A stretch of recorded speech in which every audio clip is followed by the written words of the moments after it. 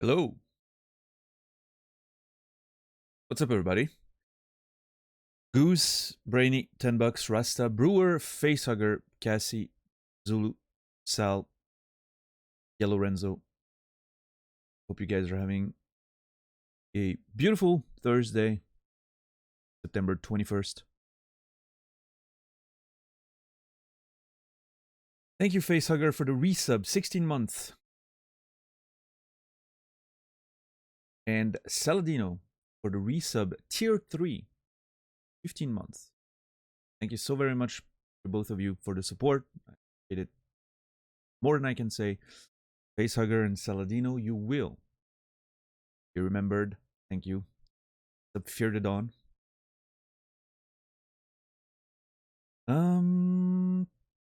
Let us hold on. It's always a bit weird when I'm streaming from the not from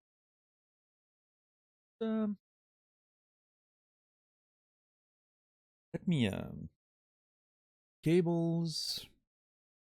Okay, put here. Then transition to the gaming screen. So we can go sit on that main menu for a little bit. Ah, jeez.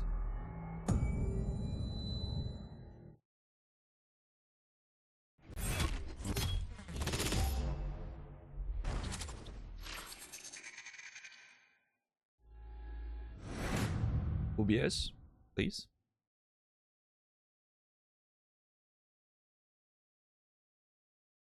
Oh, interesting. It didn't capture until I actually clicked into the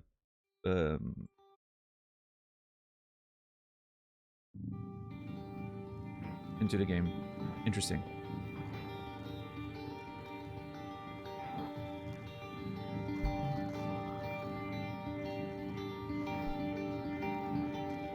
Yeah, okay. Okay, cool. Neuromod Division. Annual save. Time played 3 hours and 42 minutes. Okay. Interesting. Yeah, Rasta. Maybe it's better this way, right? I'm definitely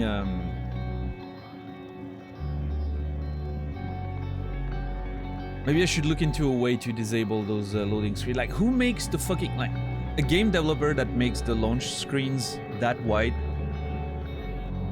Honestly, should be punishable. Like it.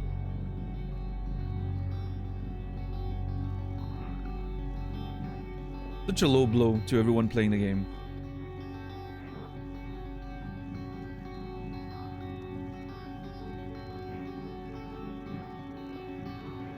It does certainly wake you up, though. Ah, shit, did I not get water?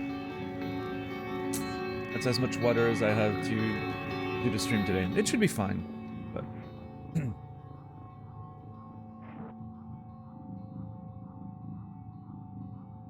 Loud or bright loading screens for game stuck. Yeah. Yeah, that's too, sound balance seems to be a thing that developers can't seem to nail a lot of the time. When it comes to, like, I don't know, there are just so many games lately where I'm like, the sound balance is completely off between sounds, music, you know, effects in menus or whatever. I don't know what's happening. I don't know if it's a... I don't know. Maybe it's balanced for like 5 or 7.1 systems, and I'm in stereo, so maybe it just screws it up. I don't know, but a lot of different sound setups, sure. But I mean, if you can do it for music, why not for a video game? And I know it's different, right? Because games have sound effect in addition to music and everything else, right? But and I guess movies sometimes suffer from the same issue, but even then, like, games are... It's incredibly noticeable. And it feels like, in a way, I mean, it's sort of a controlled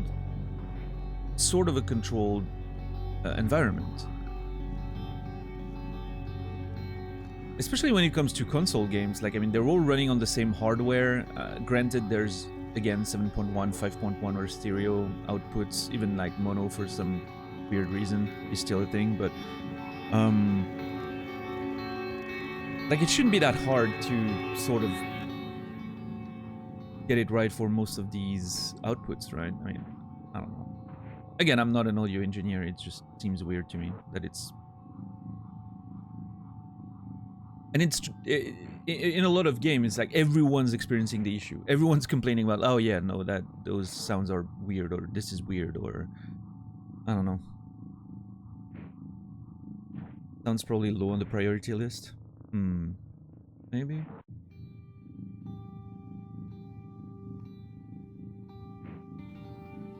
Maybe Rasta. It's so weird to me though, because sound is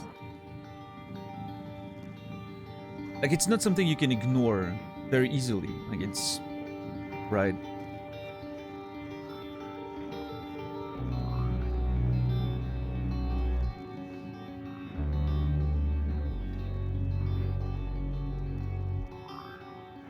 Makes sense when it's due to directional sound and you're moving. Yeah, I mean, sure. You know, obviously directional sound and your position from sources in the game is going to change the balance, and that makes sense, right? But...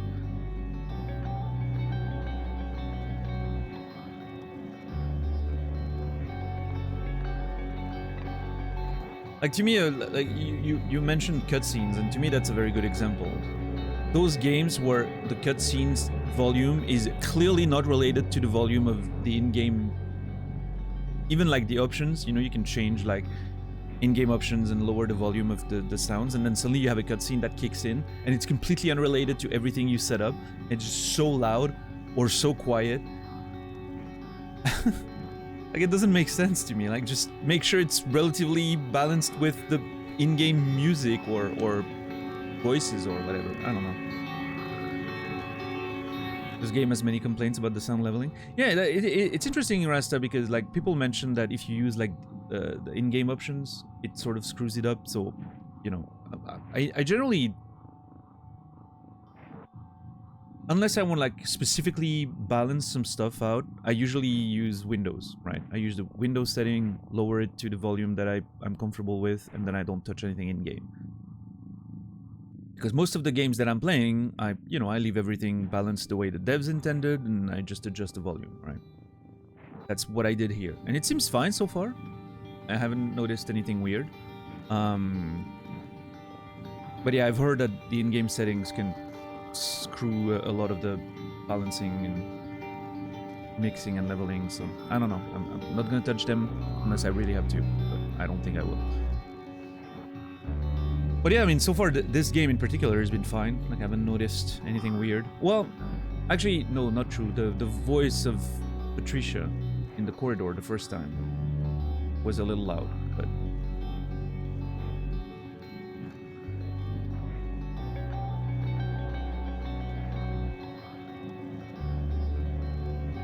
But man, do I like that main menu music, though.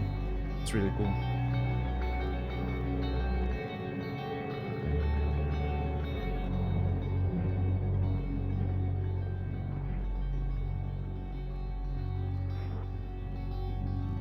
But yeah, what's good with everyone?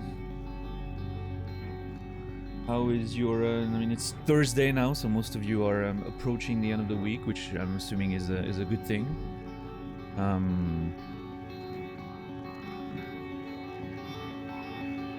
I haven't been following like game releases this week. I'm not sure what's happening. I mean, I know Life of Pi? Life of Pi? I don't know how you're supposed to... Life of Pi, I think. Pinocchio, right? Oh, not Life. Lies, sorry. Life of whatever is the movie. That has nothing to do with it. Lies of P. Yeah. Like, doesn't it officially release now? Like today or tomorrow, or I don't know. I know a lot of people have been playing on early access, so it doesn't matter too much, but it already did. Okay. Yeah, I haven't followed the release. I'm sure I'll play it at some point. It seems neat. I might stream it at some point down the line, like, I don't know, a few months from now or whatever. It seems alright. My expectations for it are pretty low, so, you know. A lot of people pleasantly surprised. Did they fix the collision issues from the demo? Do we know that? What's up, JC? Going back to Cyberpunk with the 2.0 and the DLC. Oh yeah, true. That's what's coming out this week. Yeah, despite, you know, my whole situation with open world games, I still think I'm gonna give Cyberpunk a try at some point. I'm gonna probably have to sort of wire myself in a way that, you know, I'm not gonna meander too much, and I'm gonna sort of focus on the main story maybe, and, you know, try to pick up the pace a little bit compared to my usual way of playing games maybe. But I also feel like, in a way, Cyberpunk, well, I mean, I don't know, again, I haven't seen much of it. I've seen like very tiny bits and pieces here, but it feels like a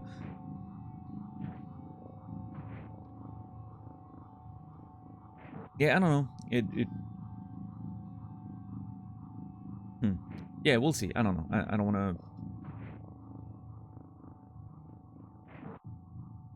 want to make any sort of plans or whatever, but we'll see. It's not gonna be for now anyway. I made small changes to that and some dodging functionality. Okay. Interesting.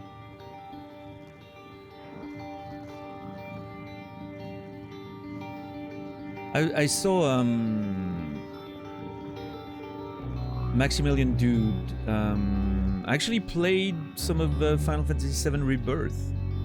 He was I think he had like press access to like a, you know, behind the door demo or whatever, and was able to play some of it and record some footage, and he went over that yesterday on his stream. I haven't seen too much of it because I am trying to, you know, keep it under tight, no spoilers policy for myself, even though, you know, it is technically still sort of a remake, right? But I'm still trying to avoid any and all information as much as possible. It does look good though, and as someone who enjoyed the first part of the remake, I'm pretty excited for part 2. So.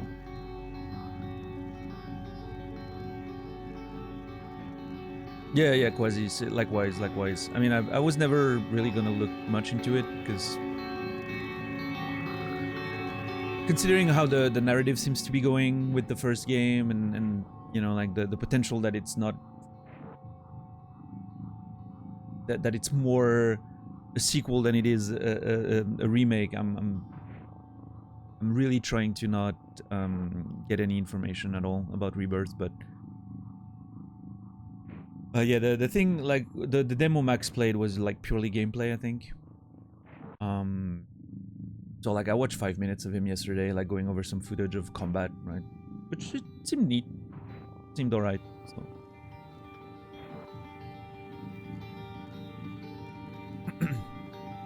They made some interesting little adjustments to the combat and everything. Looks good. Captain Dax, good to see you.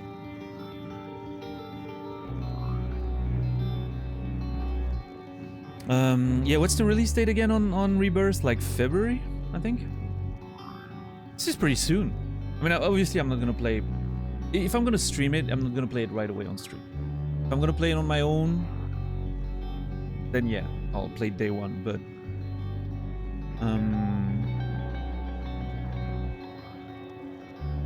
Yeah, sure, exactly, Quasi, yeah, absolutely.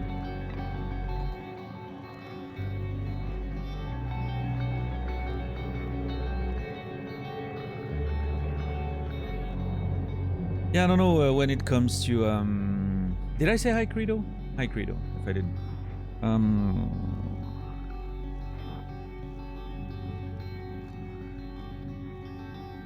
It's one of those games where I'm not sure if I want to keep it for the stream or if I want to play it on my own time. Like, it's one of those things. Like, Final Fantasy VII has such a huge nostalgia aspect to it for me. That I feel like it's something I should probably play on my own for the first time. With the option of, you know, doing a dive, like a deep dive later on stream. A couple years down the line or something. I don't know. Yeah, I'm not sure. I'm gonna have to think about it. It's coming so soon though. Like, it's... ugh. Time just flies. I don't know.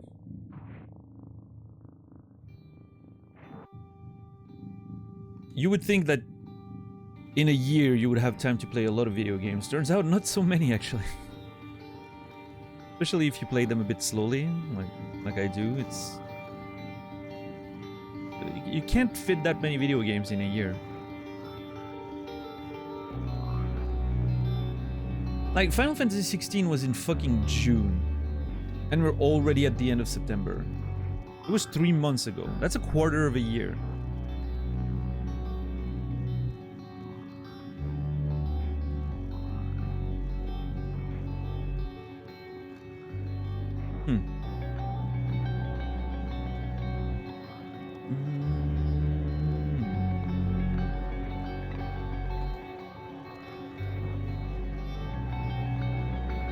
Time do be flying, yeah. And that's even, like, without considering the games that don't have, you know, actual endings, right? You just play them. So... I haven't been making much progress in Armored Core, for instance. Like, it's...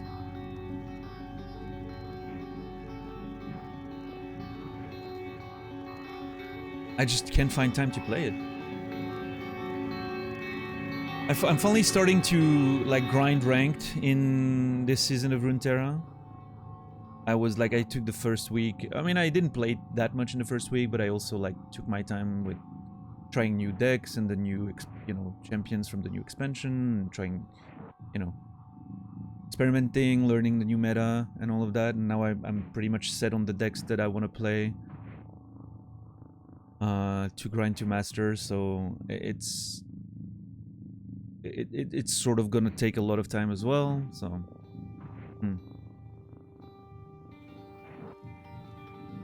what do you get when you rub 2 oranges together? Oh boy, Zach. Where is this going? I'm scared. Still haven't gotten to FF16. Don't know when I will at this rate. Many other games coming out. Yeah, I mean, Bulk Friction.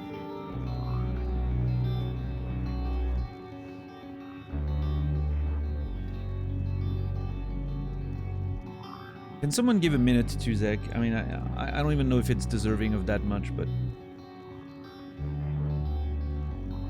I don't want to have to think about Zek for a minute at least in my day.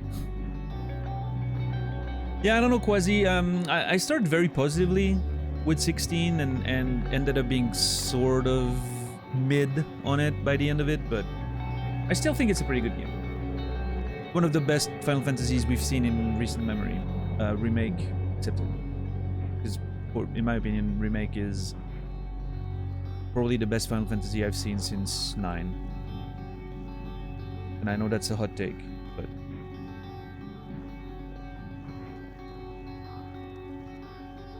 Slugging through Starfield.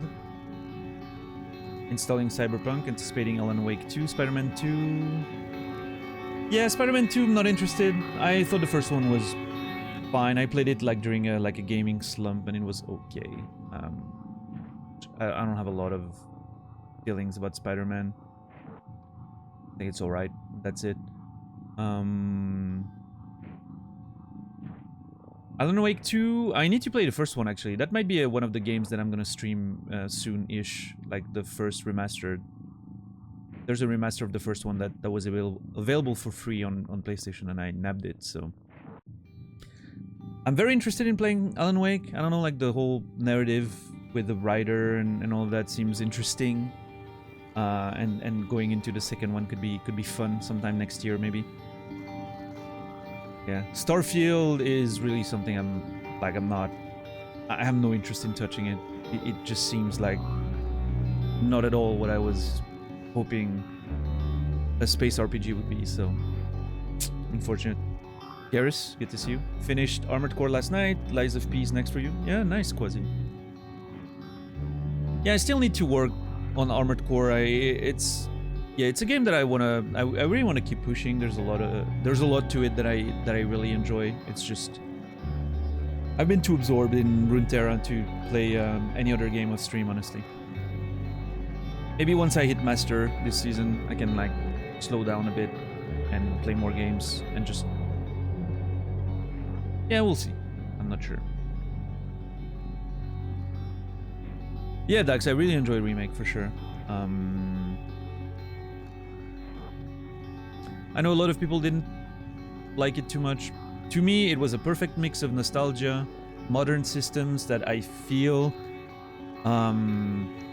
sort of pay homage to like the old school battle system while still modernizing it. I think it's the best version of a Final Fantasy combat system we've seen, like modernized, right? Because of course the old school combat system, I enjoyed it as much as anyone else, but like it makes sense they want to modernize that. And I think what they did with 7 Remake was a really good compromise between like it feeling like that old school, like tactical, you pick your spells and skills and whatnot, and still having like a modern take on it. I think it was great. I loved it. And I'm excited to see what they do in Rebirth. Seems pretty good from what I've seen on Max's stream, so I'm excited. What's up, Fate? Alan Wake is great. Yeah, I've heard a lot of good things about Alan Wake. I've heard mixed things generally, but it seems to, I don't know, have a sort of bit of a cult following. Like decades after its release somehow. We'll see. We'll see.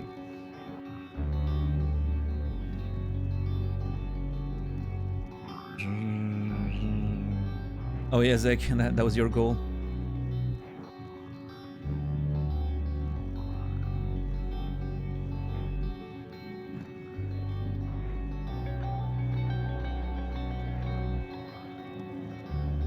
So I know what you're doing, Garrus, but careful with a game like that.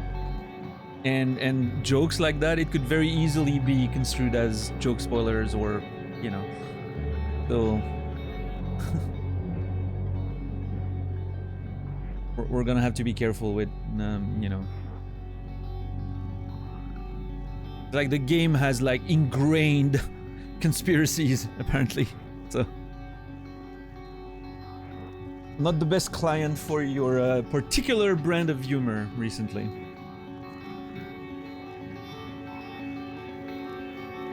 Yeah, Quasi? Interesting. I like the PvE mode. Like, I think it's fun. It's sort of a... like an interesting take on those deck builders. I usually just like do the... I usually do my like the daily and weekly... well, I do the dailies in the PvE mode, which leads me to do the weeklies because there's just enough dailies. Well, I mean, there's like if you play it even 5 minutes every day, you tend to finish the weeklies as well. Just for the rewards, right? I don't care too much about the mode itself, but the rewards can be nice. Yeah, I usually play that mode when I'm watching something else, so I just don't want to think too much.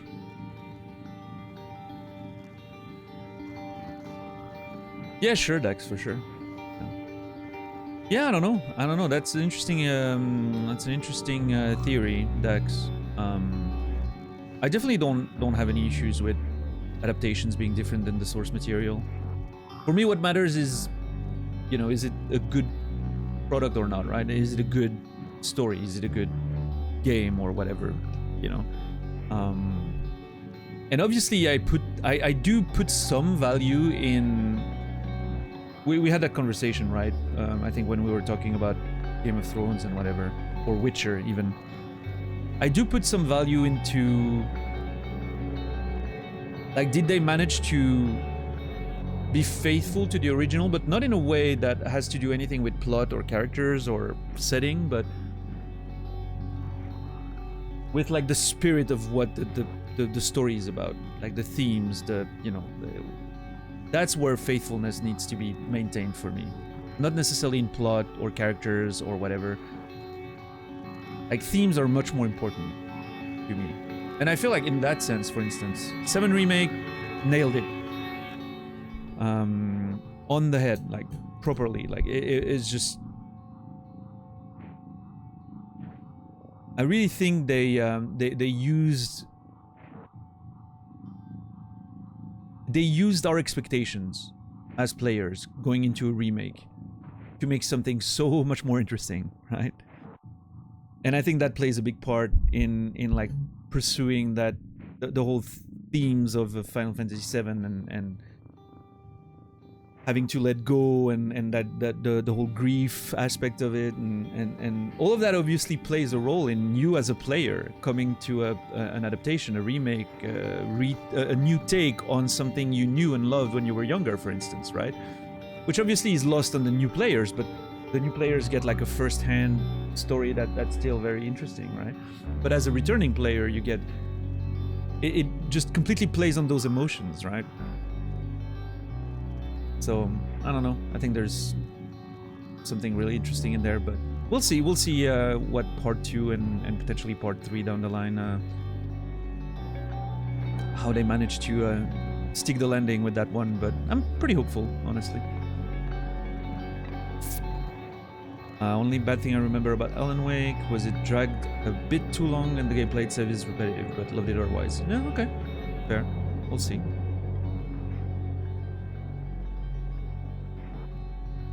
Beat both Quake 2 expansions for the first time in my life. Man, I did not even remember that Quake 2 had expansions. I mostly played Quake 2 PvP, like competitive back in the day, right? I can still... I still know exactly what Q2DM1 looks like. Like, I can literally, like, picture it in my mind and know exactly the passages and the pathing and where I need to go and where I need to jump and which lamp to jump on to access the, you know, power-ups and... Like, I remember that map as if it was yesterday, and I haven't touched the game in 24 years, maybe. Well, actually, I was still playing in 2000, I think. 2001, potentially even, was when I last played Quake 2, but yeah. It's been over 20 years since I've touched Quake 2, and I know that map still like the back of my hand. Better than the back of my hand, actually. If you ask me to picture the back of my hand right now, I'm not sure I can. I mean, I'm imagining a hand, but my hand in particular? Nah. But Q2DM1? Yeah, I know exactly what that map looked like. I still remember the elevator sounds that, you know, is sort of your trigger to launch a rocket in this exact spot up there at the exact time for the guy to climb up the elevator to get, like, rocketed in the face. Turbo nerds, yeah, you can say that again.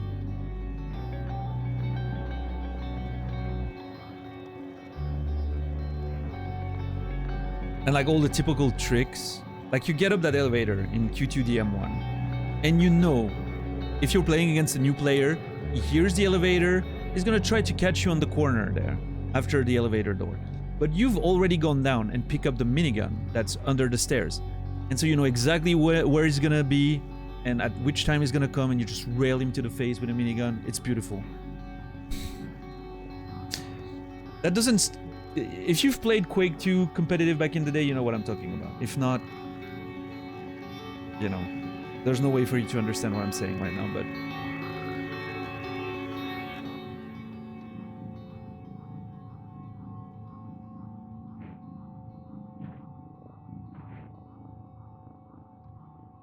I don't like Quake 1's gothic atmosphere. I thought it was fine.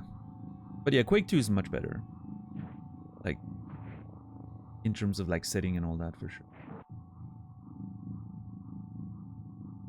I mean, haven't they literally just released a Quake 2 remake of some kind? Or am I just confused? Remaster. Okay.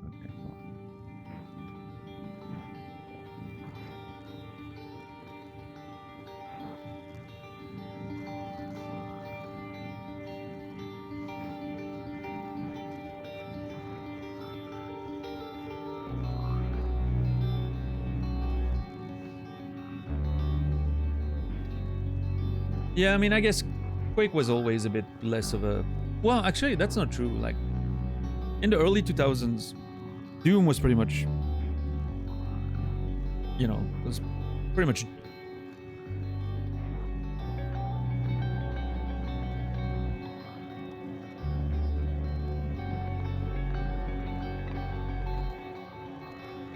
Doom was pretty much forgotten at that point, like early 2000s, right? Like Doom 3 wasn't the game everyone was hoping. And so everyone had pretty much given up on Doom. And Quake was all the rage, right? With the competitive multiplayer, beginning of esports, right? Like Quake 2 was one of the biggest esports games when esports became a thing. And then I don't know, like Halo happened, I guess, Counter-Strike, stuff like that, so everyone forgot about both of them, Doom and Quake. And yeah, then Doom got its revival, 2016, and since then it's been all about Doom, right? Doom 3 was a technological marvel, but switching to horror was not the best decision, which is weird because like Doom by nature was always pretty horror-ish, right? It just Counter-Strike was before Quake?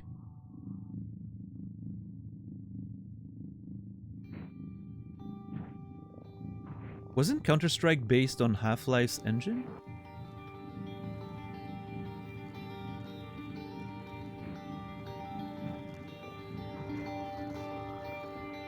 I mean, I don't know, Zulu. I was playing those games when they released. You weren't born yet, so I'm pretty sure you're wrong, but...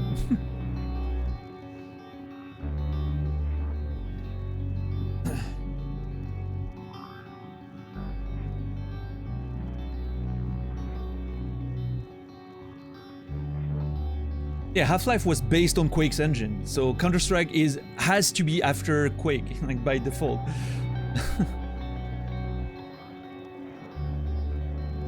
There's a lineage there.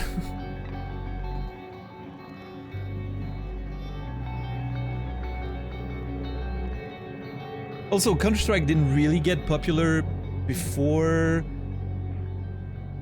I guess, 1.6, I think. Like, that's when 1.6 was before Quake.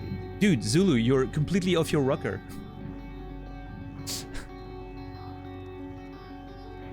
Counter-Strike was based on Half-Life, which is a Source game, which came after Quake 2.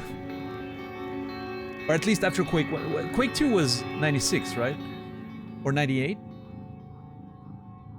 Quake was 96, I think. 95, maybe. Half-Life was 96. I was in primary school playing CS. You were born in like 2000, man. What are you saying? All those games came out before you were born. I don't know what's your birth year. I'm just, you know. To the Google we go to prove Zulu wrong. The series began in 99. There you go.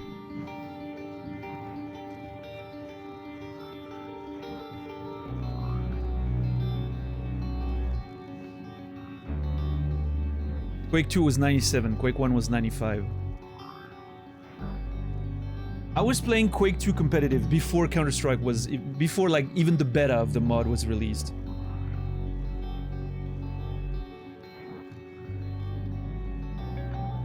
I legit still remember when Counter-Strike first released, like the first version, when there was only like the house with the, you know, like the White House sort of spin-off. I don't remember the name of the map.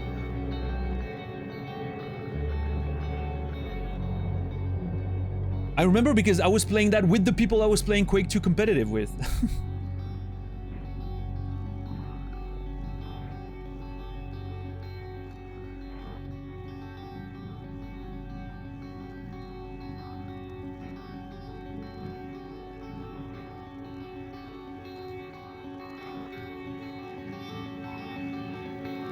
So yeah, no, Zulu, unfortunately your memory is off there. Yeah.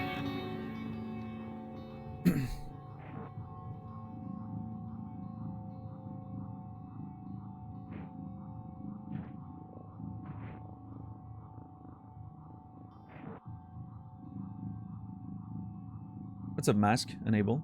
Good to see you. Yeah, I'm still waiting for you to admit that you were wrong, Zulu.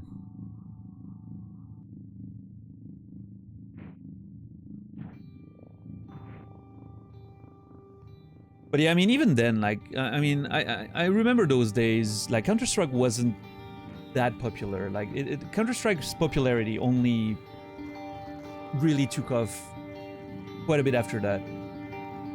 Namely, when, you know, like, Quake 2's esports sort of like control, like, sort of started fading, and Halo started popping up. Counter-Strike, you know, more advanced versions started popping up, you know, like in terms of popularity. In fact, in the like turn of the millennium, right, like end of the 90s, beginning of the 2000s, Team Fortress was a lot more popular than Counter-Strike was. Team Fortress, like the first mod wasn't too popular, but like Classic, based on Half-Life, sort of really took off at one point. That must have been like 2000. Like, everyone was playing that game. Team Fortress Classic was just... like, everyone was loving the shit out of that game.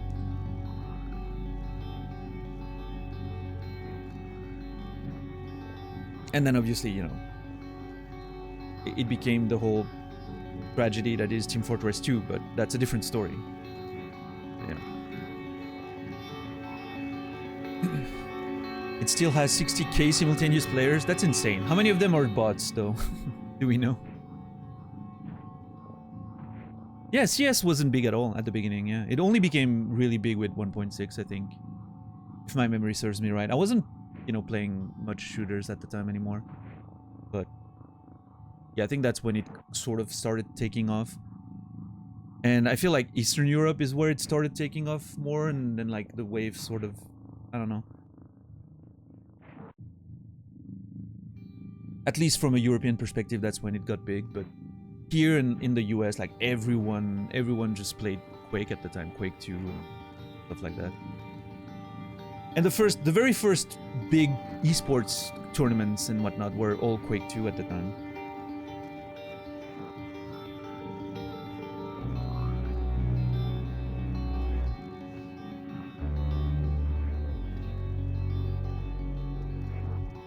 Yeah, if you're on, Yeah, I mean, obviously, you know, everyone's like community might be different, right? So you may have like different memories, and like specifically for your bubble, as you said, Ferdinand, like maybe it was a bit different, like the games that took off and everything. But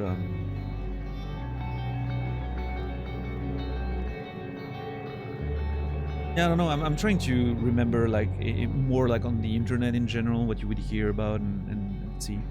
Was Quake 2 before Unreal Tournament? Yes. Unreal Engine was 99, the first version. Unreal Tournament was like the big one. I think was 2001, the first Unreal Tournament.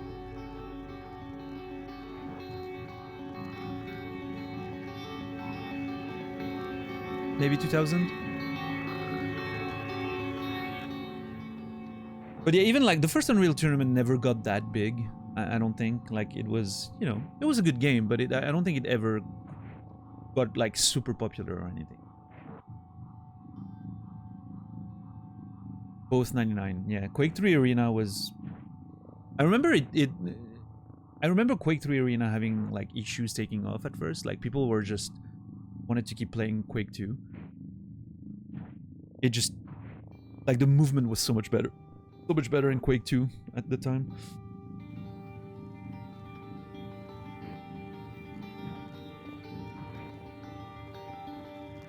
But it's interesting, like I remember the first Unreal game when it came out, like it was...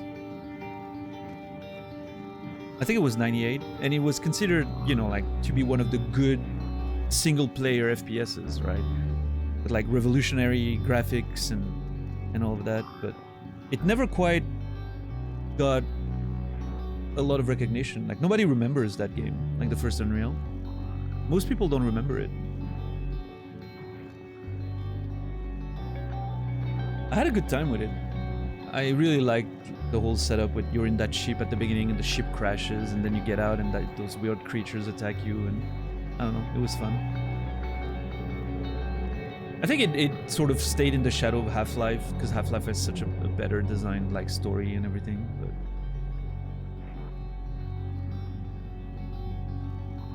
Quake 3 Arena was a banger. Yeah, I don't know, I mean, it was good, but I feel like at the time, like a lot of the scenes stuck with Quake 2 for a long time, at least a couple years for transitioning. I don't know, I guess people were used to what they were doing and everyone was, you know, playing at a very high level in Quake 2, and I still remember at the time how people would share like replays of matches over the internet, right? You could like share replays through files, and then you could watch professional like Quake 2 players from their perspective, like it would play again in the in-engine, right? It was like a whole replay system. That was really cool. I like that back in the day.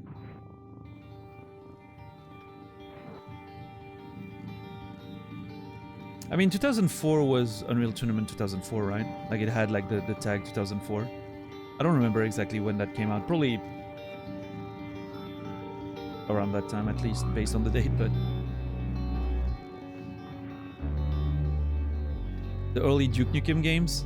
I mean, are you saying like the 2D ones? The early 2D Duke Nukems I thought were pretty average. I mean, I know a lot of people love them, but I never thought they were that good.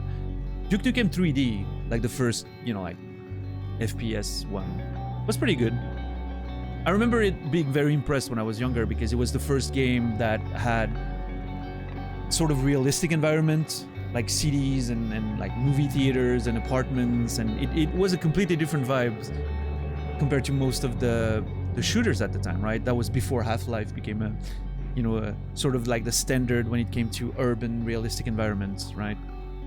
But in a world where you would play games like Doom, right, that looked not very realistic at all, suddenly having a game like Duke Nukem 3D that had like, you could enter houses and apartments and stuff, like that was really special.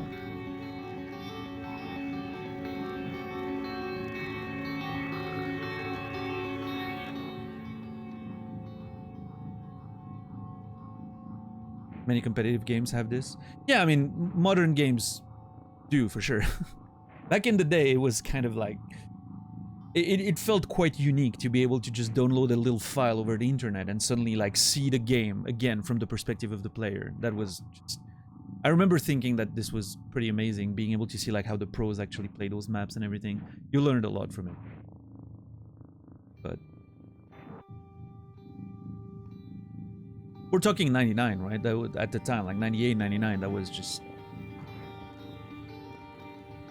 it was kind of wild that this was a thing. Being able to share that over the internet at the time, you know, like even the internet at the time still felt like sort of magical, right? They were like, oh my god, this is amazing. And like being able to, yeah, share those replays was just, I remember it being very, very like mind-blowing at the time. I actually really liked the first Soldier of Fortune game. It was so violent. Shooting someone in the gut and you would see their gut spill out and everything. Dismembering them and all of that. What a violent game.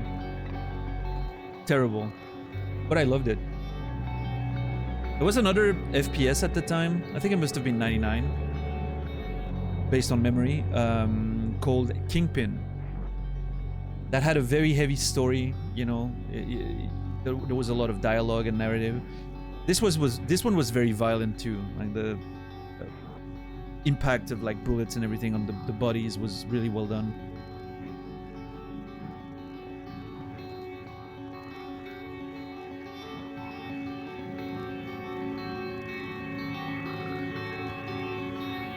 Yeah, Kingpin had a very nice, you know, hip-hop soundtrack and vibe. What a cool game. I don't think it was ever that popular, but I really enjoyed it.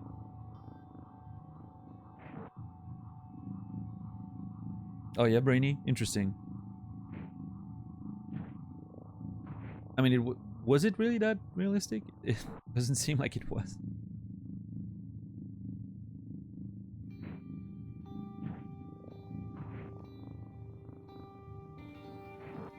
Yeah, Dax, I actually watched Brandon play some Street Fighter 6 the other day, and I was surprised to see like the replay system where you can see all the inputs of both players, and pretty cool.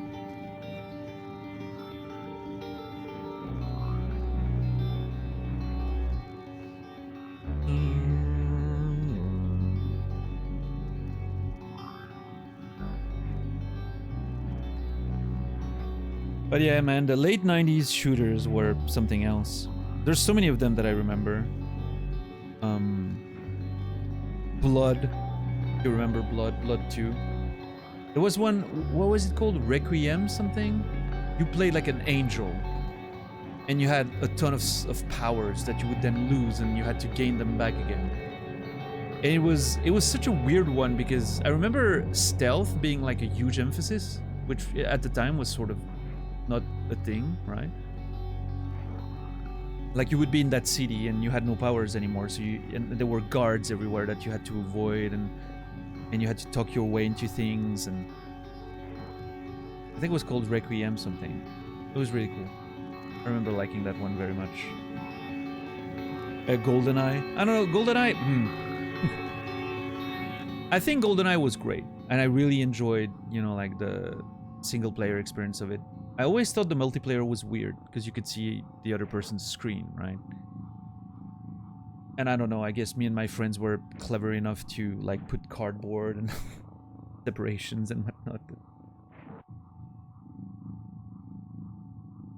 I don't know. I wasn't too big on the N64 myself. I was much more of a PlayStation boy, so I was playing Doom at the time. Wolfenstein 3D. Yeah, I mean, Wolfenstein 3D, when it initially came out, like, was like the early 90s, right? 92 maybe, if my memory serves me right, something like that. That obviously was wild. Like, at the time, nothing looked like it. Like, there was no other game like that. It was so interesting. I remember I didn't have the game, but a friend of mine had it, so I would always go to his place to play Wolfenstein 3D, and then my cousin got Doom, and so I started playing Doom. That was pretty massive.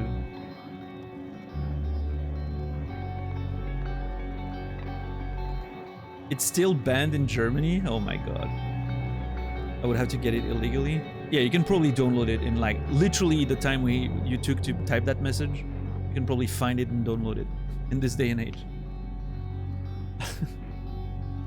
It's probably isn't it even like fallen into like abandonware territory right now, or oh well, maybe not, because the IP is still active, right? So I don't know.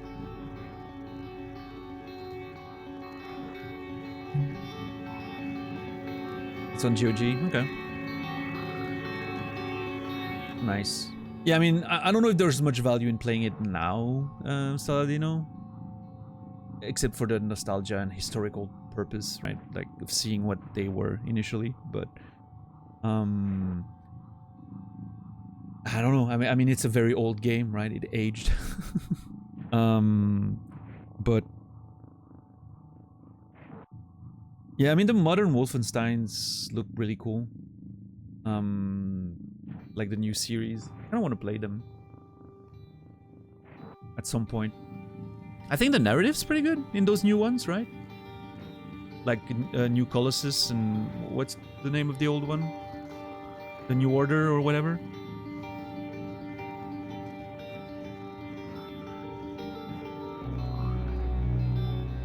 I don't know. I think they're free on PlayStation. Well, I mean, included on PlayStation, so maybe I can get them. I don't know. I'll have to look into it at some point. Keep talking. I need to run out real quick. I don't want to miss a second of this. I was just about to start Credo.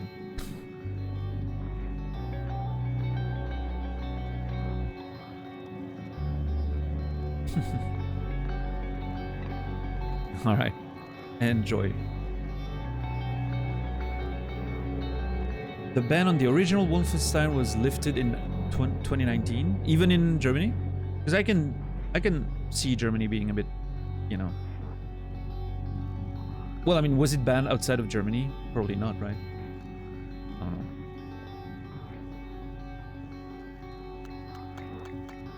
All right, let's get in there, I guess. Germany.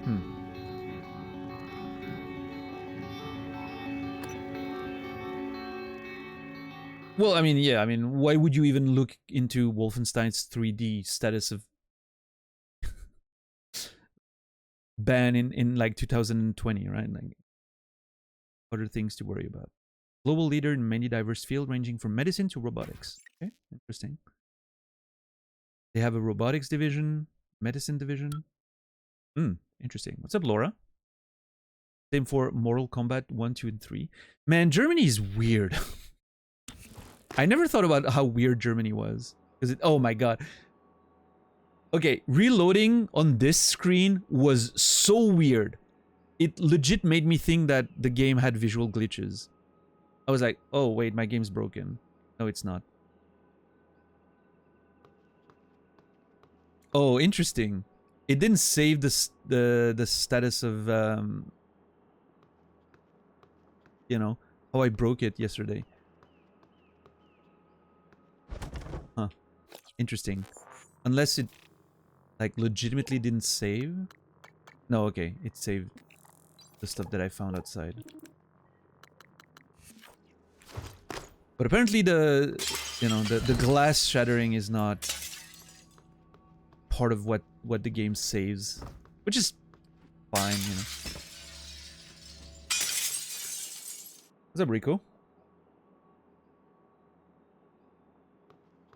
It was weird with games, so much better now. Just came back from a food festival for lunch and happily full. Nice.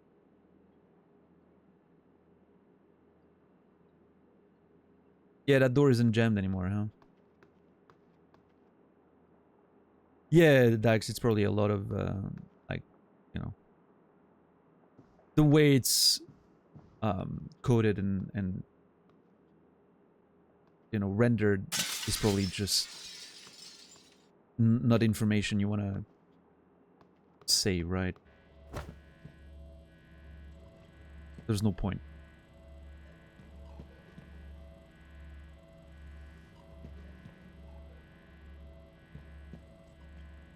Alright, so yesterday we inspected that computer, found a few emails, learned that apparently we're the subject of an experiment, which we took part in setting up, right? The move to extend the experiment indefinitely was a direct request from both Alex and Morgan. Unless, well, you know, I mean, I guess there could be some lies there. Maybe they pretend that I'm on board with it. Maybe Alex pretends that I'm on board with it, even though I'm not. How would I know, right? I don't know. What's up, Cassie? You missed a lot? I don't think it's possible to have missed a lot. I'm probably like 20 minutes into a normal playthrough. Basically, we ended yesterday on me breaking the window and just exploring a tiny little bit of first room outside there.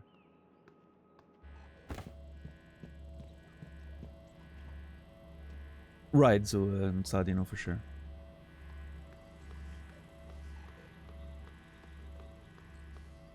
And so there's this side that has some stuff to explore, and the other side also have seen some stuff that I want to look into. Like this room here. That red light specifically tells me that this might be the place that I'm supposed to go. So I guess we have to start exploring, huh? Because that's the whole point. Oh, also, yeah, that thing here concerns me. I'm sort of worried about it.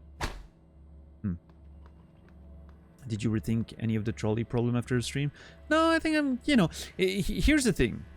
I thought about the problem yesterday, but I thought about it in those terms. I think it's interesting that the game presents that problem to you in its introduction. And I'm thinking there's a reason thematically why it's doing it. And so I'm wondering if and how the game is going to use that theme, that ethical theme, as a sort of like, you know, gameplay situation. I wouldn't be surprised if part of this game, at one point or another, involved having to sacrifice myself or someone else for the sake of saving multiple people. I don't think those questions Well, I mean, maybe they were put in there just for flavor and like, you know, like sort of like setting up that test situation and everything, but I wouldn't be surprised if that there's a callback to that like thematically in the narrative of the game. We'll see. Of course, we can't talk about it because that would be spoiling, but it just feels like it would make sense if they had that theme come back in actual practicality. That would be very interesting. So we'll see. We'll see. Okay, I'm hearing something, but that's not in this room. That's outside. Also, what the fuck is this? Is that a neuro mod or something? Applicator? Like, you know, something that, you know, applies a neuro mod? I don't know. Okay, there's notes and everything. The safe code. God damn it. What is the safe code? Alright, Brewer. Wait. Nice. I love that you can just pick up and throw everything. It's pretty cool. Okay. I want to look at this, if there's anything to learn from that. And there's so many little things in this game. Computer here. Again, I'm not sure how to access this room, but there's emails on that computer. Hold on. Man, I'm sort of stressed to progress in any direction at this point. I'm being very worried.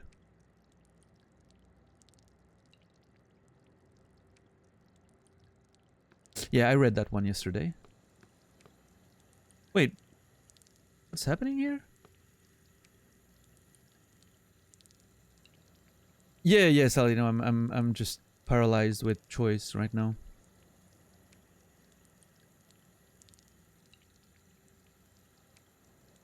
I really like that head movement, like torso movement, is not completely like linked with the legs. It only moves its legs when it needs to. I think that's always a nice little detail in games. I'm also very scared, actually, Saladino, because there's stuff out there that kills people, apparently. Yeah, see? I don't... No. I'm sorry.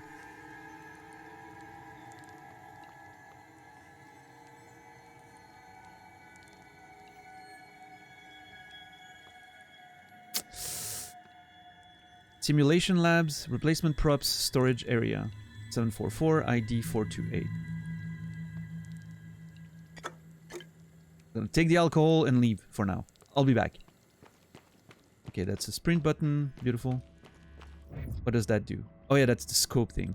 I really like that. I need to remember that I have a scope. That's really cool. Sliding. Yep. Okay, nice. Okay. Okay, first things first. Why is there water everywhere? What the fuck?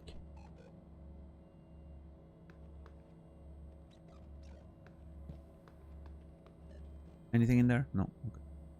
I like that you can even look into trash cans. I think that's going to be relevant. Is that... Wait, what is that? Is that film? Oh my god, dude. Why is my character unable to put stuff on tables?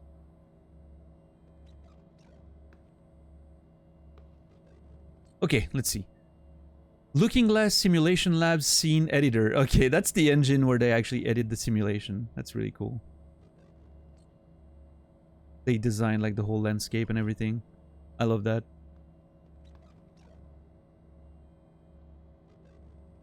Very nice. Ah, shit! God damn it. I was hoping it was one of those screens that repairs itself. Like the computers.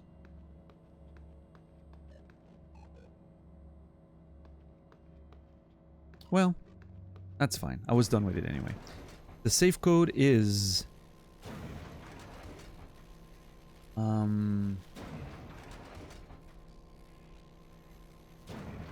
That's a K, maybe? I don't know, man. There's no way. Non-local superluminal? Question mark. And a brain drawing and some nonsensical, like almost constellation-looking things.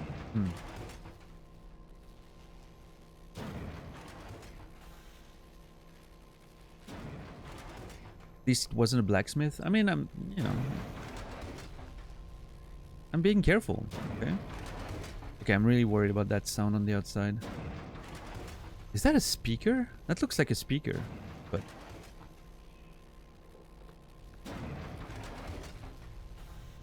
Yeah, I don't know what's happening here. I'm assuming it's like a neuromod thing, obviously, you know, based on the description we've seen of the application of neuromods, but... To make a list of things, yeah, I mean, I've broken a few things, but I'm experimenting, okay? Makes sense. Oh, is that thing still... Oh. Okay, so either that thing is automated, or someone's just, you know, watching me.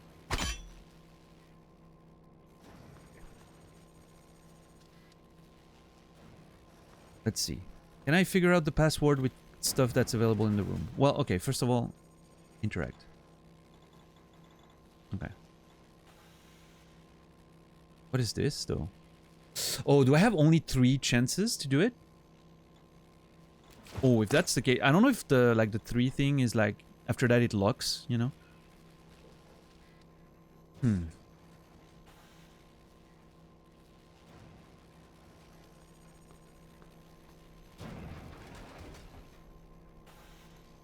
find it hard to believe that I might have actually played Counter-Strike before Quake 2.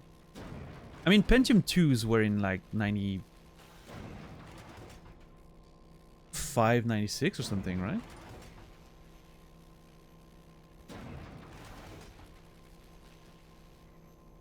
Or was it later? I don't remember, actually.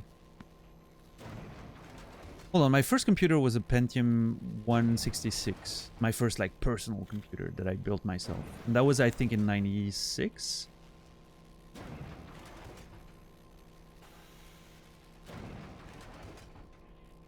I don't know. But, yes, Zulu, you're gonna have to accept that Quake 2 came out before Counter-Strike. Since Counter-Strike was a Half-Life mod.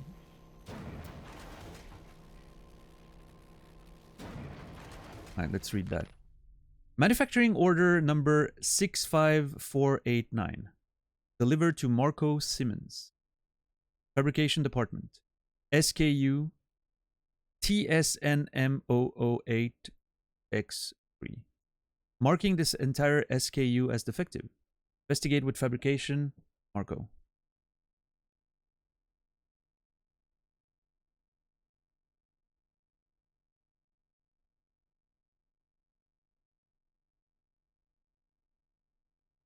Interesting.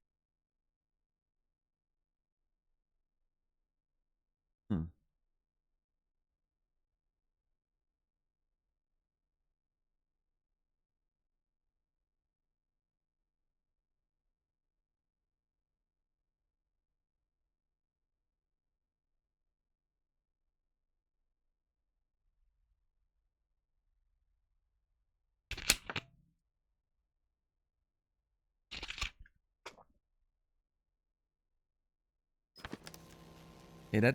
I'm not sure what kind of, like... Are we actually getting information from this? And I doubt there's... I mean, something is defective. That, the SKU...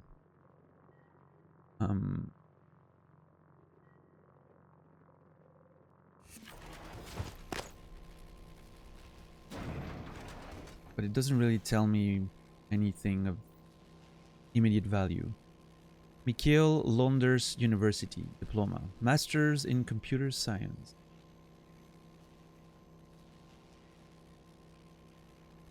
Whose diploma is this? The name's not written on it, which is very weird. You would think you would have your name on a diploma, right? Yeah, Paperboy was great back in the day for sure. This is Marco's computer. Let's see. Oh my god, dude. Marco! How do you have a master's in computer science? I'm assuming that's his diploma, since that's his office, right? How do you have your password on the fucking stick, like... sticky note on your computer with a master's in computer science? I refuse to believe that all of this is... This is proof that we're in a simulation. In the game right now, still. IKOP 0876. I'm assuming it's automated. Yeah, okay. Marco Simmons password acquired. Sure.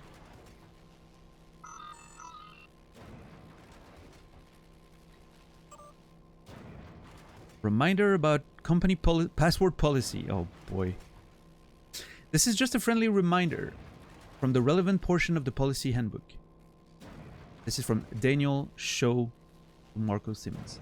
Do not share your password with anyone. Passwords are sensitive, confidential information. Passwords must not be inserted into emails, transcribed conversation, or other forms of communication. Do not write down your password and store them anywhere in your office.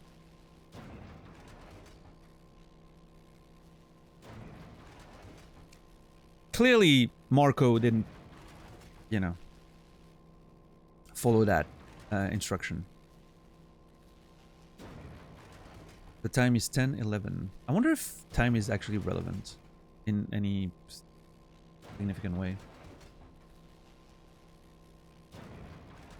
My wife is an email marketing manager. We were on vacation last week with her laptop. She got locked out trying wrong passwords because she's a sticky. Oh.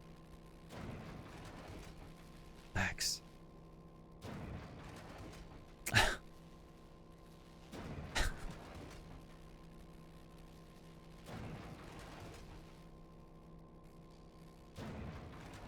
Yeah, I don't know. If you suspect your password has been compromised, report it to IT immediately. Users will be held responsible for any activity that occurs on a workstation that has been compromised and not reported. Okay? Oh, that's good to know. Note about this morning.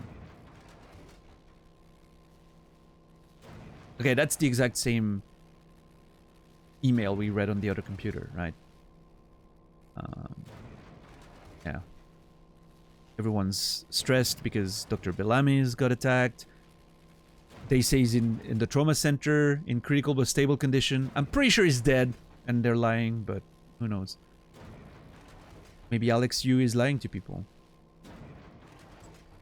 Bad install from Alex Yu to Marco Simmons. Simmons, test results today were all negative. Did you install the correct neuromods? Touch base with Graves and figure out what went wrong. This should be your absolute highest priority. Okay, so I'm assuming this is related to how when we were doing the experiments, right? Well, actually, maybe that was prior to that, because like it died on those same tests, right? So there's I don't think Alex would send him an email after he died. What I'm thinking happened is that there were multiple days of tests, like the one we played, and like stuff is not happening. Like the scientists were, you know, looking at me trying to hide and whatever, and they were like, okay, what is he doing? Let's move on. So clearly I wasn't doing what they were expecting. So I'm assuming, you know, this is a problem with the neuromods or whatever. I love that little wrench flip every time. Very cool. Okay, so I mean, I'm not seeing any information. Can I just sit under that desk and stay here forever? This feels safe.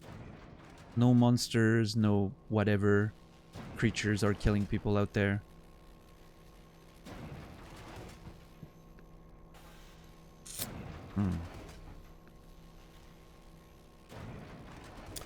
I mean, is that a 4 or a 1? Is that a 0, maybe?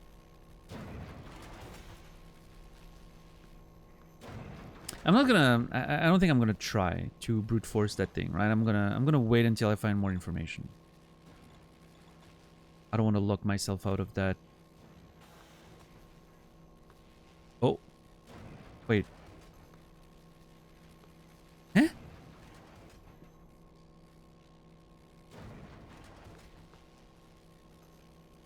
What do you mean, note? No, hold on. Hold on. What note, though? Is that this paper is a note?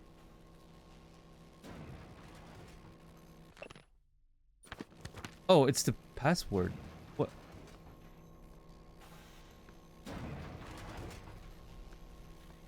I'm confused.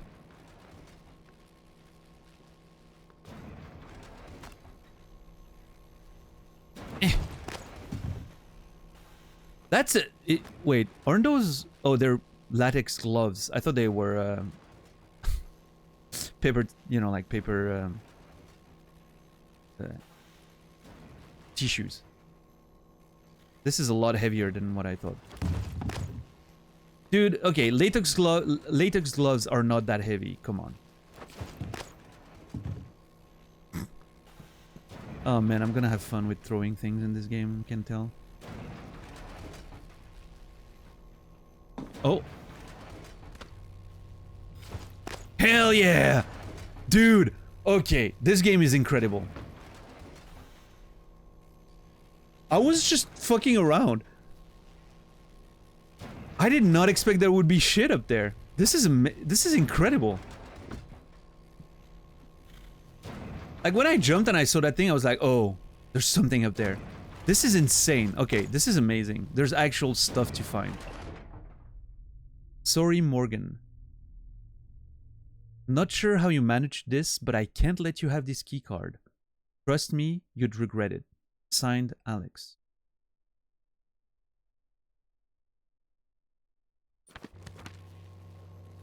Oh.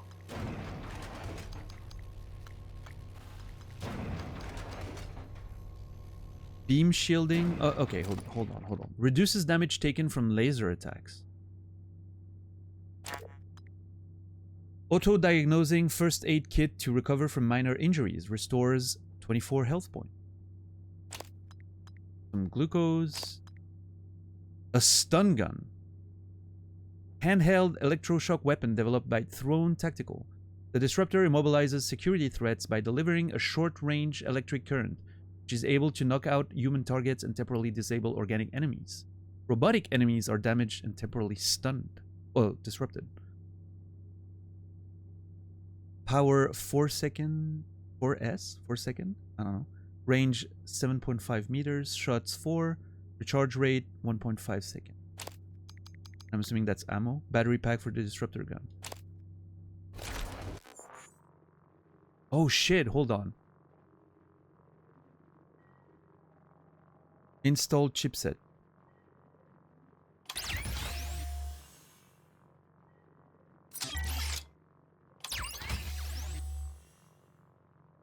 Suit modification skill unlocks more slots. Okay.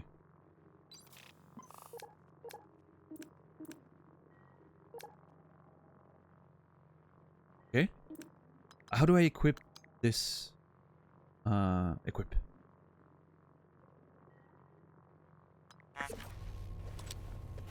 You've installed a chipset. Press to install chipset to... Okay. Oh, disruptor stun gun. The disruptor stun gun will knock out human targets. Typhon are more resistant but can still be temporarily stunned. Robotic devices can also be temporarily disabled and ultimately destroyed by the disruptor. Hold RT, right trigger, to charge your stun gun and release to fire. Use X to reload. X to reload.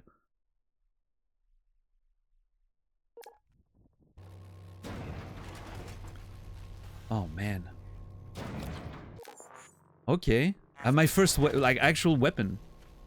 Interesting. Oh, I love the indicators on the gun. Very cool. Let me go back to this though. It's interesting that this was completely like... I can see a lot of players not finding this, right? Initially. Like you just don't think of going up there, right?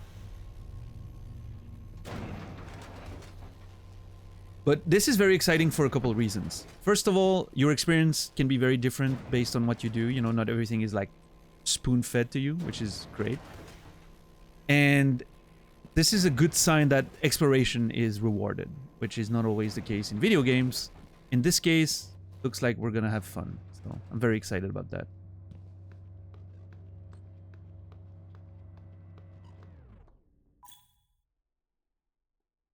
Oh, wait. Tutorial.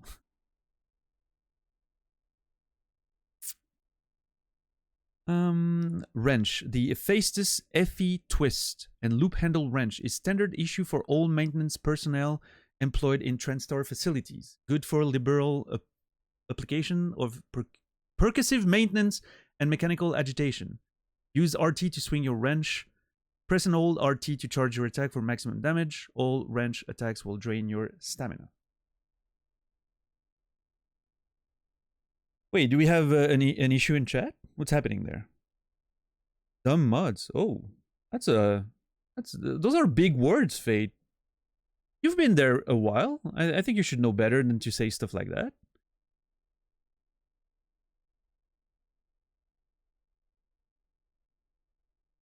Daniel can get information from outside the game. You know how much, as much as it does. No one can answer that. So, okay, let me try to put back together what's happening. You know as much as he does. No one can answer that. So I'm assuming Fate asked a question about something that was seen in the game, which obviously no one can answer, because if you do, you know, you would give me an information that I don't have, right? That I may not have. Just an honest question. Yeah, but no one can answer your question. You realize that, right, Fate? Because if someone answers your question, you're giving me information about the game that I may not possess. So why ask the question? Also, you've been around. You know why people get deleted, right? Why are you getting your panties in a bunch like a pussy? Like, just, you know, take it on the chin, accept that you've made a little misstep. Nobody's mad. There's no consequences. It was more a question about language, not the game.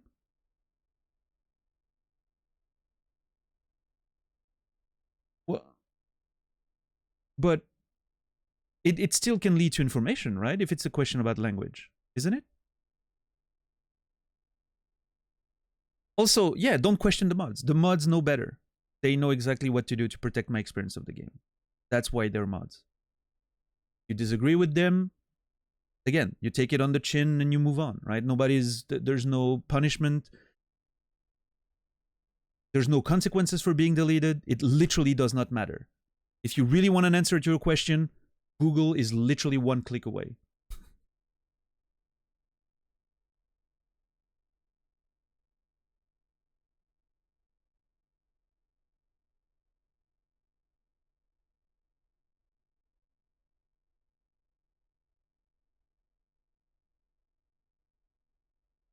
Yeah, exactly. It is to protect my experience. It's not punishment. It has nothing to do with it.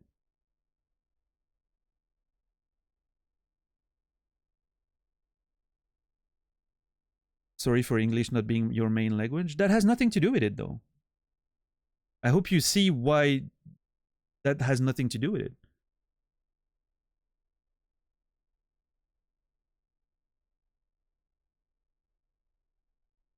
Here's the thing. As innocent as your question may be in your mind, it can lead to information that I'm not aware of. Hence why it got deleted. Regardless if it's a question of language, regardless if it's a question of something that is linked to a mechanic in game. Maybe you're not even aware that it's linked to a mechanic in game, but the mods are, and they see that question and they're like, oh, if someone answers that reveals something, delete, right? They're doing what they're supposed to do. You insulting them for that is very rude. And yes, I agree with Third Mask. I feel like the mods deserve an apology, but I'm not here to educate you. Your parents should have done that, right?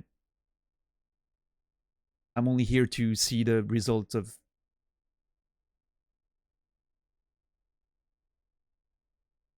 Anyway.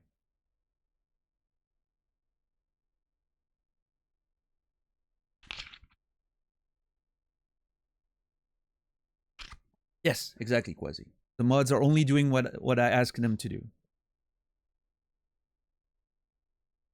I feel like a failure the rare times I'm deleted. You're not. That's the point, right, Credo? It's just a deletion. It has absolutely no impact whatsoever on you as a person. It is only to protect the experience. All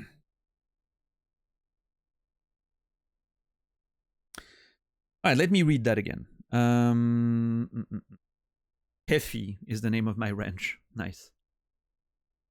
Standard issue for all maintenance personnel employed in TrendStar facilities. Good for liberal application of percussive maintenance and mechanical agitation. Pretty funny. Getting deleted doesn't delete your feelings. Okay, so since I just got the tutorial for swinging my thing, I'm expecting I'm gonna need to swing it. I'm very worried now. Anyway, let me for this.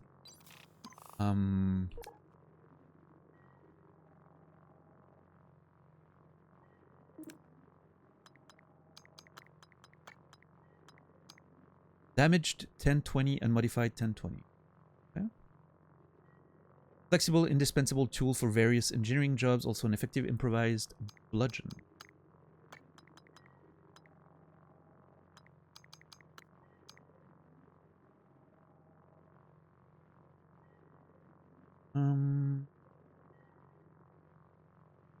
Gunsmith ability required for advanced modification. Interesting. Auto sword. Ah, nice.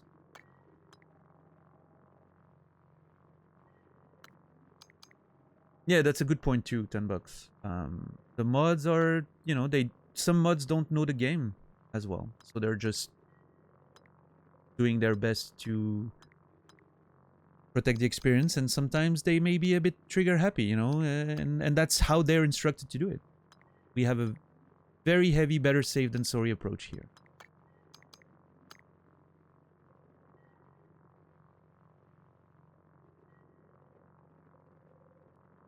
Because one message getting deleted when it shouldn't has literally no consequence.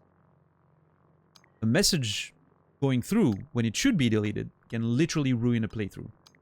It's very heavily in favor of better safe than sorry.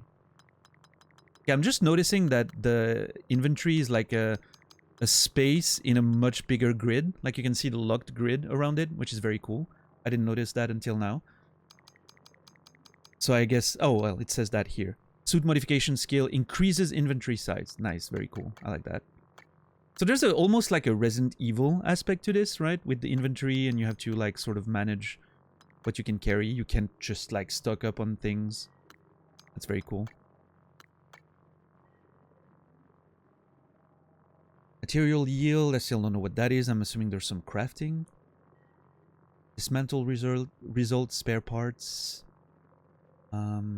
Integrity 30%. Is that I'm assuming that's like the we activated those settings, right? Those survival settings which have like weapon maintenance. So I'm assuming that gun is already down to 30% because we've just picked it up, meaning it has a chance to jam and everything. So it's in bad shape. So we need to find a way to repair this. What I'm thinking, right? Hold on. Did I unequip this? I may have.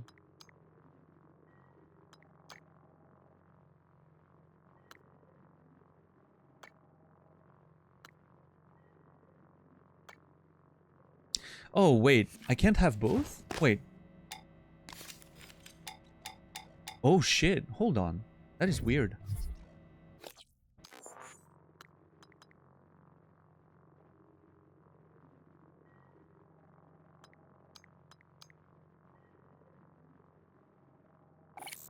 Ah, assign. Ah, there it is. Nice. Okay, cool. Nice. That's what I wanted to do. Perfect.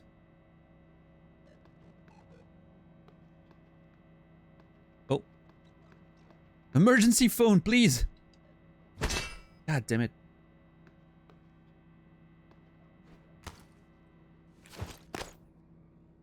Plastic tubing. Very nice. Can I? Oh, shit. I wonder...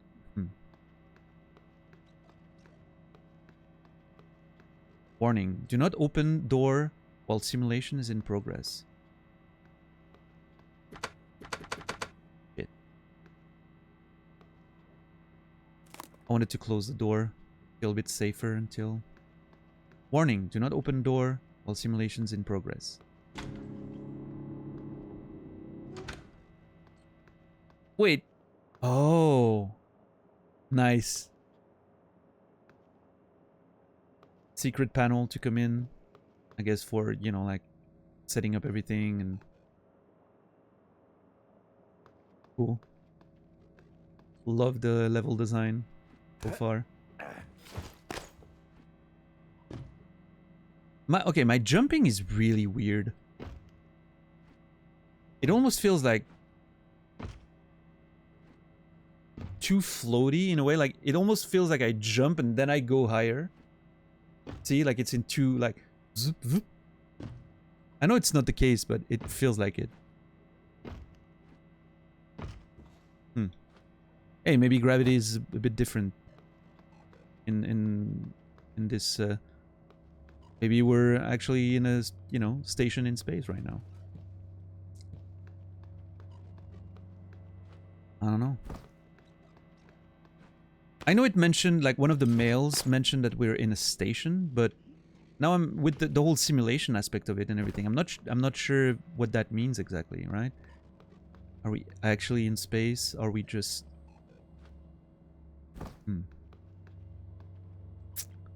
wonder, like, it makes me it makes me really want to just jump everywhere. Oh, there's a balcony here. Oh, yeah, connects to this. Okay. I need to... Man, I feel like the freedom of movement in this game is pretty well done.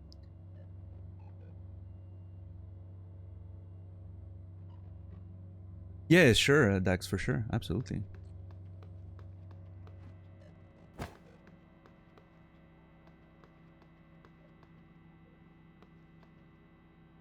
Why is that reverse? Wait, hold on. Why is that reversed? What's the purpose of this being reversed?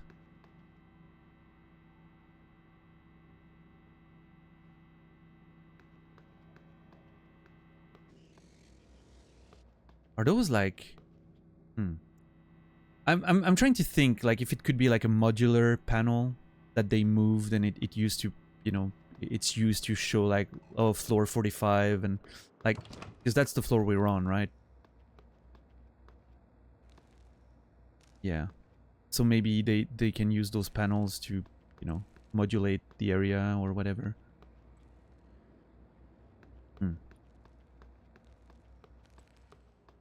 And it's just stored in reverse position. Well, I mean, no, it's part of the wall, right? Like, what is that about?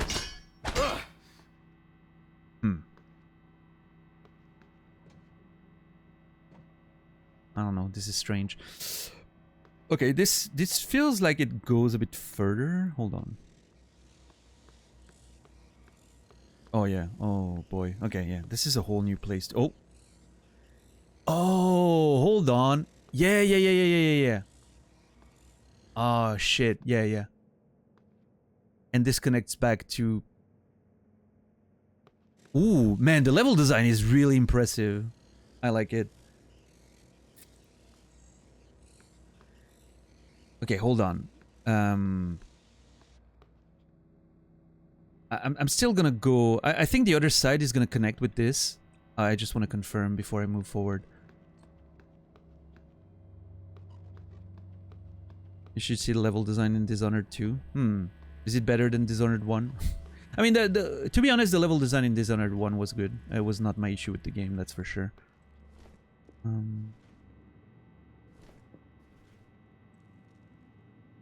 I feel like I should give Dishonored a new try at some point. This is actually making me want to give Dishonored another try at some point in the future.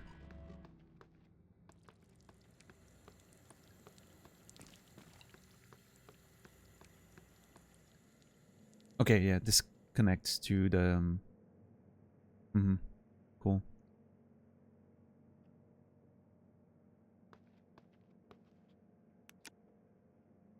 Dude, this is sort of terrifying, I will say. There's so many spaces and you know, I'm just scared of when something's gonna start jumping me, you know. Oh, I thought we could pick up the TP. That's unfortunate. Well, I mean, I can, but...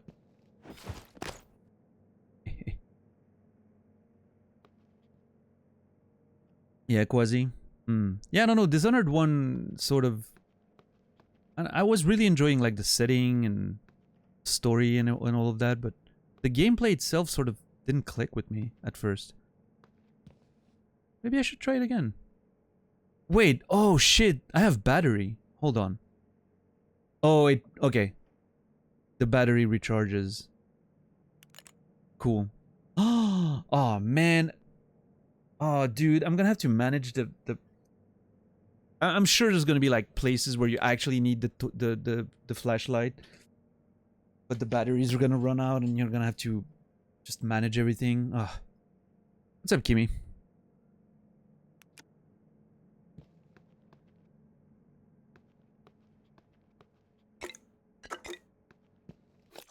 Do those stack? Yeah, they do stack. Okay.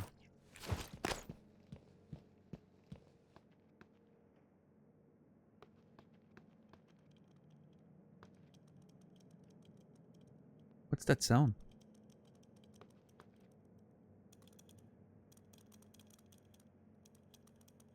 Oh man, this is terrifying.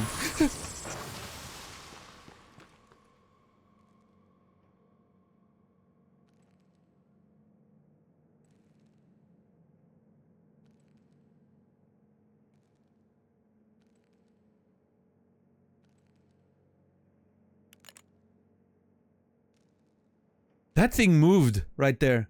Did something... Oh, dude. I don't even know how that gun works. Hold on. It said, like, hold and then release to fire, but... Wait, how do you see tutorial again? There. Hold RT to charge and then release. Do you spook easy? Sort of, yeah. I mean, if I'm immersed, yeah. And this game has me by the balls when it comes to immersion right now. Like Alien Isolation, when I played it on stream back in like 2013 or 2014, I think. I was literally having like cold sweats and shakes while streaming. I was absolutely terrified.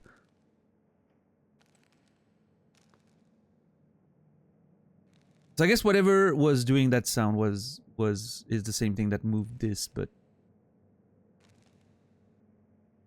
Oh, man. What's up, Slapkick? Warren, thank you for the resub. 14 months. Appreciate it. Thank you so much for the support. And Warren, you will be remembered. Thank you. What's the scariest game you've played? I mean, unintentionally, but Tarkov. I think Escape from Tarkov is the scariest game I've ever played. But it's unintentional. It's unintentional. It's not trying to be a horror game, but it's just terrifying.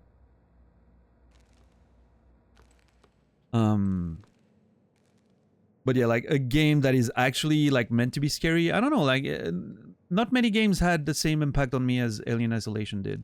And a lot of that is because, again, immersion, right? I'm a big fan of the Alien franchise, so playing a game like Aliens, you know, obviously I get very immersed because I love the story and characters and all that, so I was in there. And I was, you know, I was literally forgetting that I was playing a video game. It was absolutely terrifying. And I'm getting sort of the same feeling with this one, right? I sort of forget that I'm playing a video game. Sometimes I'm just exploring this place, right? Amnesia was good, yeah. I remember playing it in 2012 on stream, back on Own TV. And yeah, it was pretty scary. Yeah,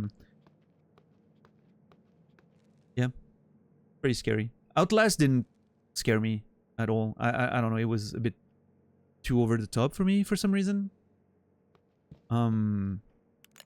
Yeah, it just didn't hit the same. Again, it's a matter of immersion, so when I'm immersed, I can get really, really, really into it and scared. If the game doesn't quite get me, then, you know.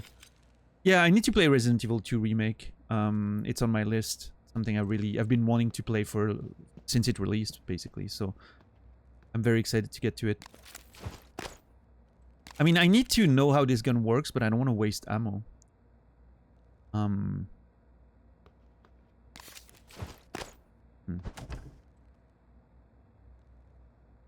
Dude, see, like, the fact that those things automatically open up when you hover over them is so bothering to me because it makes sounds when I'm not expecting sounds to be made. So it scares me.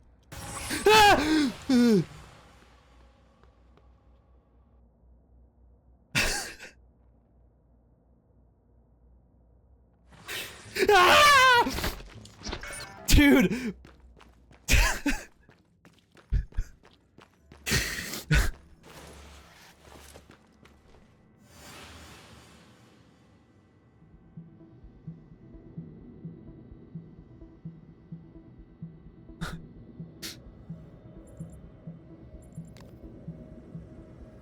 Why can I not use my... oh, is it because I'm crouched?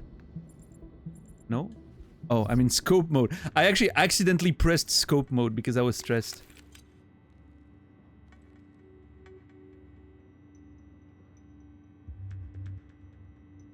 Wait, why can I not... Oh.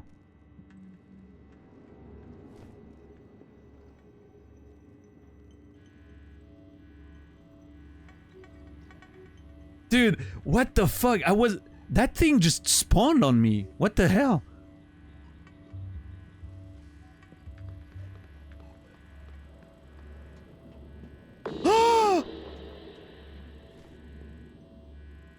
I was gonna go in my room to feel, like, safe.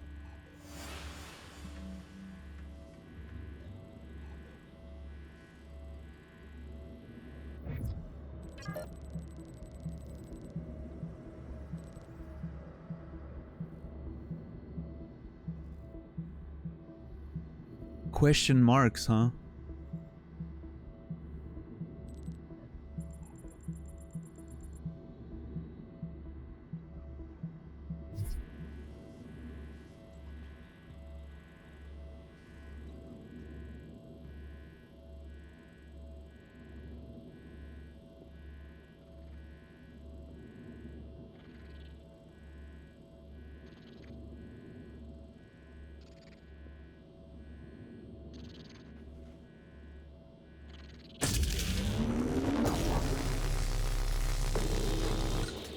Out of range?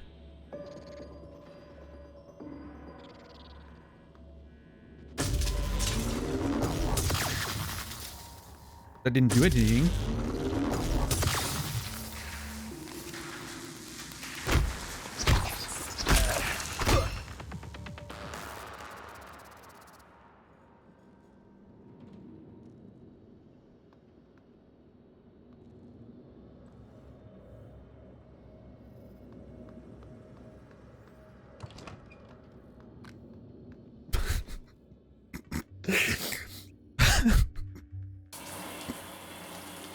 I just want to stay in here. Never get out again.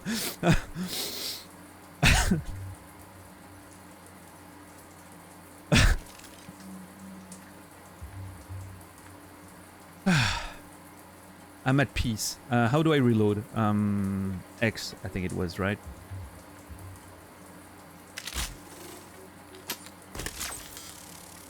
Okay, so 4 charges, right?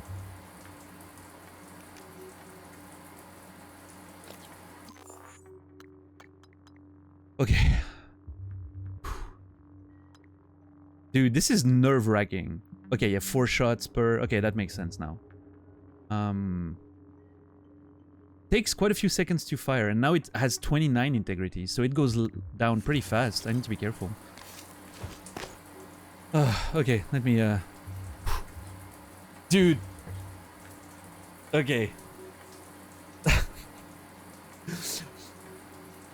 I did not expect...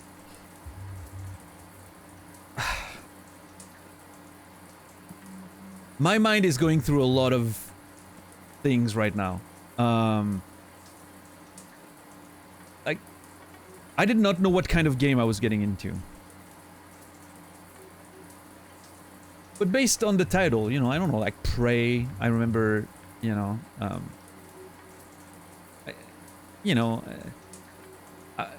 you see like the suit on the cover, and I was like, okay, maybe it's a game that takes place in space. So you know, pray, maybe, you know, something's hunting you or whatever.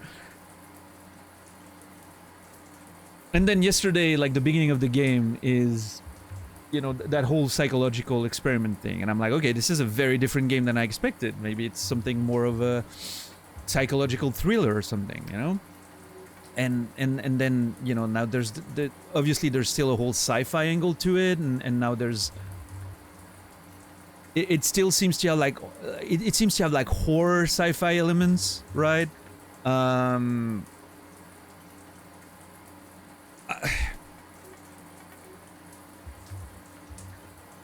don't know. This is terrifying. I did not know what to expect, but it was certainly not that, and I'm very excited.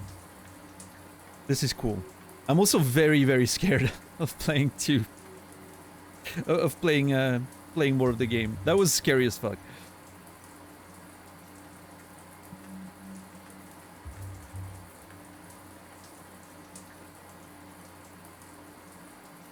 Sorry, I had to blow my nose.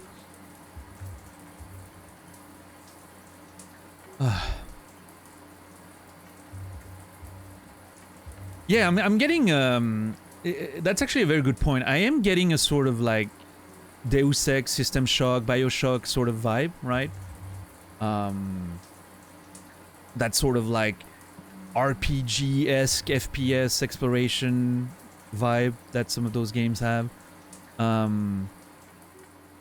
I definitely did not expect that it would be a game like that, but it makes sense, sort of. Like, I think I could have, like, deduced it based on, like, you know, it's Arcane Studios, like, Dishonored was one of those sort of games-ish.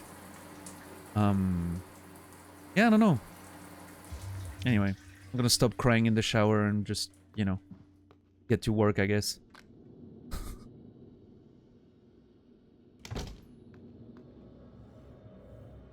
Man, I used to feel so at home and safe in that room. Not anymore, though. Okay, can I inspect whatever's left of that creature? Oh!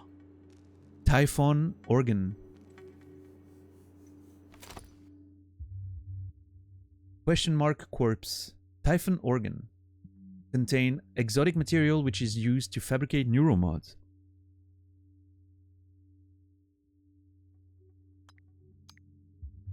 Daniel, do you remember? Do I remember what?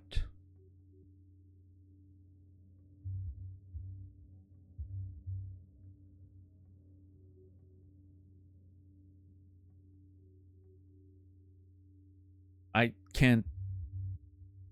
You're forcing me to get out of the game right now. I don't want to.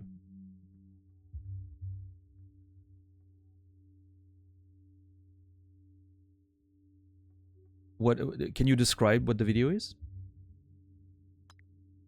9mm bullets. Oh, that's very interesting. I don't know why that creature is carrying bullets, but I'm glad to know that there's a gun somewhere in there. Typhon organ contain exotic materials which is used to fabricate neuromods. So I'm Earth, Wind, and Fire, September?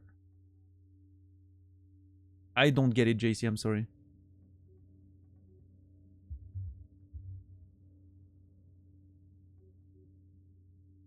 I don't understand the...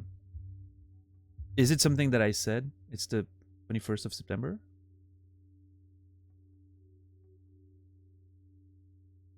I'm still not sure. Oh, I actually don't know the lyrics of that. I mean, I have no interest in Earth, Wind, and Fire. I don't think I've ever listened to them. I probably heard their songs, right? But I generally don't pay attention to their lyrics.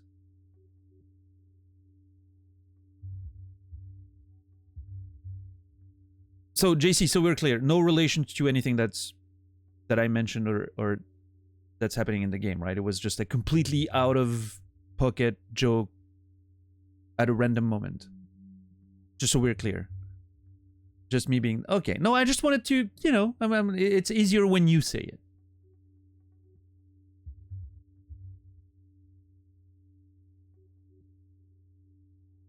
Okay, so this description is raising a few questions for me. And the most important one of which being...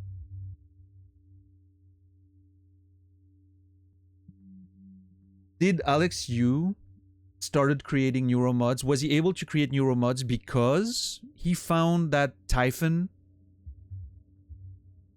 Those Typhon entities, I don't know if they're alien, I don't know if they're... I don't know what they are. If they're created, I have no idea. But is it because he found those things, maybe as an alien life form, that he was able to craft the neuromods? Or is the relation purely like gameplay related? I don't think it is. I think there has to be a low reason. But I wonder, you know, what's the whole creation of neuromods history there with the Typhon and whatever. Typhon. How do you pronounce that in English? Typhon? Typhoon? Typhon? Typhon? Yeah. I'm not sure what the word pronunciation is in English. Typhon. Typhoon is the, you know, like, that's how you pronounce the weather phenomenon, right? But yeah, in French we say typhon. Typhon? Typhon. You were right the first time. Typhon? Typhon?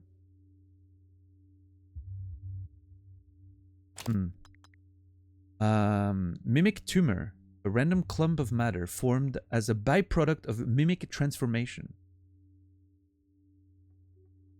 Mimic transformation. A random clump of matter formed as a byproduct of mimic transformation. Mimic transformation. So mimic is capitalized, which makes me think that it's like a concept, right? Like a creature or something. Mimic transformation. Random clump of matter formed as a byproduct of mimic transformation. I cannot pick it up. Why not? Interesting that I can't take it. Take... It says necropsy. Maybe I need a special skill. Typhon? Okay, Typhon. Necropsy required. Okay, that's a future skill, I guess. Oh. Okay. It's really weird, though.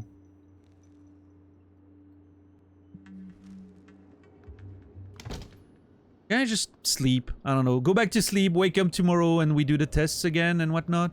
Let's do that for the rest of our lives, right? It was fun. Like, stacking chairs, reading books. That was so fun. Why couldn't the whole game be that? Come on. Always gotta make things complicated.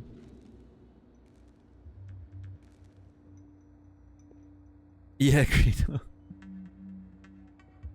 I even busted more of them yesterday, but it didn't save. Okay, now I'm like... Because I initially thought that those little things were scripted, right? Like the appearance and the movement and everything. And apparently it was not necessarily. Or, I mean, if it was, there was some, like, at least continuation to it with the enemy being here later. So now I don't know what to expect. Like, I'm completely terrified. Because I have no idea if it was scripted or not. That's how you do a video game, right? You keep the player sort of confused and in the dark as to how everything works, right?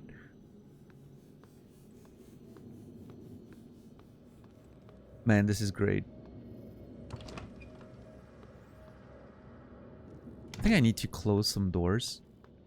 It diminishes the amount of flanking that I can be subjected to.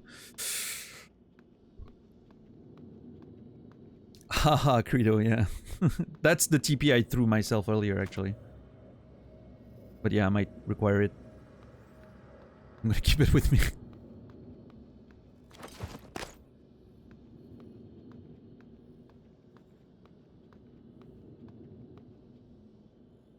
Also blocks your escape routes. I don't care. I know my escape route. It's towards here, and then...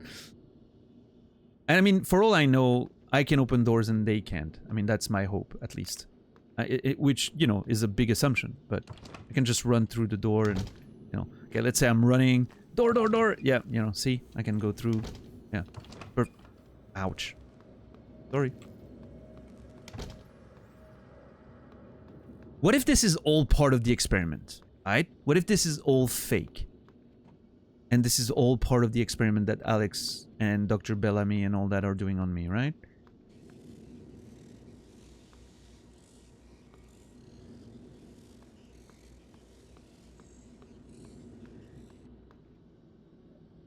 Maybe Garrus is right. Fake, you know, fake creatures, fake world.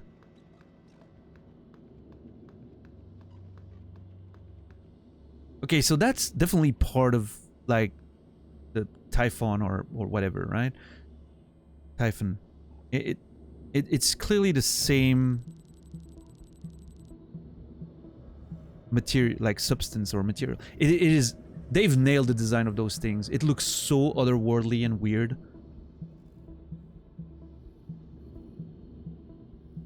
Almost like a glitch. I really like it. Reminds me a bit of Control. You know, like the weird glitches on the enemies in Control and whatever.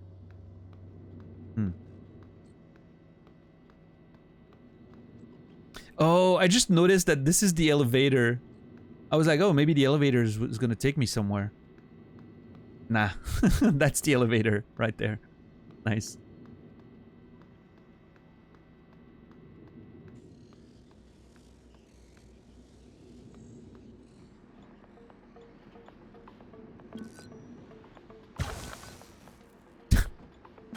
Okay.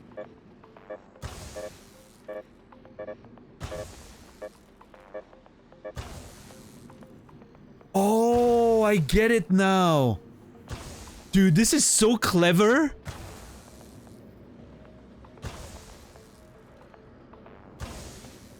You don't actually travel, it changes the layout of the fucking room.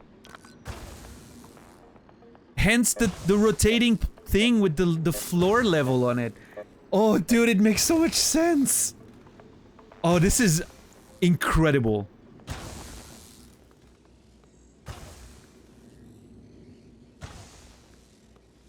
I was wondering why the fucking floor thing was upside down. It makes so much sense now.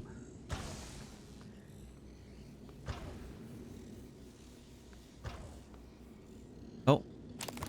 Plastic tubing on Patricia. Poor Patricia. Really got the shorthand of that stick. Dude, this is so great.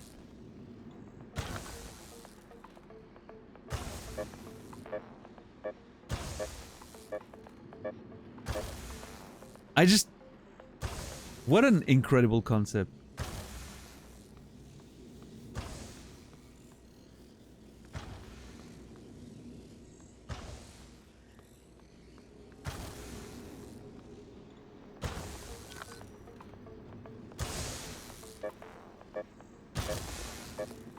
It's so clever. I love it.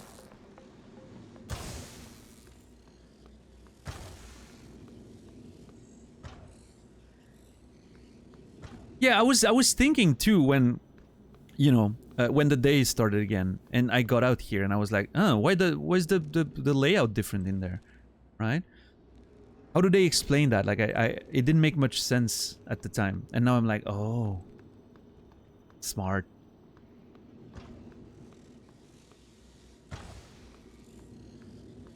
So this is the helipad, right? Yeah. Nice. And it's mounted, so you can feel like the movement and everything. Oh, dude, it is so interesting.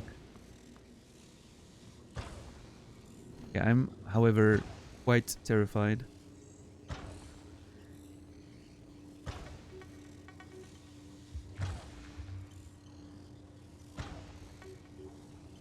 Echelon residential towers, and then the Trend Star.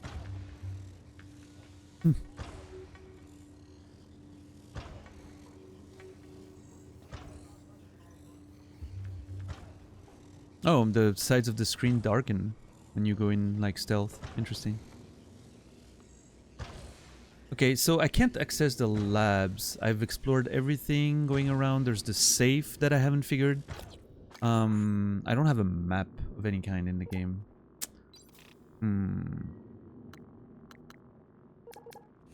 So hold on. I'm just a bit worried about that.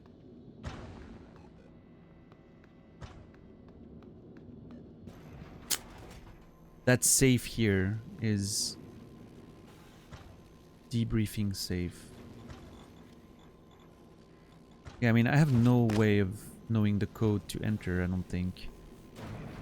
It's been completely erased. I think I've seen all the notes that they were to see in there. I mean, Marco is not very prudent with his codes, but yeah, I mean...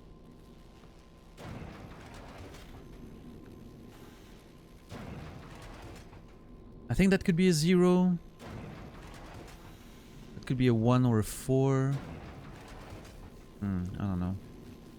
Again, I don't want to risk locking it out, because I feel like you only have 3 tries because of that indicator here. 3. Oh, or is that hacking maybe? Hacking 3 required. Okay, never mind. Interesting. Okay, so we'll come back, right? We'll come back. I don't think we're... The game seems to like let you explore and come back to places. I don't think I'm gonna get locked out or anything, so... Just explore a bit more. I'm just so scared of progressing, because I don't want to... You know?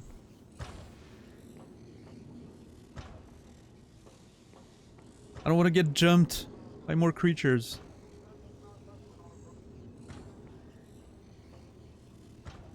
Wait. What is that? Is that a reflection of... Is it reflecting the surface but not the heli? I don't know.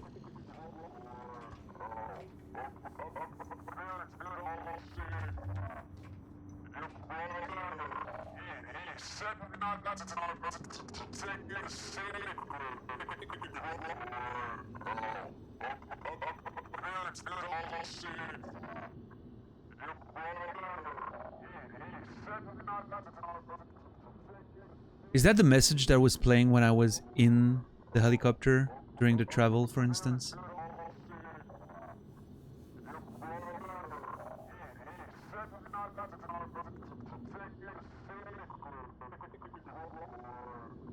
I'm getting a lot of Alien Isolation vibes right now, let me tell you. And I'm definitely playing the game the same way.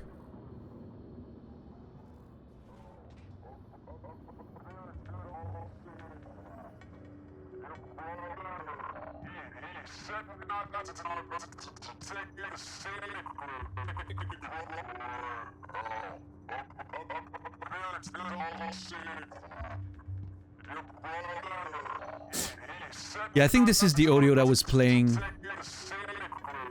during the travel. Like, again, it goes to that the idea of like synthesized audio and whatnot, right?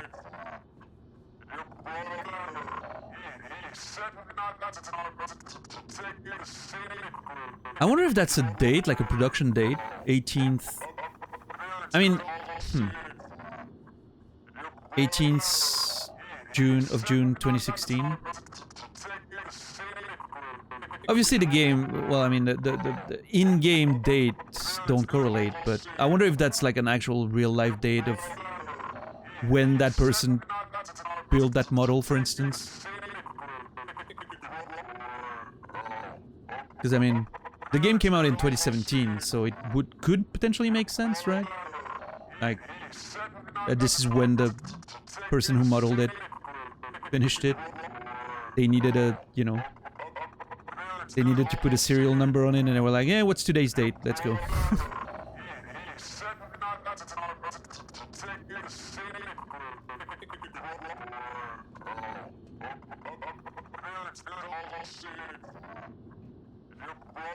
Can I get up there? I don't think so.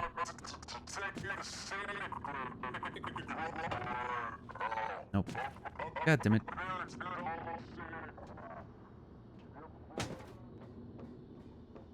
Can I? Oh, I'm scared. Yeah, okay. Can go out there. I hate making noise though. What was that?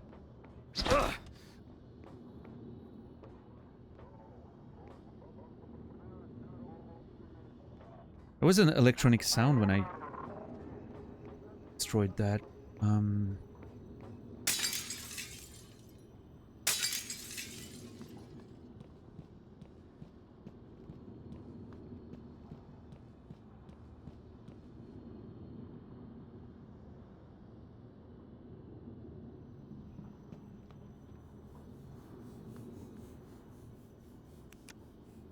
Chronos hybrid power generator. 3500 running watts. 4000 peak watts. Okay. Thing.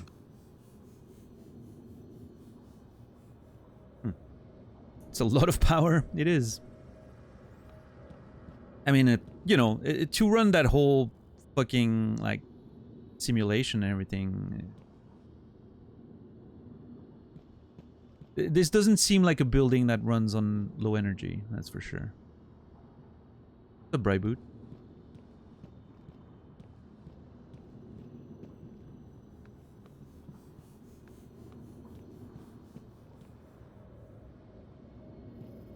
What the hell? Wait. Hold on. What the hell?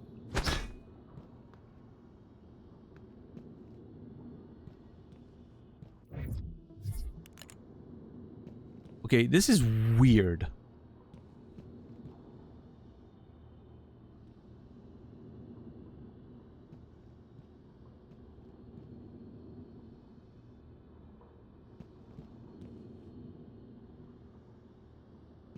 I don't know what's up with that.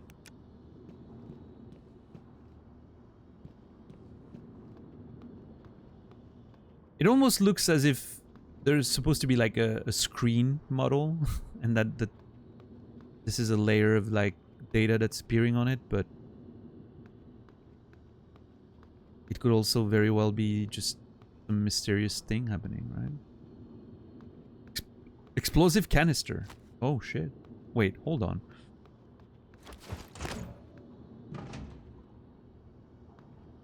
I wonder if you can use that for, you know, traps and whatnot. Oh. Wait, what? Okay.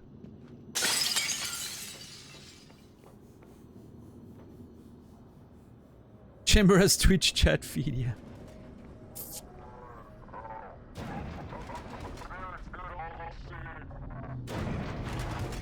Okay, so we're going back to TransStar, which should lead us to the labs, right? The fuck is that sound, though? Oh, dude, this is scary as hell.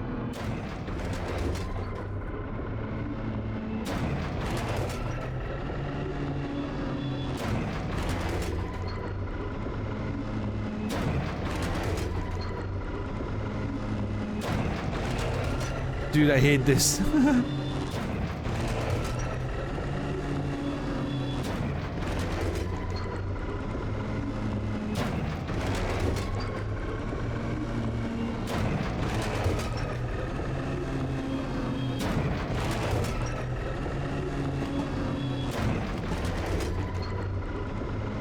Dude, it's so noisy. Everything is terrifying.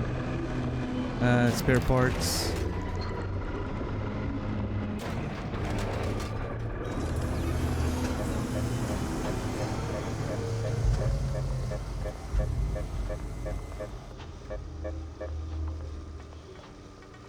Nice. You're on the roof, you know. Obviously you get in and then you take the elevator. Just transforms everything.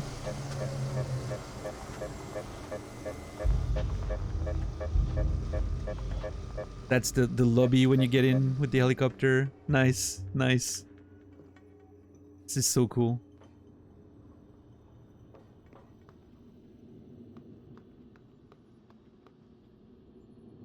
The last frontier is the human mind, and we are its pioneer.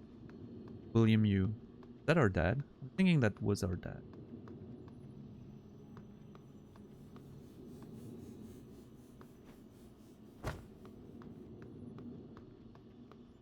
So I wonder. There's a part of me that's wondering from like a level design perspective.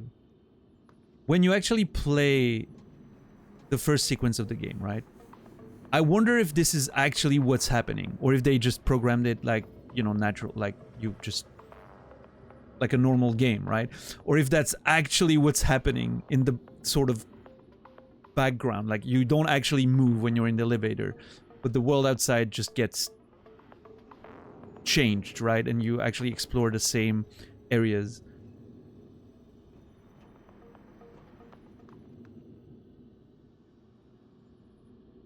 Which makes me wonder, right? Like if you like, let's assume you could leave a mark on one of the walls. If you could see. Also, it totally explains the fucking marks and everything, like, because there's stuff moving around, right? Elements of decor that turn and pivot.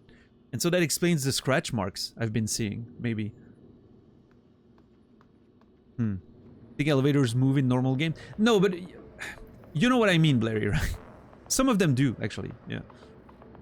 Like the level is designed in like whole, there's a whole 3D, like the world exists in like 3 dimension. It's designed with like different, you know, I'm just wondering if, like when you get in that elevator the first time and you click on this. No, I know you're being cheeky. I'm just, you know, like I guess using that as an opportunity to make my question more precise, which I don't want an answer to, obviously. You know, maybe I'll look into it after I finish the game, but I just wonder if, yeah, you click on the button and instead of the elevator actually moving in a 3D space that the devs created, it just like switches around the room, right? But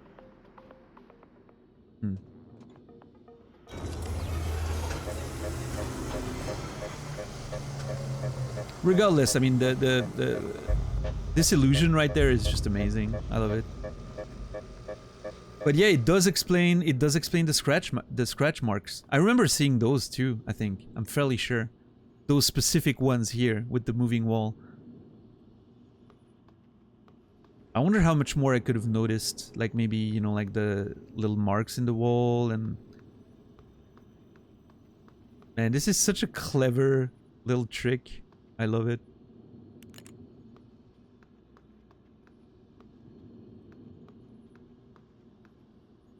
Yeah, that's a good way to phrase it, Dax. I don't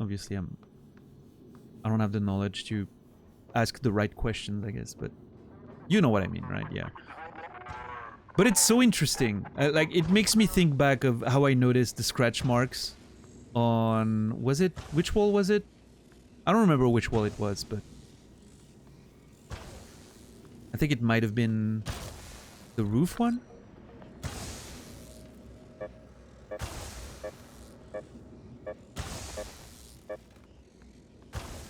Yeah, I think it might have been on that part of the thing, or here. I don't remember exactly. Or the ground? But yeah, I remember seeing scratch marks and being very puzzled. Now it makes me want to play the first phase of the first part of the game again to notice all those things. But it's a testament to the game's design that I was able to notice that something felt weird, right? With the way the scratches were visible and all that. But I never, you know, like my brain didn't go anywhere near the reality of, oh yeah, it's just like everything is moving around, right? I don't know. Obviously without the knowledge, it's hard to deduce that this is what's happening. Testing rooms. Can get in? Ah.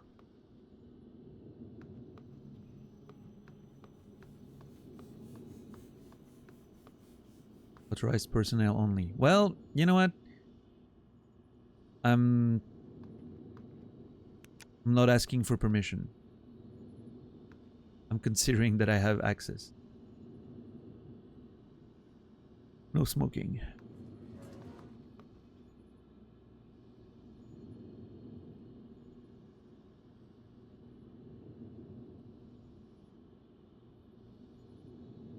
Wow.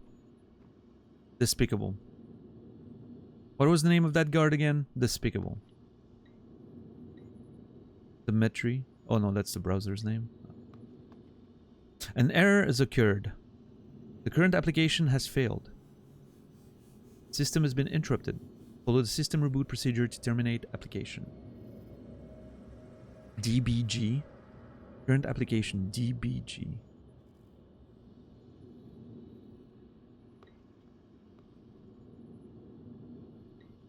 Okay, let's see. Scene selection.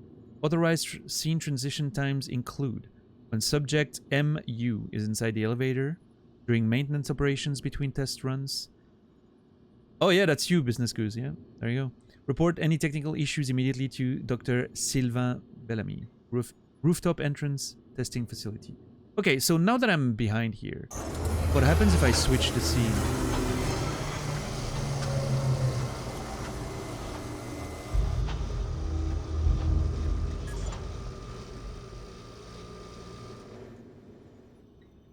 Okay.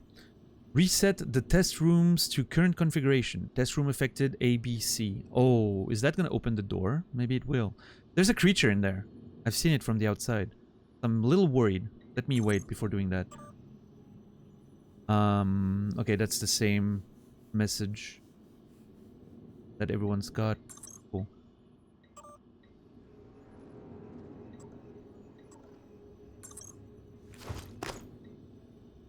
Yep, it's opening the door. Fuck. Now I'm scared. The medkit. Cool. Yeah, see that creature in here? Huh.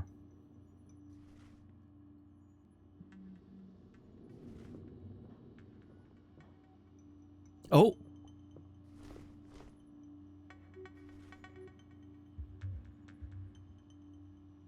Oh, interesting. Transstar testing facility.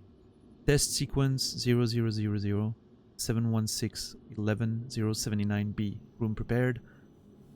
I wonder if this number is related to the number of attempts that have been done.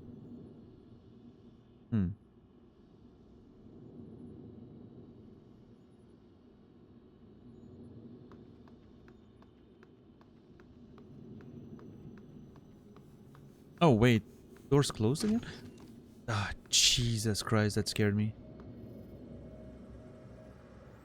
Now I'm terrified because there's a creature in there. Second room, I think, right?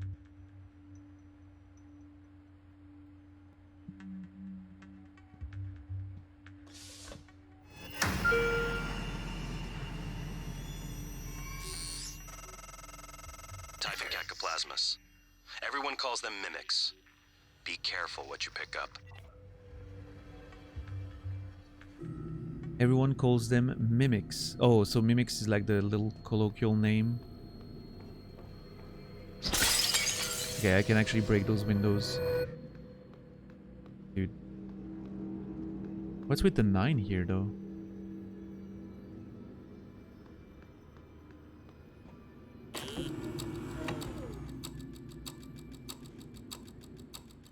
Oh yeah, that was the box thing.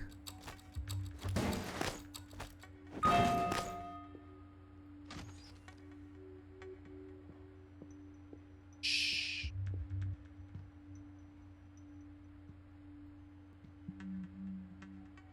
Oh. Uh-oh. Oh, that's why. You remember I said, like, I felt like this was a D because I think I saw it like that. And it looked like a D, right?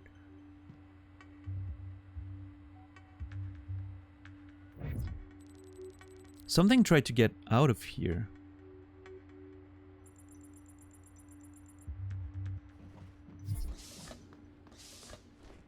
Wait.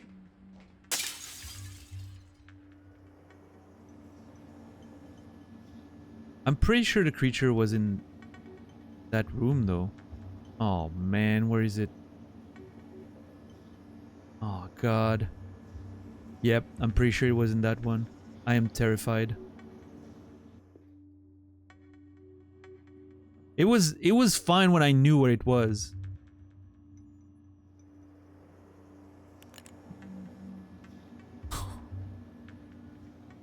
I hate this.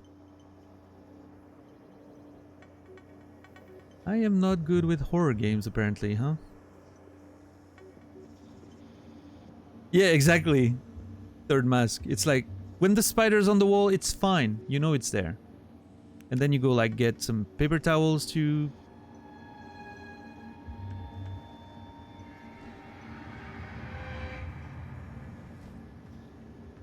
And then it's not here anymore.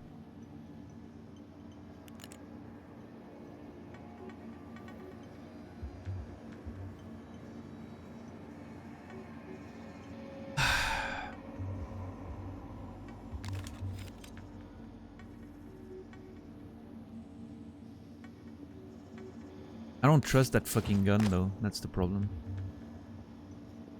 It's in bad shape.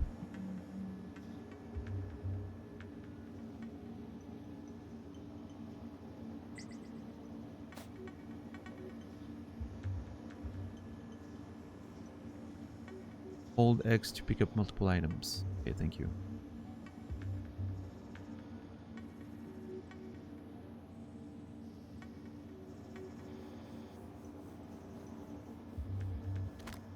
That's where the dog got attacked, huh? Right here.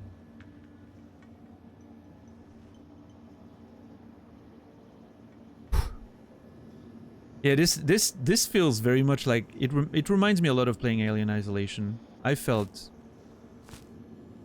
extremely safe when I was under desks. Crumpled paper. What's up with that? A sheet of crumpled paper. Okay. Crafting, I'm assuming.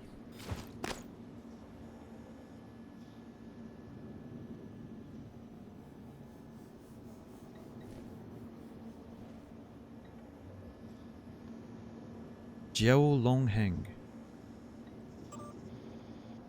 Okay, that's the same and this one. Morgan's behavior from Sylvain Bellamy. Alex has requested all orders go through him after Morgan's outburst at the debrief. Pending a psych evaluation, Alex indicated he doesn't want any more surprises from Morgan, nor do we.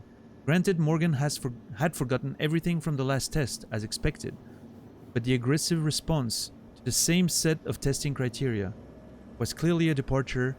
Our recommendation is we need to start charting personality drifts before future tests in the briefing and within the test itself. Okay, so apparently, okay, it seems like my memory is sort of getting reset every day, right?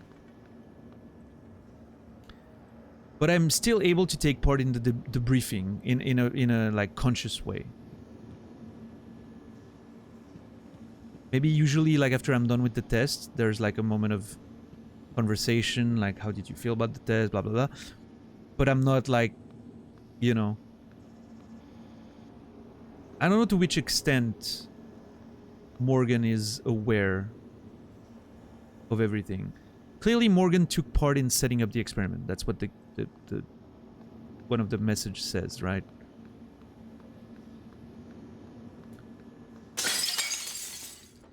But how does the like the memory wipe play into it and whatnot, right?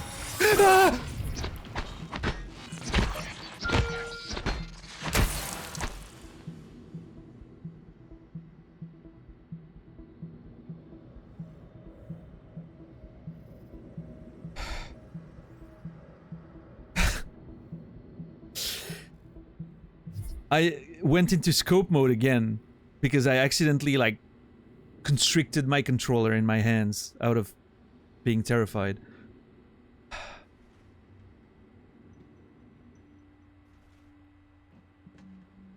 Dude, I'm down to 65 HP. This is brutal. Hold on.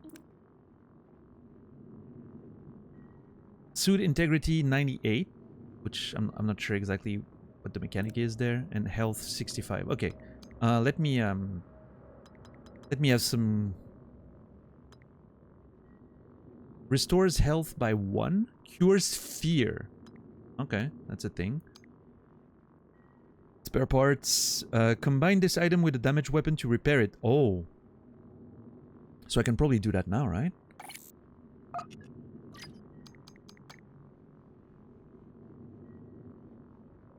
Ah. Press A to repair. Okay. Length of plastic tubing. Okay, I'm gonna try to use one and see how it does. Wait, hold on. Maybe let's split. Okay. Well, I need to know if it uses both or just one at a time. Repair. Requires repair 1. Well, fuck.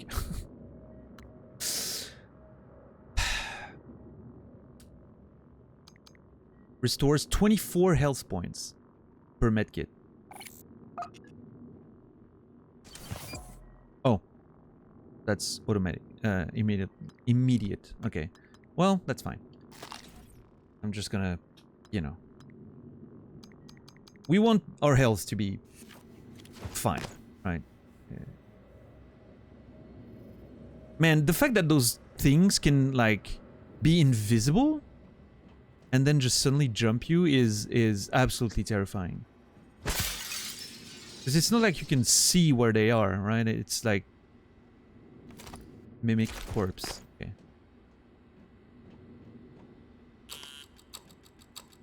Oh, that's the countdown. Okay. Makes sense.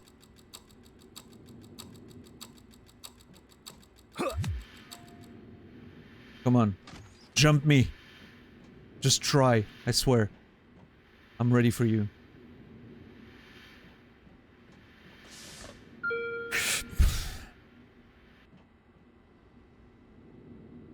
I love that you can cancel. You don't have to let go. You can actually cancel it.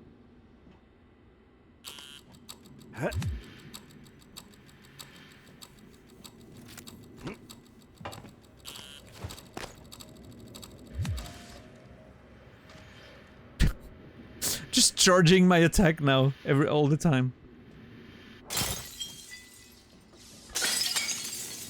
But yeah, just a little detail of being able to cancel the attack. Maybe, you know, maybe there's a gameplay reason for it. Such as being more stealthy, right? If you let go, maybe it makes a sound and you don't want it, right? I think it's a very nice function.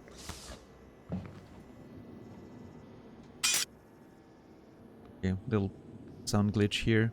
Not a big problem, but... Okay. Okay, that's where the attack happened. The attack happened with the Bellamy. I'm sort of concerned.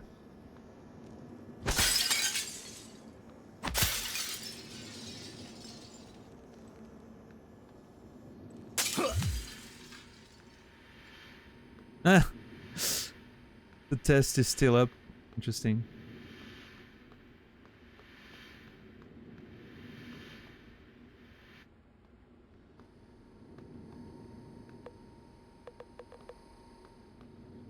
It's a butterfly!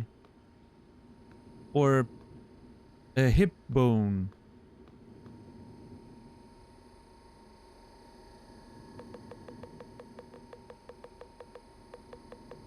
Or an insect of some kind.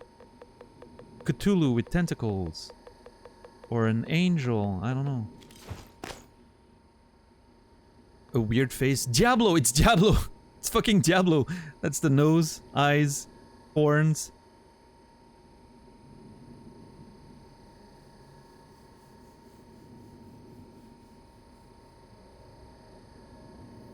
Hmm.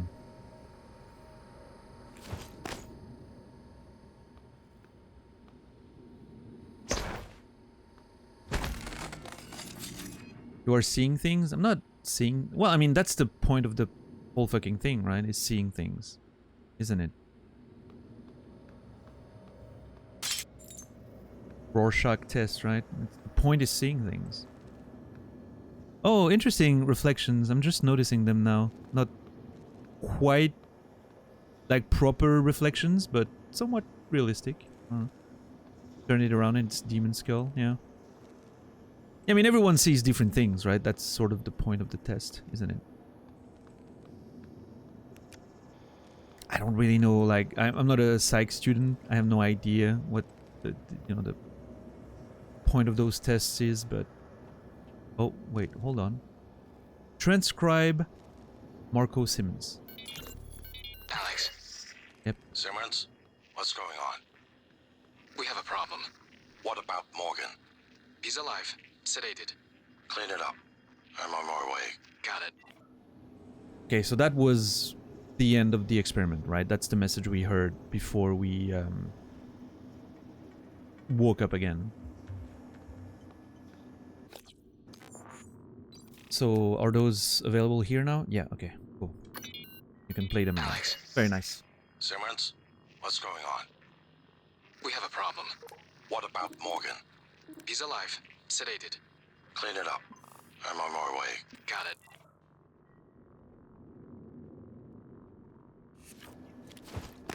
Okay. Exit to lobby. That's where we're supposed to go. Stage B control room. Skill recorder. I don't know. I'm seeing skill recorder and I'm thinking maybe that's where I'm going to be able to upgrade something.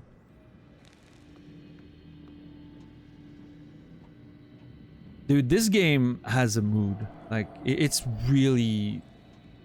It's doing great at setting the tone and like getting you immersed and everything. Like,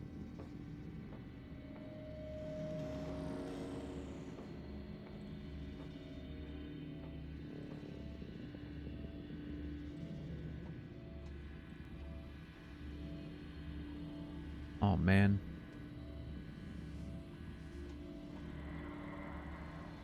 I wonder,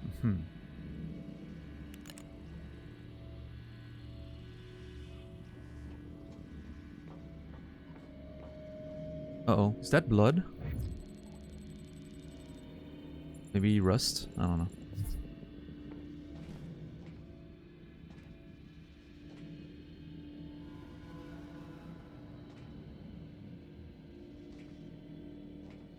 Skill recorder.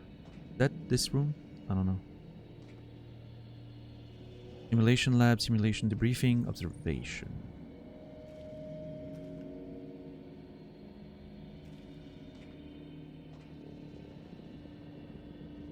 Decontamination and exit. Okay. Man, this is so good.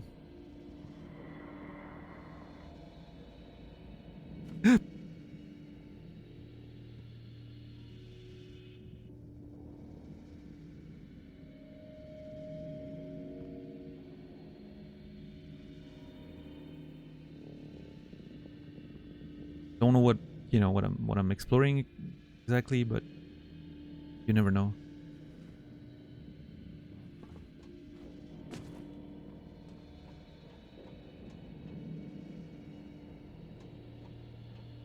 It's you can definitely, I mean, at least it feels like you can definitely tell the like Half-Life influences on this, the whole lab experiment sort of vibe, and but it's really like it's separating itself from its influence very well.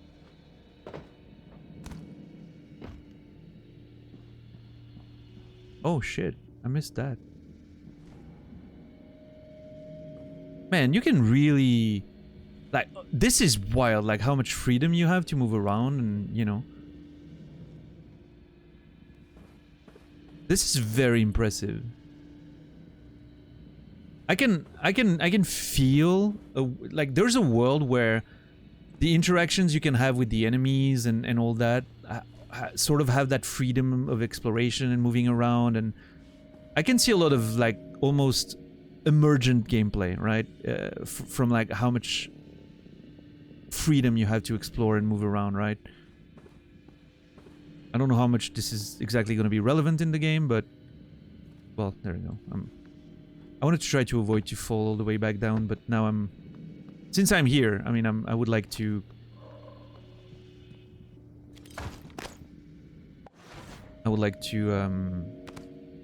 get those... God damn it, I slipped and fell. Ouch. God damn it. How do I can't carry this, this is too heavy, okay.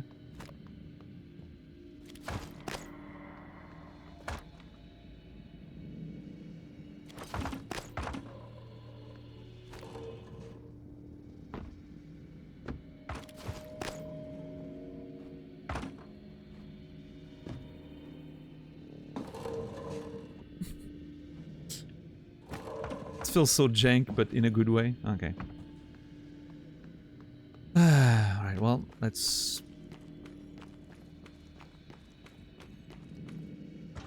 Ah, damn it! Am I stuck? There.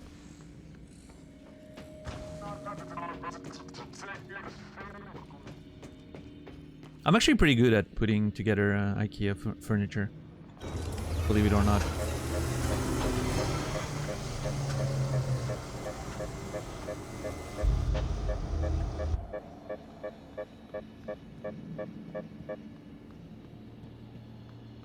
I love that I'm going at it super carelessly now because I've been through here before, and I'm like, yeah, it's probably fine. I'm sure the game's gonna punish me for that. It's a game that wears some of its influences on its sleeve while still feeling like its own thing. Yeah, I mean, it doesn't do it in a way that feels bad for me, right? I like the sort of homage or familiarity with, you know, like something like Half-Life or, you know, and I think it's very appropriate. I still want to, like, how do I get those things down there though?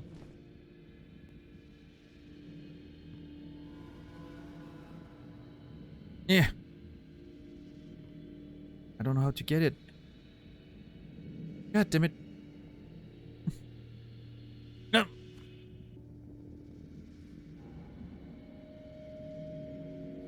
I think the idea is I should be able to carry this and then use that as a platform. God damn it. I really want those things. Stupid hoarding.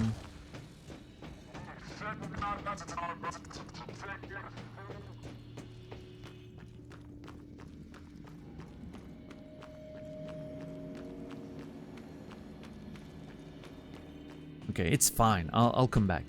I'll come back to it.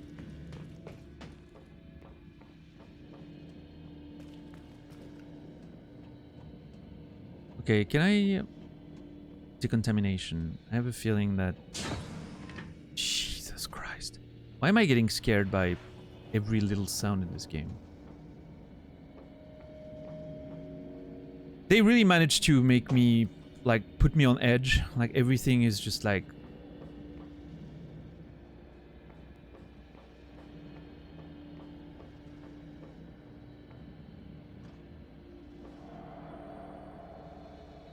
All those sounds, like every little sound, I'm like, what is happening? Oh.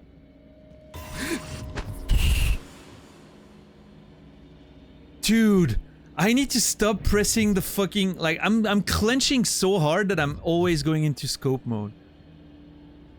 This cannot continue.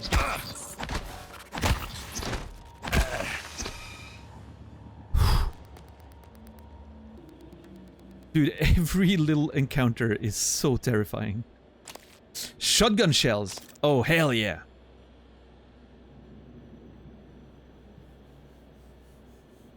This cannot continue, yeah.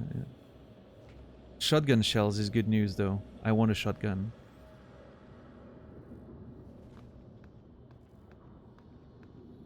Poor guy. Yeah, I'm still not trusting that this place is clean.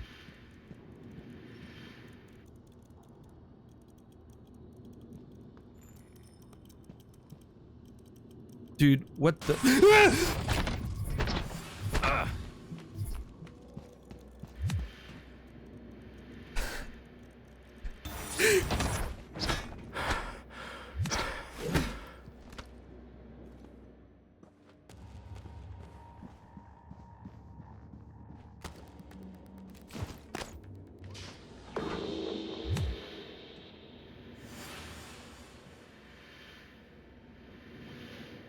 Dude, okay.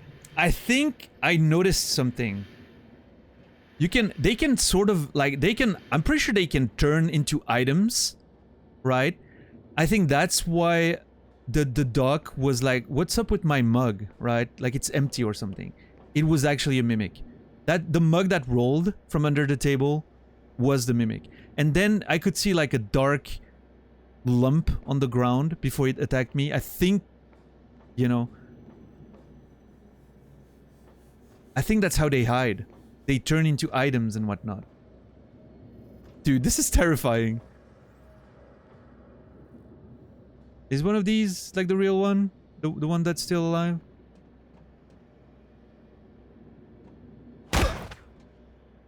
No. Okay.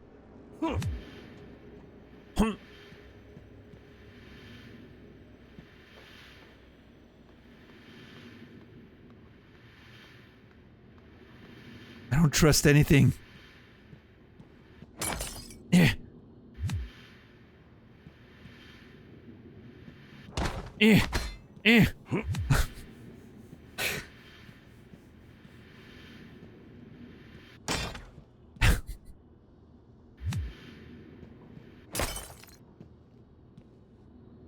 Where did it go?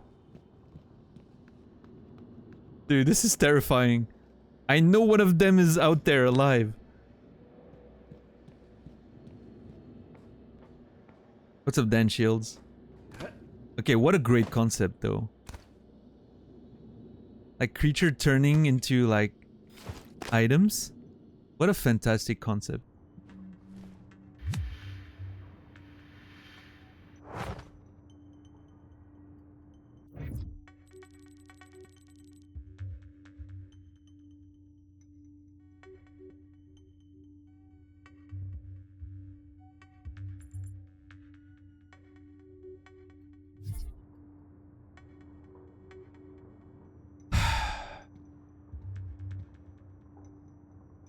Is there a screen there? Yeah, okay, fuck.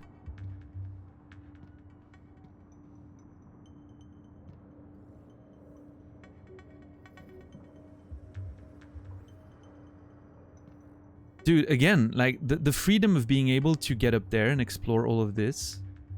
Like, this is so amazing. I'm telling you, there's an emergent gameplay nature to this. But like, I know there's an enemy out there. I just don't know where it is. And like, I'm exploring everything and I'm just like looking around and this is really fucking interesting. It is not at all the game that I was expecting. This is so great.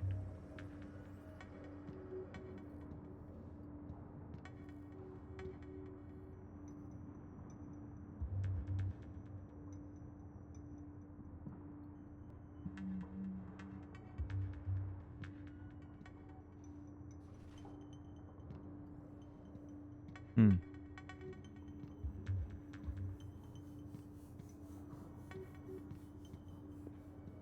Okay, I did not expect... I didn't have any plans to play horror games ever on the stream, probably. Well, look at me now. I mean, it's technically not really a horror game, but... It is fucking terrifying. Oh, hold on, hold on.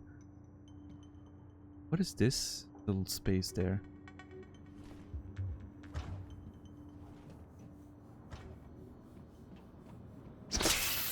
I'm gonna end up getting myself stuck somewhere.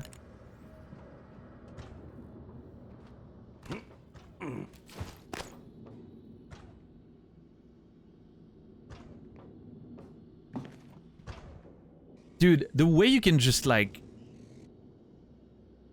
sneak in the environment and in little spaces and whatnot, it's so well done. It feels so natural. Like, you wouldn't think you could sneak in and out of there, right? No, no, you totally can. Like, it feels like your character, like, you don't see it, but it feels like your character is just like, you know, shimmying in between spaces and whatnot. Like, it's so well done. What an achievement, this game. Okay. Grete Mikkelsen has a wrench. Is my wrench actually getting damaged? No. Okay. I guess I'll be able to use it as a crafting resource then.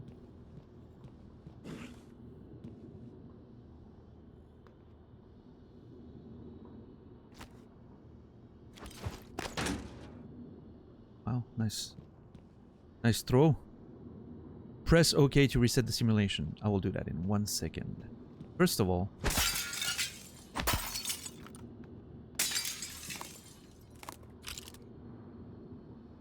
Dude, and there's still one of them out there. Somewhere. I didn't kill it. Oh, I hate this. Ugh. It's so good, though, that it just...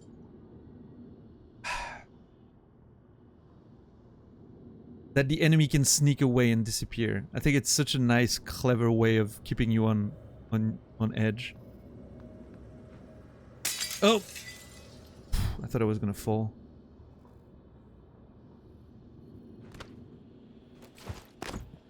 Let's see. Simulation scene. Earthside echelon to Transstar. Server status, okay. ARCS, SR, 4BN. For technical issues, contact Dr. Lorenzo Calvino or Miyu Okabe. Scene switching in progress. Nice. Dude. What the fuck, dude? So amazing. And you can see the holes where I broke the glass. It's so good. Like I don't understand. Like, from a technical standpoint, I don't understand. I'm not a game dev, right? I don't understand how they did this, but it looks so freaking amazing.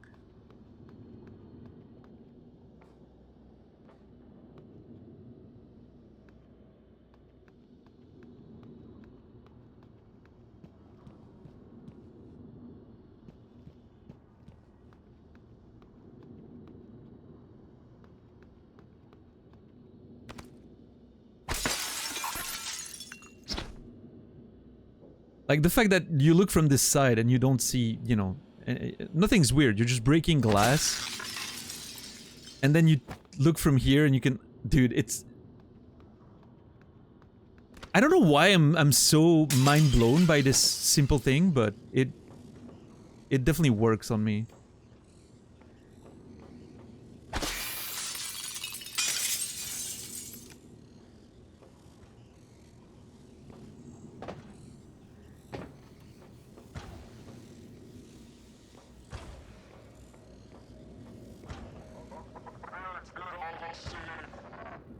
Is it really simple?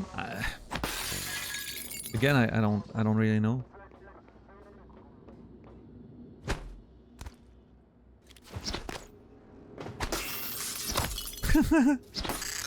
Dude, this is so good.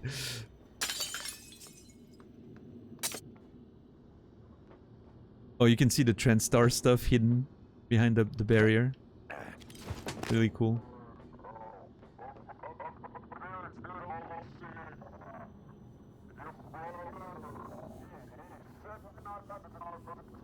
Yeah, this is neat.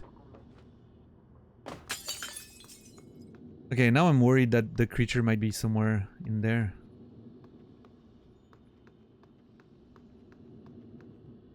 Hello? Little guy, where are you? Yeah, there's a bit of that for sure. Was that here before? It was. Oh, there's stuff in there. Hippo. Spare parts. Okay. Yeah, there's a bit of that for sure. Like, you're seeing the background of a theater production or a movie production, right?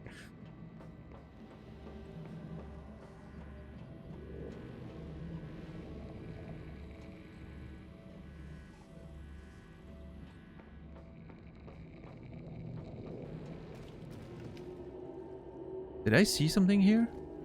Or am I just imagining things at this point? I feel like I've seen something move, but...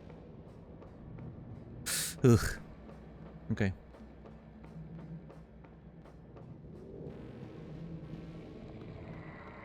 What a great game so far. So what's this thing then? Move. Hold on. Can I rotate it? No, it doesn't feel like you can rotate it. A psychostimulant that increases the psychic potential of an individual when injected. Restores 48 psi points. Did I just drop it? Oh yeah. Never mind. I didn't want to drop it. I wanted to auto sort. Okay. Trendstar Roof.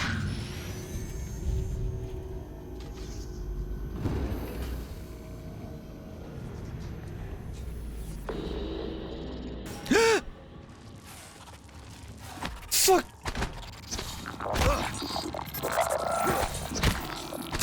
Dude! Fuck you!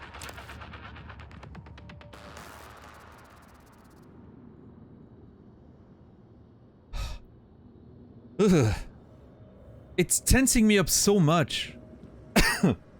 Sorry. Found it, yeah.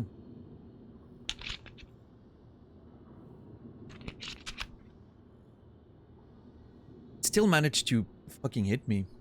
God damn it.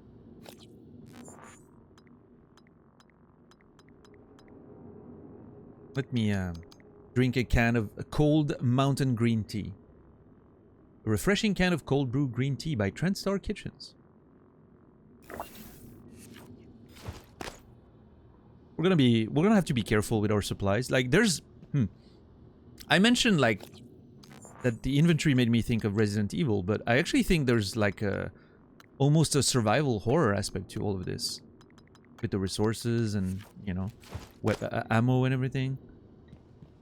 Which is, again, really not something I was expecting from this game, so exciting.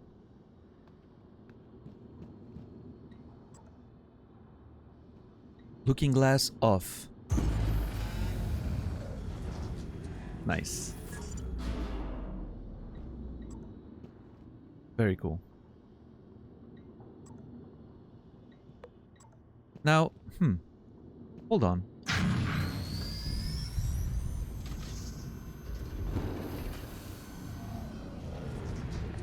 By doing this, am I changing things in a way that can make it significant for me? In terms of my ability to go places? Let's turn this off, shall we?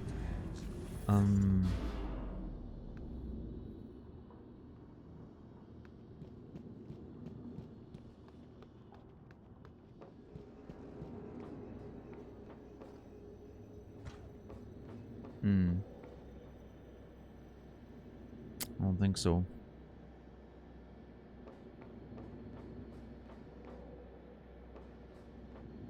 Yeah, I was thinking maybe, you know, would allow me to access something I couldn't before. It doesn't look like it's the case.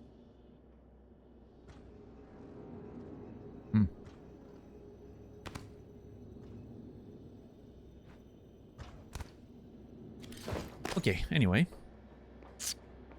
We'll be back for sure, so we can maybe explore more when we have more skills later.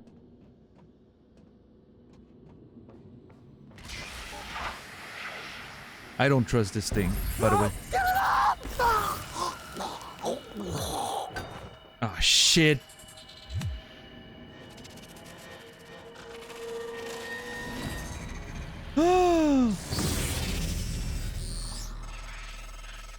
No one has been able to stop the mimics from multiplying since they broke containment.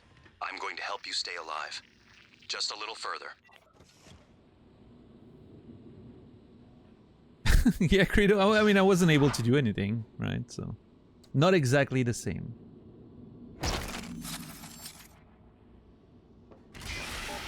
Okay, so these things apparently multiply by, like, they sort of like suck the energy out of that person, and then from this multiplied in several instances. Also, I'm not being reflected in the mirror, so I'm gonna go and say it. I think my character is a vampire. Yeah, I don't trust those shoes. Just saying.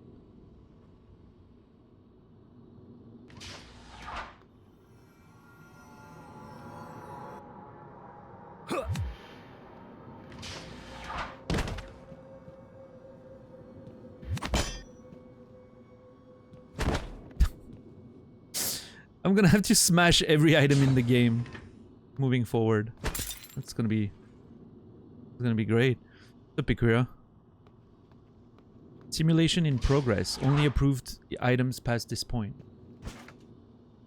Petri dish sample. A sample of organic matter in a petri dish. Oh, okay.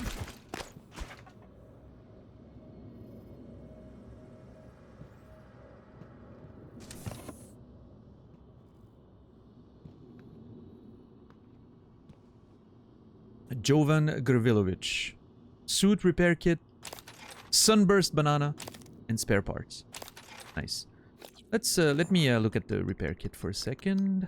Repair kit that repairs 25 damage to suit integrity. I'm still not sure, like, how the suit integrity plays with my own health, and you know, like, there's some mechanics there that I'm gonna have to figure out, which is great.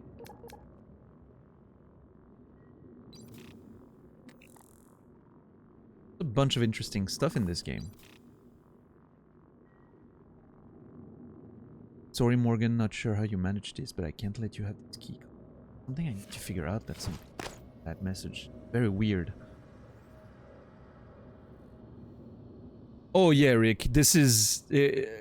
dude, it's... I'm starting to, like, understand what the game is, right? Like, yesterday was the opening, the prologue was a bit different in terms of, like, gameplay, of course. Now I'm getting into the actual meat of it. And I'm starting to get a very Bioshock-esque vibe, a bit of a, you know, like you said, like you mentioned Deus Ex, yeah, there's a bit of that, like original Deus Ex or System Shock or stuff like that, right? But yeah, definitely a Bioshock vibe for sure, with the dude talking to you and being like, yeah, I'm gonna help you stay alive, like, trust me, and, you know. It certainly seems to be a game that just took inspiration from those games, like even the first Half-Life in many ways, right? But yeah, like definitely a horror sci-fi element to it, like a survival horror elements to it, with the inventory and repairing your shit and just inventory management and all that. I don't know, there's a bunch of inspirations that come together, and it's creating an experience that feels quite unique, I will say, actually. Familiar, but unique in the same way, which is usually a good thing, right? If you can hit that point where it feels familiar to the player, but at the same time unique, you're golden. That's how you know. To me, at least, that's usually my sweet spot, right? Familiar, but still feels unique. A pristine specimen engineered to thrive in conditions aboard Talos 1, and that never develops unsightly brown spots. Perfect. Love banana without brown spots. Yeah, no, I mean, yeah. And now that I'm starting to understand, like, how the... I mean, again, I've only seen, like, one enemy. Maybe there's... Oh, shit. There's definitely more types of enemies. Like, I've already seen, like, the menu, like, robotic enemies are gonna be a thing. Humans are gonna be a thing. But, like, those mimics that I'm currently fighting, right? Like, the way they can turn into items is so fucking terrifying. Because any of those items could be a fucking enemy, technically speaking.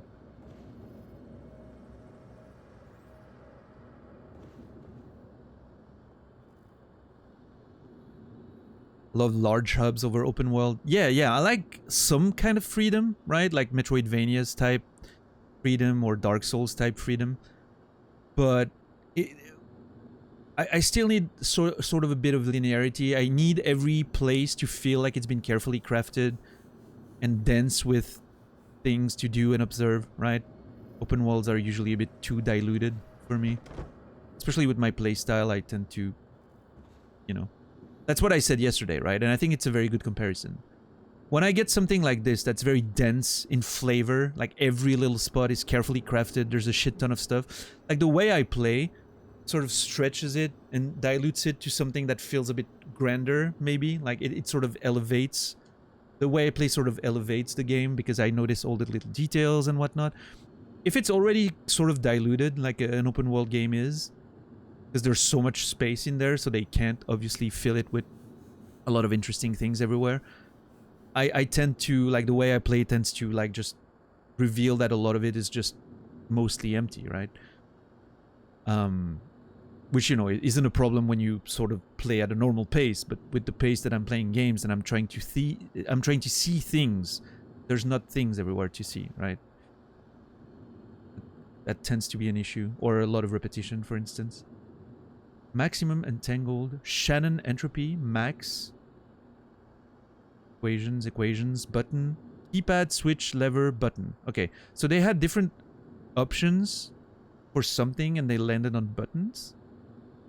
I'm not sure what they're designing, but computer, mixer, filter, remote manipulation, non-local, superluminal.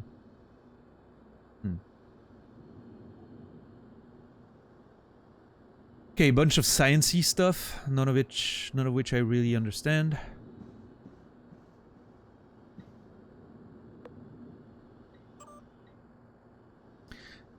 Joven, that's the guy that just died. We'll need the room updated to the new test plan. Configurations are as follow. Room A, area of effect. Room B, copycat. Room C, spooky action.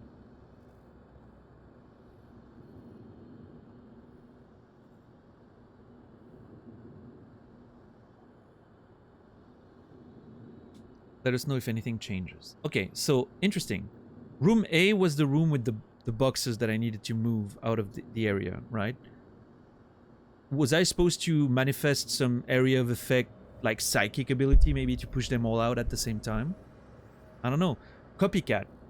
This is what I'm thinking, right? Find the best way to hide in this room. I think I was supposed to turn into the chair. And here's my reasoning. Copycat, right?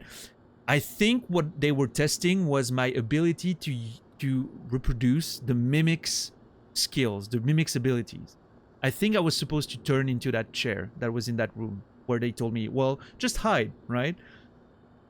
I think that was the way that I was supposed to hide.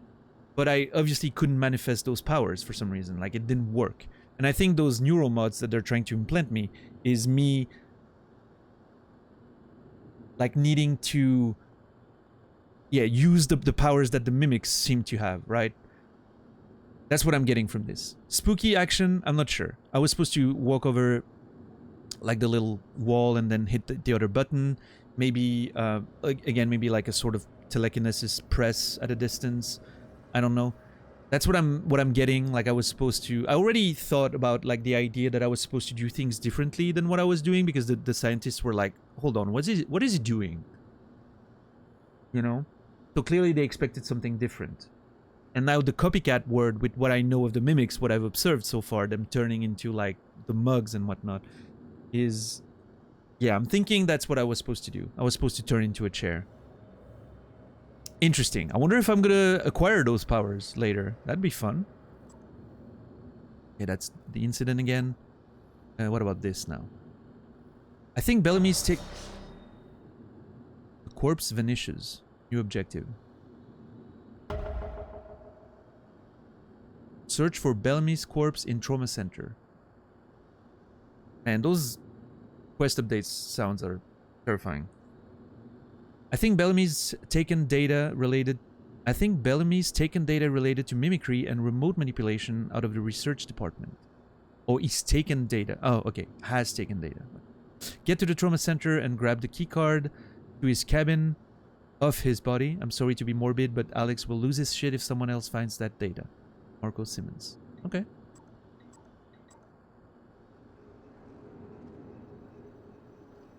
So we're gonna have to grab the key card and get to Bellamy's cabin. There. Wonderful.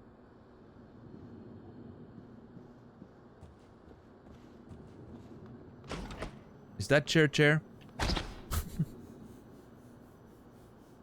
It is. Marco Simmons, Evelyn McCarthy, Greta Mikkelsen, Misha Lazarev, Mike Turner, Patricia Varma. Many of those names I've met. Several of them are dead. Oh, Jesus fucking Christ. That scared me. Play your way. Experiment with different approaches to overcome challenges and enemies. You can get past the locked door by searching for the keycard, finding an alternate path. As you learn new abilities, more options will become available to you. See, I don't think that was necessary. I wish the game didn't tell me that. Obviously, I'm gonna... Well, I mean... Maybe that's a me thing. Personally, I wouldn't need that, right? I'm gonna experiment anyway. I don't like that kind of tutorialization. I understand for maybe a lot of players, this is good for them. I don't know. Yeah. Yeah, it's probably, you know, just a me thing, right?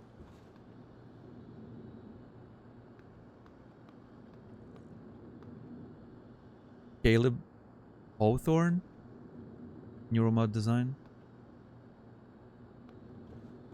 Alice Aiken, neural map specialist.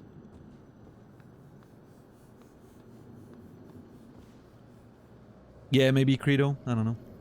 Neuromod division director. Or everyone got through in the same way and they were like, well, we actually we want players to be aware that there's a lot of ways that you can do things, which, you know, I guess is fair. Again, this is a very, like, small example, right?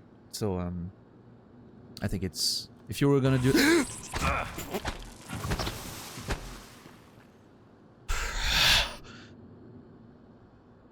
Okay, it turned into...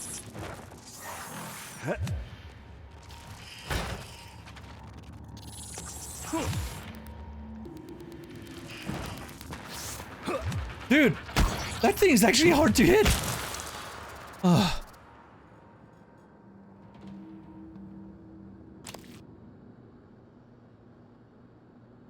I actually tried to use circle to dodge like it was a Souls-like, you know, like just do a dash on the side or something.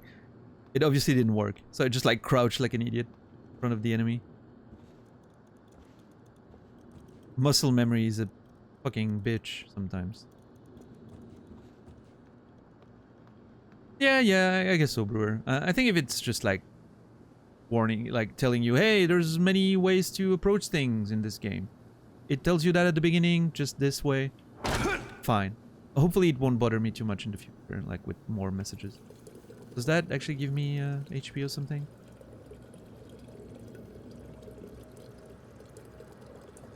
Nope. See, I knew I was right. Stacking chairs at the beginning and breaking mugs. I was already, you know, preparing for what I would have to do later. Okay, so there's a maintenance shaft here and... But see, I want to explore both.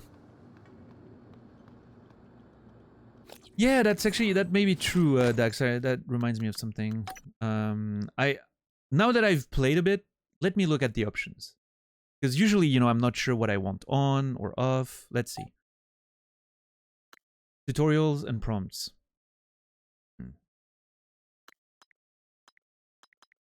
Oh, dot reticle? Default reticle? I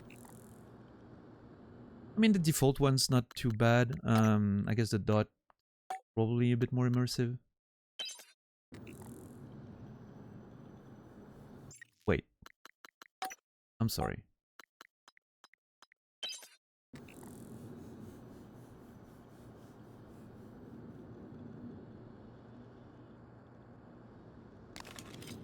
Oh, is it just for those items, maybe? Yeah, this corporate wants you to find the difference between the two pictures. They're the same pictures. Ah, I see. That's the dot reticle. But it changes depending on the weapon you use. I'm fine with that. I think different weapons having different reticles can be immersive, you know, in its own way. Turning it off would be cool, but yeah, I don't know. It seems a bit, you know. Whoops. I want to do that. Yeah, I think I'll stick with default. I think I'm going to stick with all tutorials and prompts because, I don't know, that's sort of like the default experience. I want to kind of see what it is.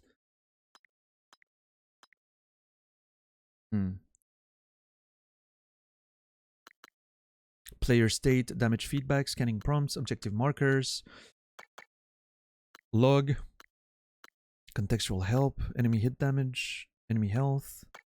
Enemy markers and awareness. I mean, there's an argument to remove a lot of these, right? In terms of immersion.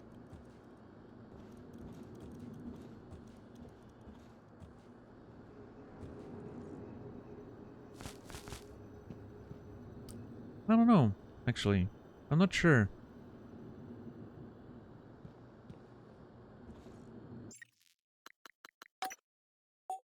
So I think, player state. Yeah, I mean, they're not too intrusive, I don't think. Objective markers. I mean, I haven't seen like a proper marker, like that, you know, hey, this is where you're supposed to go, here's the distance to it, which would annoy me. So far, I haven't seen any of that.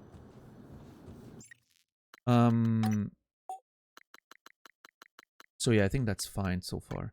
Enemy markers, I think that's like when an enemy is engaged with you, you can see like sort of where he is on like a circular thing. Which I'm not a fan of, but I also think it's not too problematic.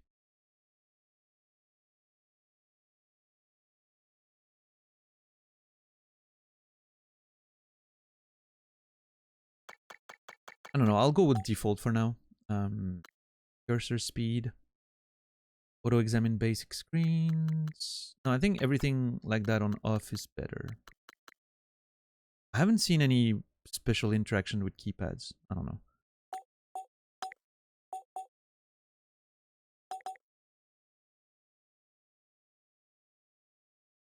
Always use controller prompts. Yeah, I think maybe that's something I'll turn off later, but for now it's fine.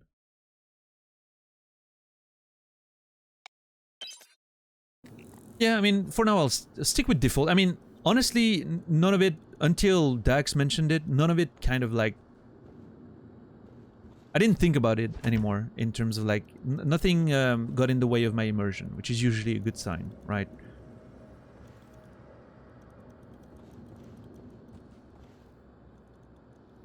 It means like the UI is done in a way that doesn't get in the way, so to speak.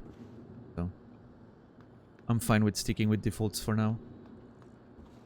Just those tutorials, you know, that interrupt the gameplay, but again, they've been few and far between. I'm not too mad about it for now.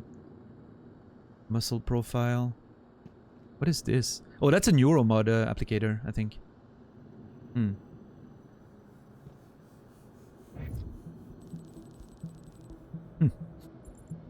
Interesting. Caleb Hawthorne.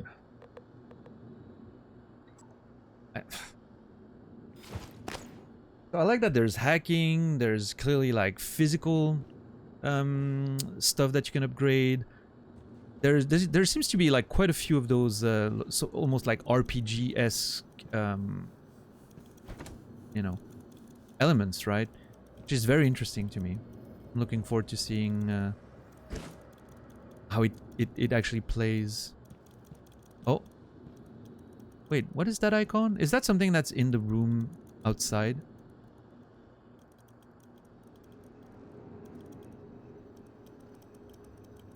This is weird. I think it's in the other room. Which is weird. That's something I would like to turn off. But I'm not sure what it is.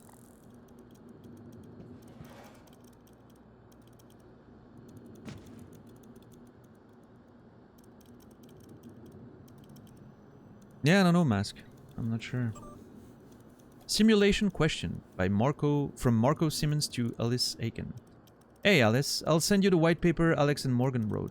Here's the nutshell version for now.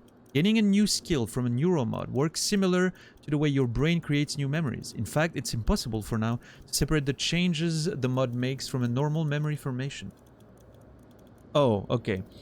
So there's definitely like stuff that affects memory that potentially like there could be something in this game that has to do with like memory implantation, right? Which is usually a mind bender when you start getting into stuff like that.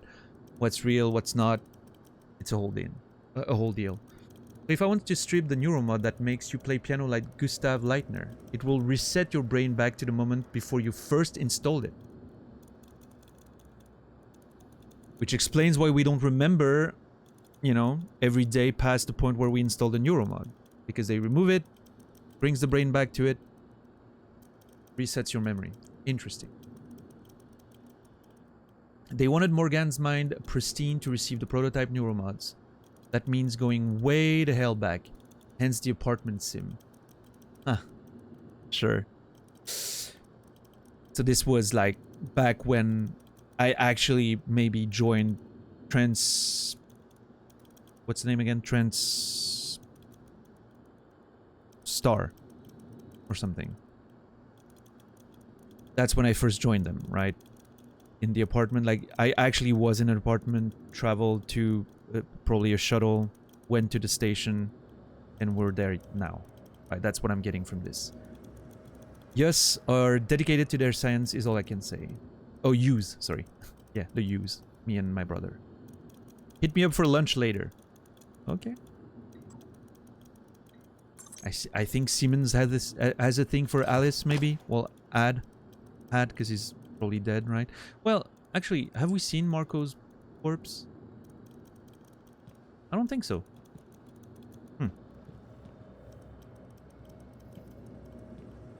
Yes. Yeah, the yes.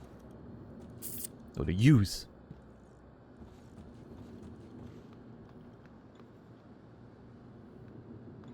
Probably a keycard to find somewhere in the office there. But again, very encouraging if the game like is designed with having multiple ways to go through obstacles. If that's a thing that they, you know, have intentionally designed, it promises to be very interesting.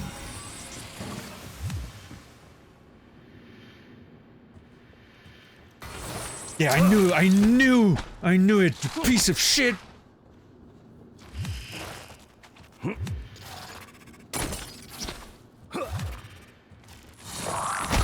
God damn it.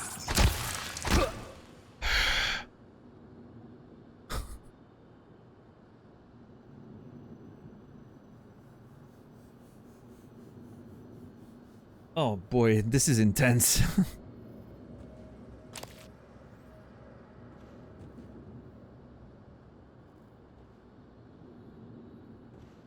I just... like, the whole concept of them turning into items is so fucking great. I love it so much.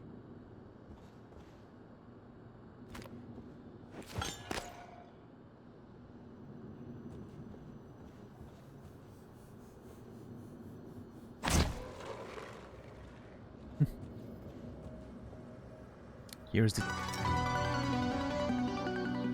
That's a loud sound alert. Sylvain Bellamy, okay.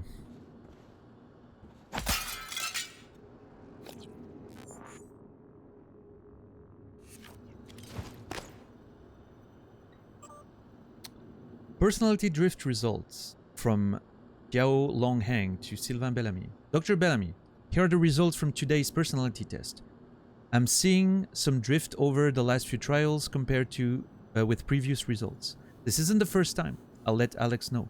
Most recent test is pasted below for reference. Yes, Al. You're planning a vacation. Go somewhere familiar you know, you love, or try something new. Something new. You've been sentenced to death for your action. How does this make you feel? Afraid?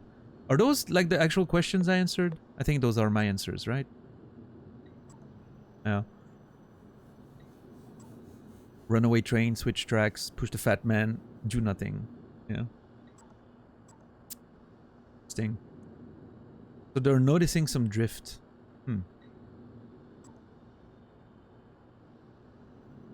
I've seen that message before. I like the consistency there, like between like the people communicating. You can see the mail in both computers.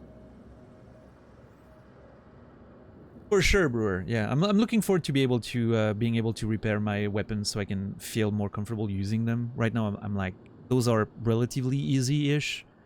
I don't want to use my like damage my weapon or, you know, my stun gun.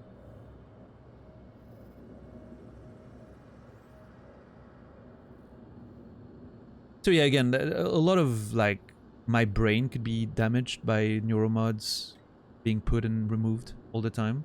Who knows?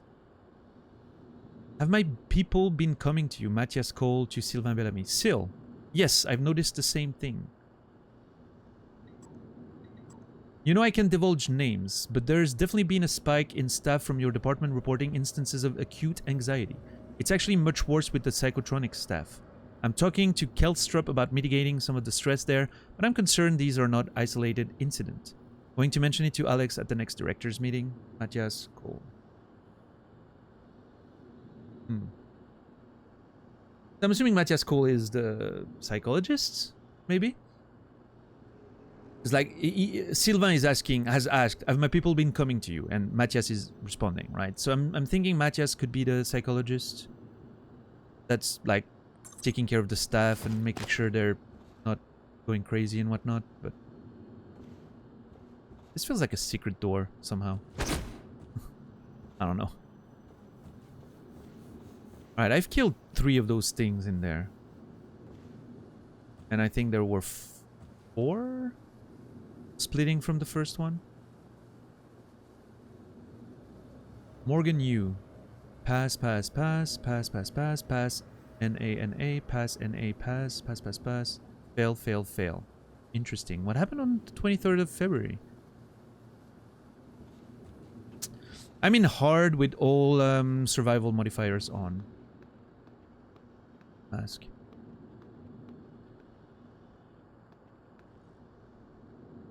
I felt like if I was gonna play with the survival modifiers, I wasn't gonna put like nightmare. It sounded like maybe a bit too much. So hard with all the modifiers seems like a... Again, I don't know what the game... I had no idea, right? It just instinctively felt like a nice compromise.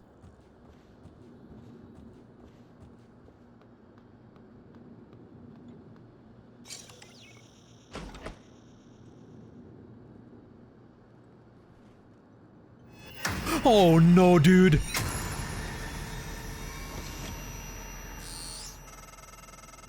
That was a phantom. Typhon Antherphantasmus. Keep moving. Oh, I don't wanna...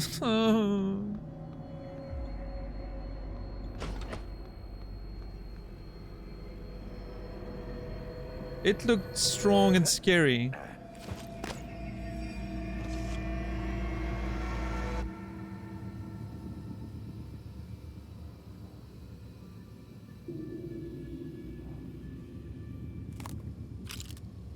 I am very vexed right now.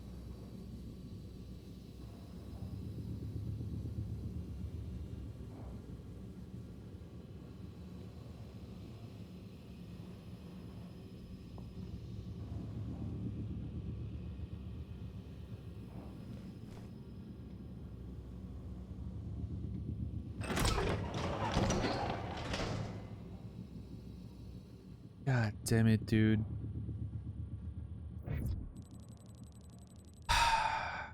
What is up with that? What the hell are those like? Oh man. Can I listen to that thing I just heard again? I don't think so, right?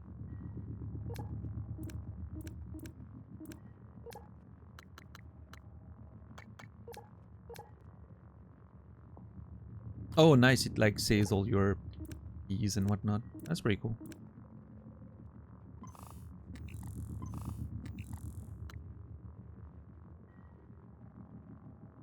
Oh, there's like actual optional stuff. Interesting. I didn't realize that you had like optional and main things. Ah, that's the quest markers they were talking about. Yeah, I don't care for that. So, I mean, it can simply be deactivated. Like, I can deactivate them like that, right? And I don't have to worry about it. I really don't care for quest markers. That's for sure. Off. That's going off. Like, guaranteed. Immediately. It's just information that I don't want, right?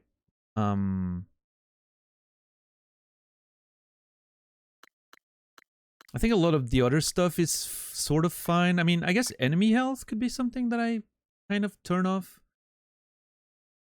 for immersion purposes. Like, you don't know how close your enemy is from dying, but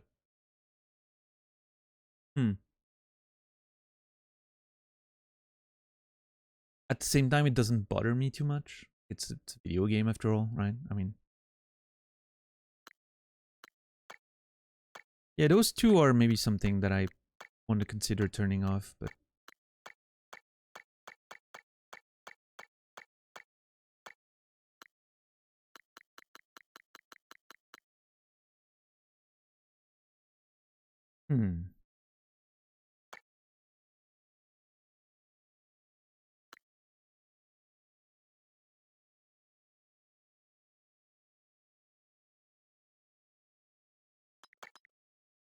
I think there's merit to removing them, sort of like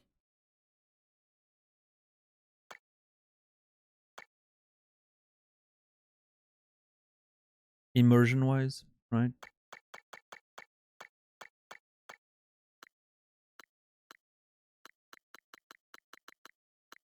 I'm gonna try to play without it for a minute and see how it feels.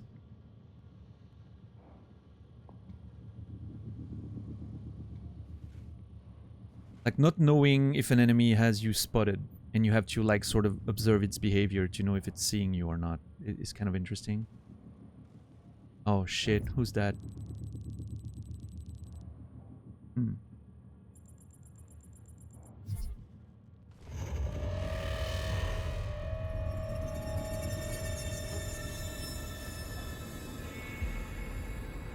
Oh, hell.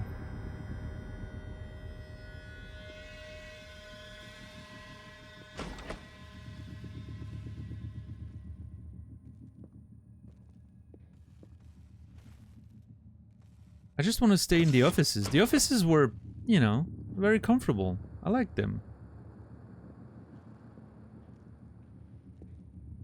Can always change it back, yeah. Methuselah apple. A shiny and crisp red apple engineered to thrive in conditions aboard Talos 1. Restores 5 health points. Oh, what is this? The Noetic Field. Yeah, let's read a book right now. Why not? Excerpt from The Noetic Field, Chapter 1 by Dr. Dayo Igwe. Noetic research, like all bold and new ideas, has undergone a predictable pattern in the scientific community. First, skeptics ridicule the idea since it violates conventional wisdom and the laws of science. Second, skeptics grudgingly concede the idea might be possible in some circumstances, but the evidence is weak. Third, the idea catches the attention of mainstream researchers and, more importantly, the public. Finally, the same skeptics who once laughed at the idea now claim that they thought of it first. Yeah. Interesting. Oh, that's nice. Having a little spot where you can put... What was that? What the hell is happening over there? Where you can put like your glass and everything, right? That's pretty cool.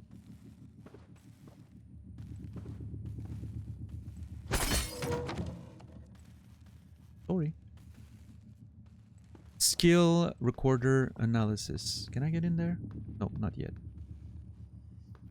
Also feels used and lived in.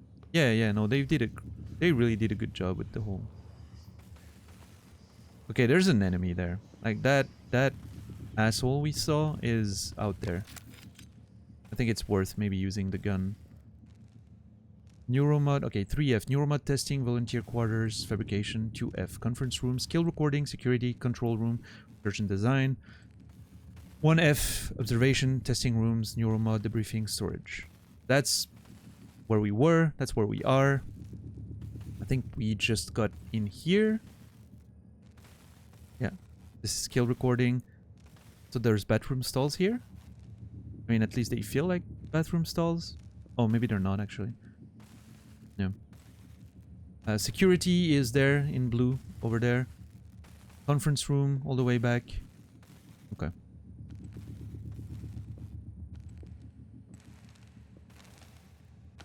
Ah, okay. That's the icon I was seeing.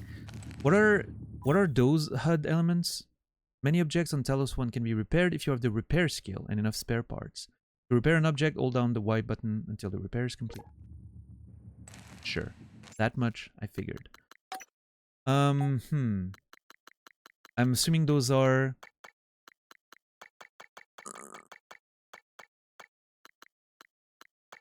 prompts, maybe? Or contextual helped prompts? Nope. I don't know.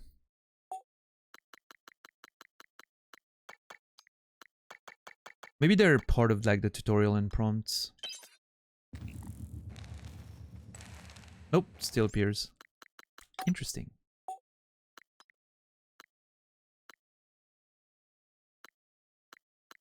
Scanning prompts? Probably not, right?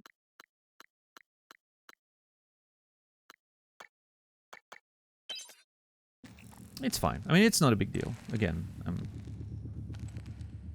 I can definitely keep playing. I think there's merit to removing like the enemy health and whatnot. It sort of adds to the tension, but fuck! I was gonna...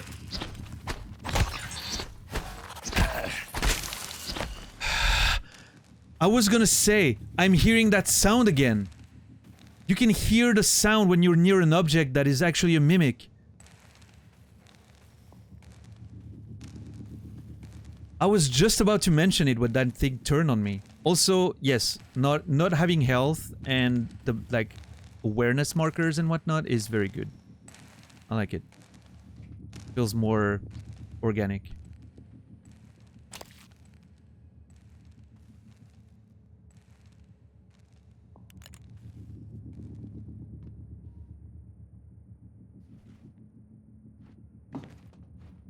Have you played this game, Credo? I don't remember.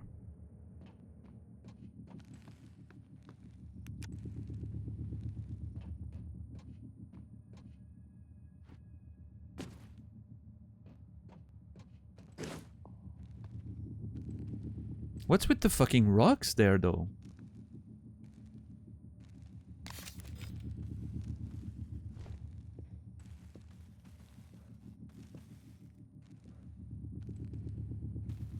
Oh, the medkit's been taken. Where's my medkit? Did you take it? What the fuck is up with those rocks?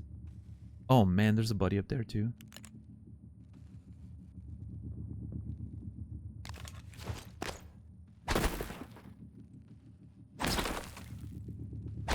Oh, this is strange. I can actually break those things.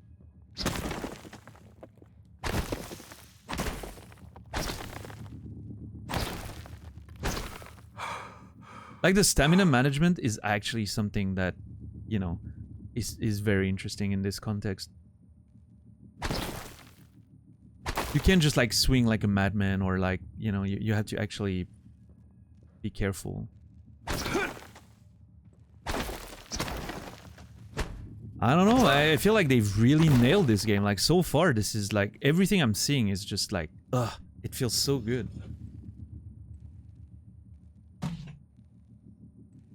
Right, Credo, okay. Noted.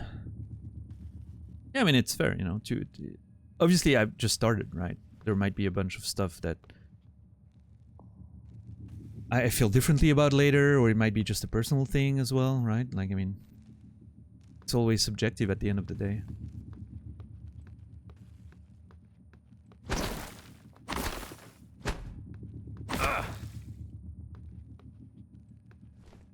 What is this? The glue cannon. What the hell is this? Oh boy. Trandstar glue cannon. Jelly foam lattice organism. Oh, those are the things on the walls. Those were the, like, yeah. Organism obstructor. Disables or immobilizes targets without harming them. The glue can extinguish flames and temporarily stop electric arcs. When hardened, glue can also be used as a climbable platform. This is so fucking clever. There's so... Okay, I'm already seeing some options in terms of, like, movement and whatnot. I love games that give you a bunch of tools and then, you know, Ah, this is so great. Press and hold to fire a continuous stream. Man, this is so good. Blue canister. Okay. Jelly foam. Lattice organism. Yep. Incapacitation rate 100%. Handling 33. Reload speed 100. Integrity 31. Yeah, my weapons are in bad shape though. Something moved. Oh. No, it's just an effect, I think.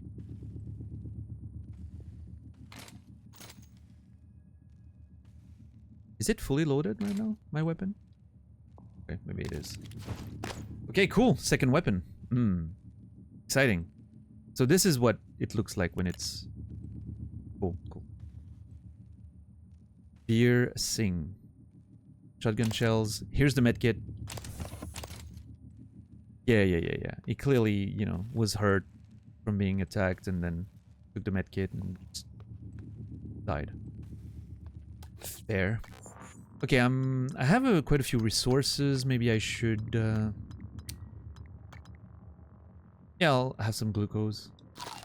I just want my health to, you know, I don't want to waste things, but... Oh, interesting. The glucose actually gives you, like, regen. Not only does it heal 5, it also regens for a few seconds.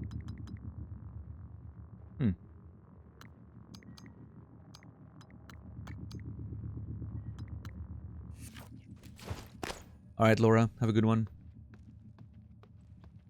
Thanks for lurking. Appreciate it.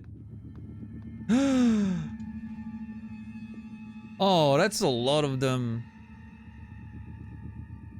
Dude. Come on.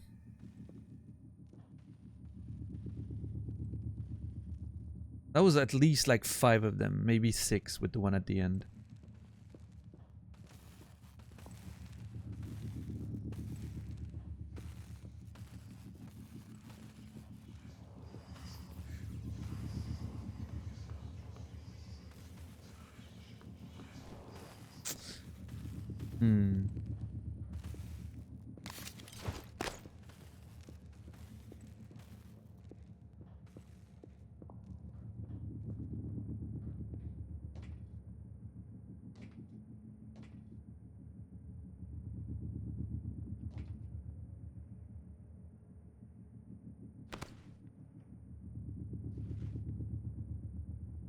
Natasha Nikova.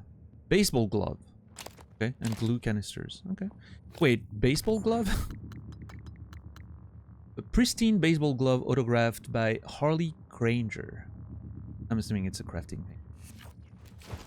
Okay, so I can tell that inventory, increasing the size of your inventory is going to be an important skill for me.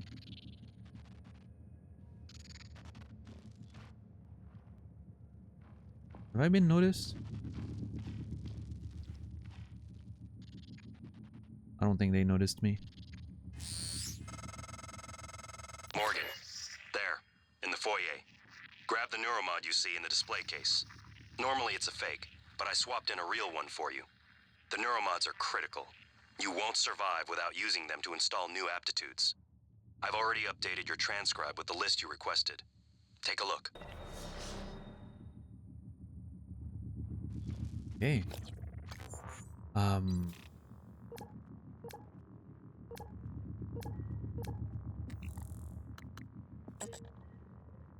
January contacted me again, and as I reached the foyer of the neuromod division, an actual neuromod was placed where the display model used to be. Installing it will help me survive against the Typhon organism. Of the neuromod division. Again, I really enjoy like the fact that there's like optional quests and whatnot, and you know, really love the structure of the game so far. You mentioned a list though. I'm assuming it's just a flavor thing, right? Or...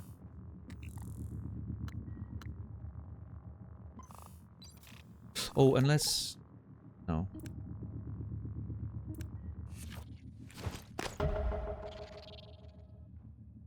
So now I'm wondering, there's something that I'm wondering. Hold on. What if I uninstall the chipset? Oh, it doesn't change anything. Okay.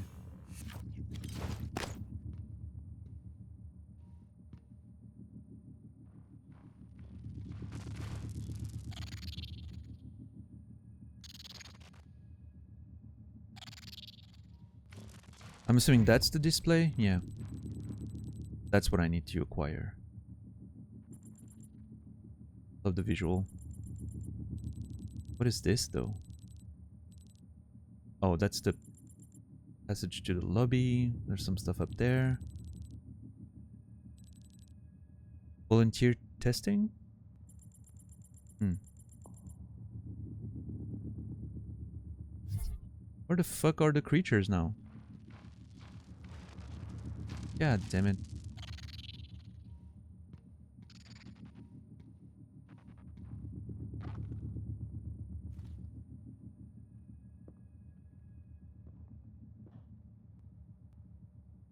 I'm not even sure how to approach this. Hold on.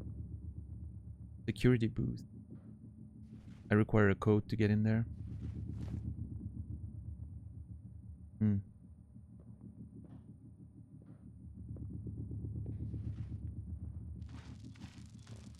I think there's one in the corner there.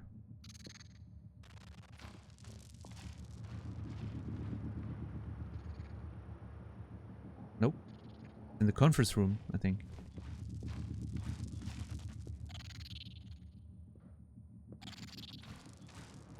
Yeah, this is terrifying. Also, I'm sure several of them turn into those items. Like, okay, for instance, there's two wet floor thing, right? Which leads me to believe one of them's fake. There's two what do you call that?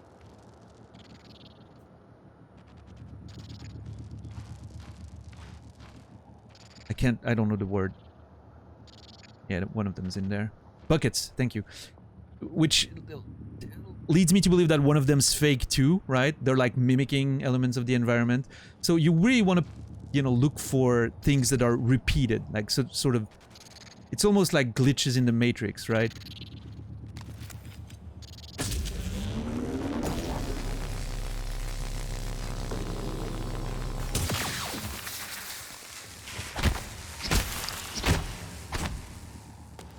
Like, there's no reason for there to be two buckets or whatever. Like, when you see stuff that there's no reason to be two of, you can be suspicious of one of them being a mimic, right?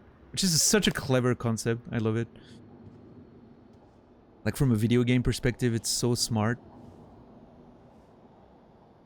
Especially in a world where, like, there's so many items everywhere. It really makes you wonder. There were two mugs. I need to make sure. Okay, so drinking gives you 1 health, actually.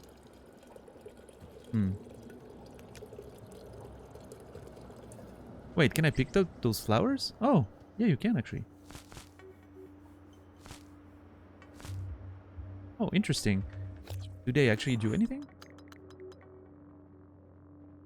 A decaying agave GBMH72 flower. Material yields. You think these devs played Gary's mod? I mean, probably. It was very popular. I haven't played it myself. Never played Gary's mod. Banana peel. Again, is it for crafting purposes? Yeah, maybe. So water actually heals you. So it can be beneficial to just wait and grind.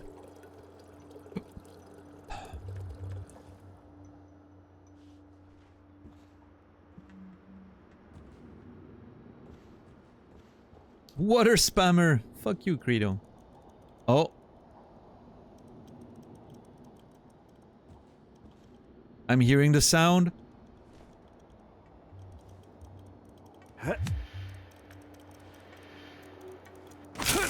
I knew it, you piece of shit! Surprise attack on mimic object. Oh, you get like more damage if you like sneak on them? Hell yeah. That's cool. These mechanics and systems are very rewarding for a player like me who, you know, takes their time and is very attentive to stuff, right?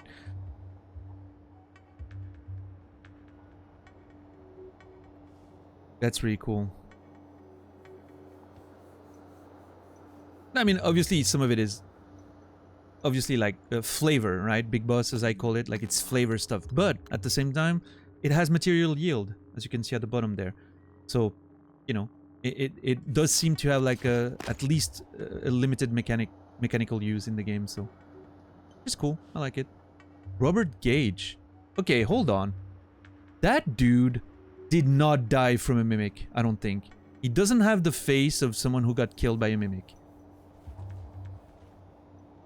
Did he kill himself? I don't know. Or maybe mimics kill in different ways. I don't know. Hold to listen. Robert? Alice, thank God. No one else is... Where are you? Hiding. I'm in the conference room. I can't... Jesus! You're still in the lab? I can't get out. There's... What the hell is security? I don't know what's happening, but Robert, you have to get out of there. Come to the elevators. Someone said we're evacuating. Robert? Shh. Hang on. Someone's coming. Ah, interesting. So again, could be a mimic. Maybe mimic kill... different mimics kill in different ways. But he said someone's coming, right? Maybe someone killed him. Maybe there's also, like, you know, actual murder happening. Projector colors are still wrong. Dr. Igwe. Projector colors are still wrong? What does that mean? That's a bitsy.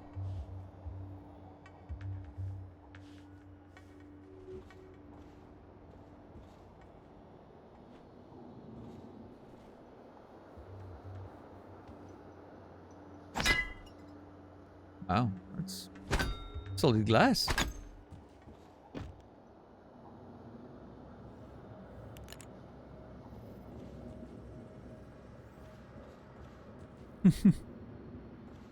Yeah, I don't know if they're talking about like the, you know, projectors that are used in the simulation. I don't know if they're talking about like a projector in this room that's supposed to display something. I don't know if it's gonna have any gameplay implications. Something I need to figure out. We'll see. We'll see. Man, this game is exciting. Oh.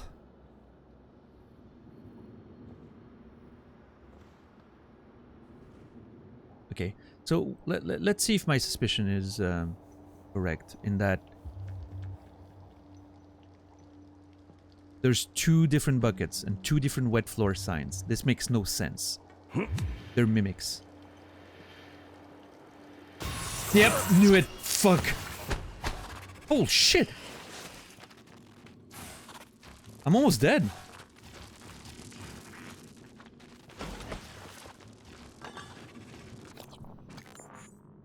Holy crap, okay.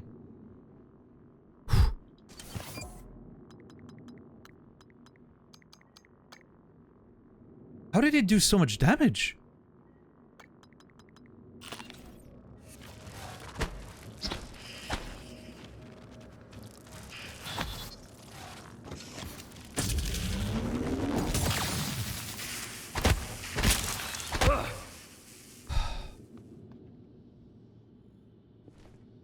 Dude, every fight is just so much tension.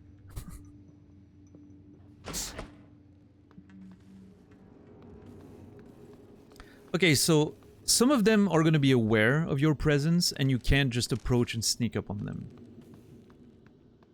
This is scary. Also, like, again, the amount of damage it did in such a short time. Like, what the fuck? I'm so right about the duplicate objects, by the way.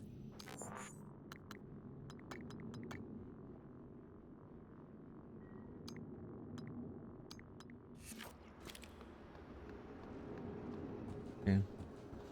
We're gonna drink some water. I mean, it's not realistic. It takes way too long.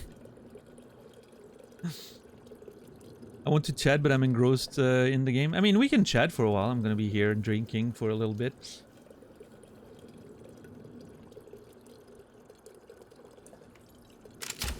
Oh.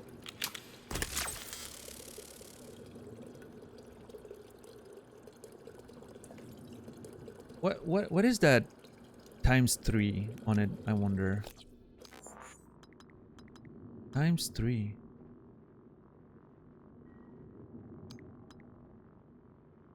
I'm not sure.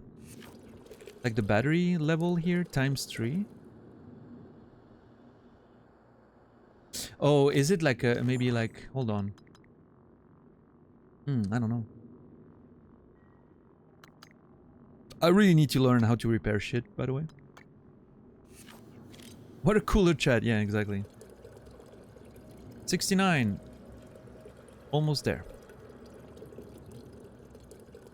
You gotta drink a lot of water, you know. Wait. Wow, the water fountains are Russian. That's interesting. What are some good Swiss comedy shows, satirists, stand-up comedians? None of them. Swiss humor is awful, as you can tell from my own comedy attempts on streams and in chats. We're just bad. Yeah.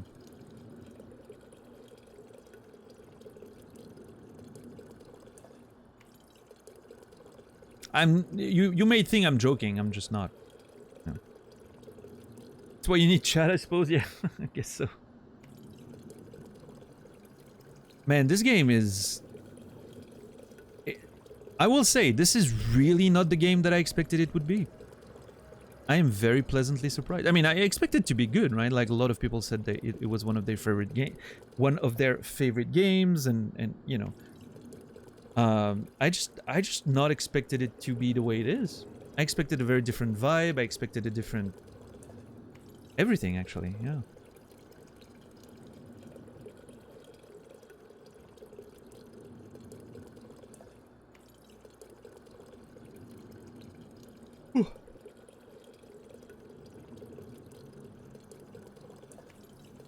Okay, let's see. I don't want to use too many resources, right? I mean,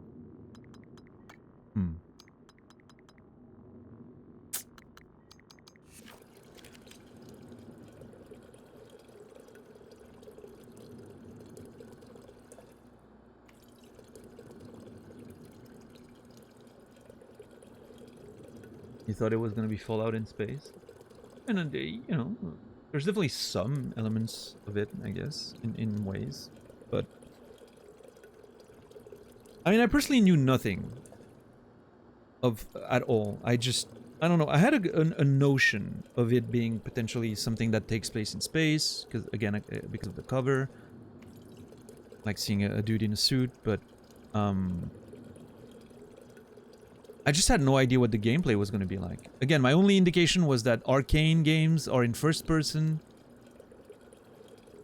And I played Dishonored, and there was like stealth elements to it. I really had no idea what I was getting into.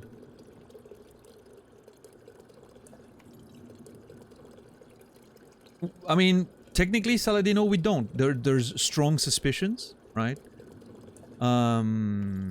Because of, you know, we've heard the description of the Talos station, and there's been talks like in emails and whatnot, or in documents of like colonization of the moon and whatnot. And it seems that we're in or on a station now, whether or not it's in space actually or not. Like, I have no proof of it yet, right? We'll see. I'm assuming it is, but yeah. For what reason? I don't know. How do you keep away from seeing popular game for 6 years? I don't know. I don't know, actually. I get away with it, I guess. I mean, some games, you know, like some games like Red Dead or Witcher, it's impossible to not have seen at least a little bit of it here and there. something like that. I don't think this game's particularly like huge, right? Like it feels like sort of a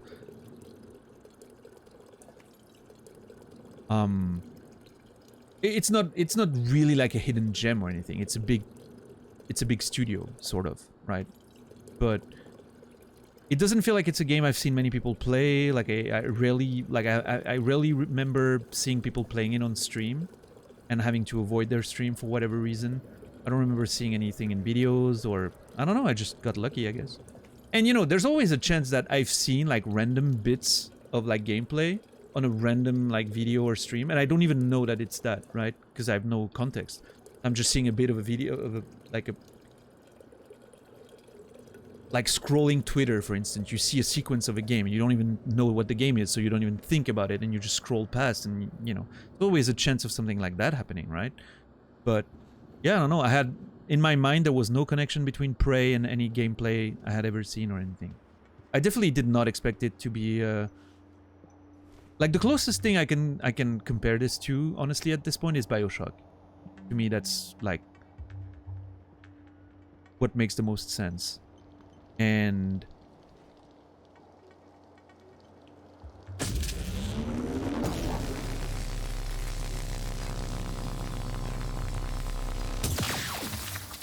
shit, I wasted ammo.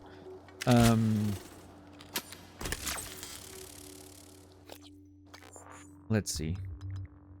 2.75. Oh, is it the amount of ammo I have left based like on a full load, maybe?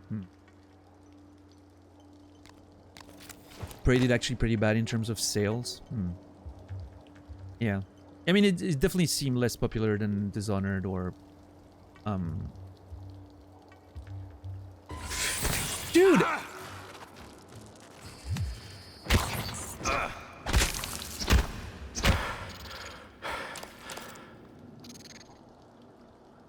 I guess I aimed poorly. Maybe if the enemy is not revealed, like it doesn't like... It's harder for it to lock on or something. I don't know. Because it felt like earlier when I shot one of those like stun guns, it felt like it sort of... It was very generous with the aiming.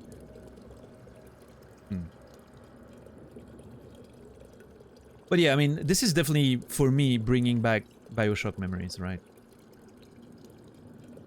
In the way it plays, in the way it just feels. I'm gonna cheese the water fountain a bit. Because like I don't want to use too many resources. And again, like it's 35 damage on one hit. Maybe the maybe like they do like a special attack when they reveal from being an item. Maybe these do more damage, like a sneak attack almost. I don't know.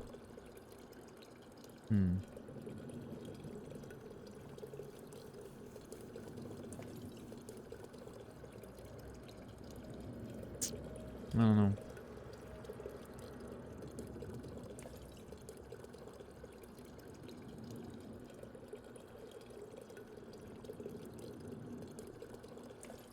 But I never, I never feel like I took that much damage when I was fighting them up, you know, like straight up. Also, my integrity is going very low.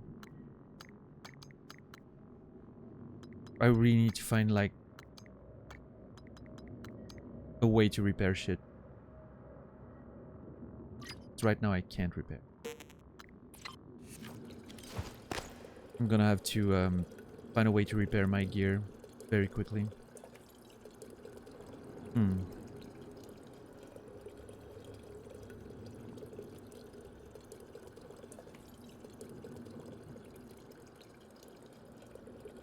But yeah, Brewer, if you haven't played BioShock, I would recommend it. I don't know how much... I mean, I've played it back in the day, so I don't know how much it aged. And if it aged well or not. Aren't they making a remaster or remake or something? I don't know. Or is there already a remaster? I'm not even sure. You feel like it aged well? It certainly looked extremely beautiful back in the day. Does integrity get boosted by being consistent in your ethics test? Wow. Calling me out on my inconsistencies, huh?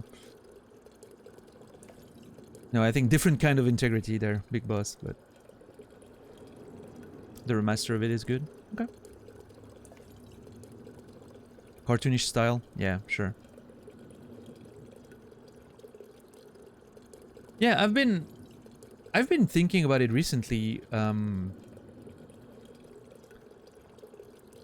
because I've seen multiple people mention how Infinite wasn't a good game in their opinion, and I was like, oh, that's surprising. I feel like Infinite was praised back when it released, like pretty much unanimously, right? Unanimously. And a lot of people apparently are pretty down on Infinite these days. I don't know. I don't know why. You love Infinite? I thought it was great, yeah. When I played it, I mean, it, you know, it was just in line with everything else from BioShock. It was obviously a very different vibe, right? A bit less dark than the first one and all of that, but I thought it was great. It has this 2005-2010 shooter clunkiness to it. Well, yeah, but I mean, the BioShocks, much like this one, for instance, the you know, like the shooting aspect to it is never meant to be. Like the shooting mechanics don't need to be really super tight, right? It's sort of not the point. If that makes sense. Although I guess there was quite a bit of shooting in Infinite, but you know, I don't know. At the time, it didn't bother me. I will say that. Like, I just enjoyed it thoroughly.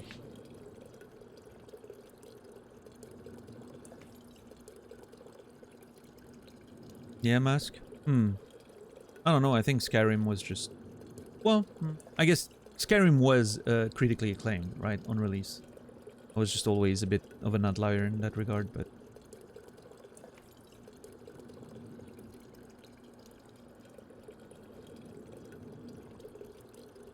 Yeah, maybe Captain Dax. I can see that.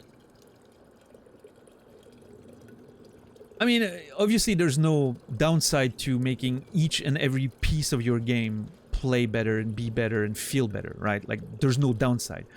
I guess my point is that it never felt to me like BioShock needed super tight shooting, because it was never the point, right? Yeah, good enough for its genre, exactly.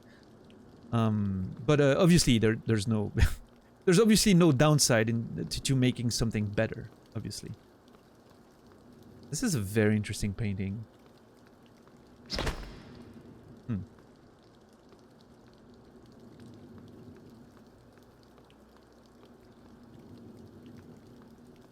I just mean you can feel it when going back to them now. Sure. Yeah. Oh. Is that... Wait. That's not actually outside, right? Huh. Is that actually... interesting. No, I think that's a fake ceiling. That's probably a fake ceiling. Everything's fake in this place. Well, I mean, it looks like sunshine, right? But... Nah, that's probably fake. We'll see. Fuck!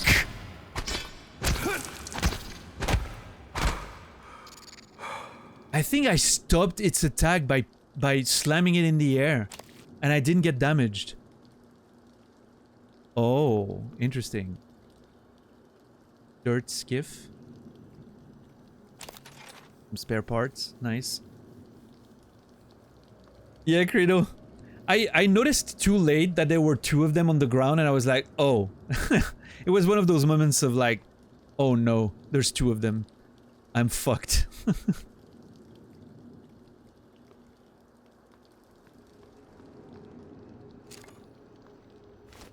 Oh, I'm harvesting shit now.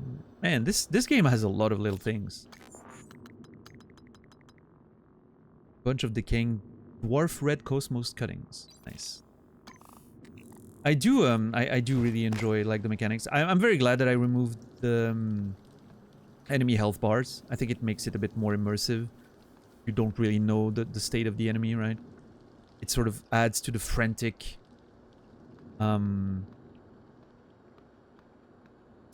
feeling of the gameplay, right?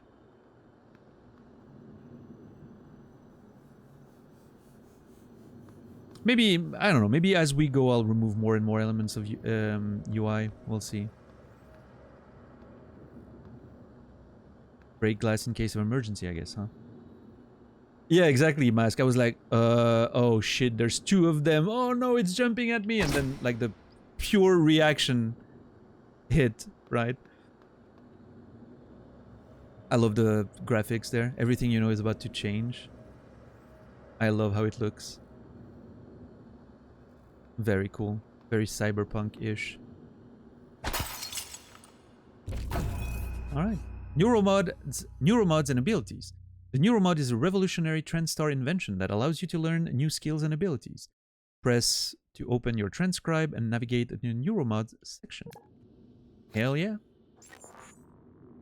Oh, I see. There it is.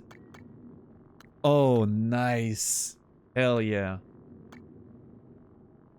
Different parts of the brain and everything. I like that. Scientist, sorry. Use knowledge of science, medicine, and specialized lab equipment to your advantage. Okay. Engineer. Specialize in modifying your gear, repairing, and crushing problems with your wrench. Nice. Security. Boost your physical abilities, skill with firearms, and security tactics. Oh my god.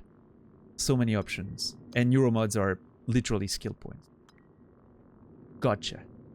Your knowledge of medical practice increases the effectiveness of medkits by 150%. That's pretty good. Hacking. Oh god, I really want hacking. Bypass level 1 security measures on computer and robotics systems. All of this is so interesting. Necropsy.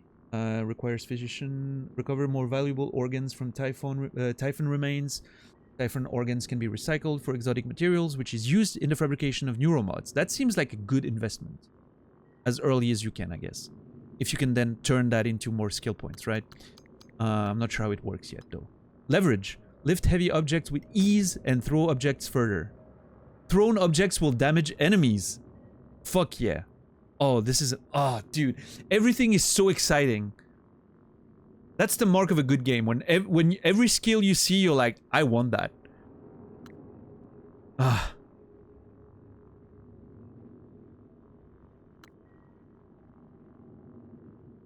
Material experts. Increase recycling yield by 20%.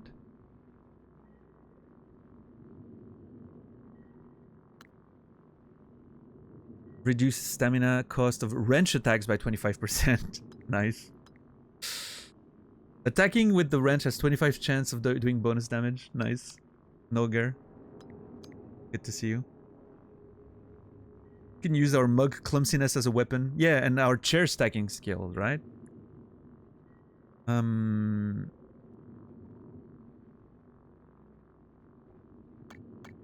Okay, what I'm curious...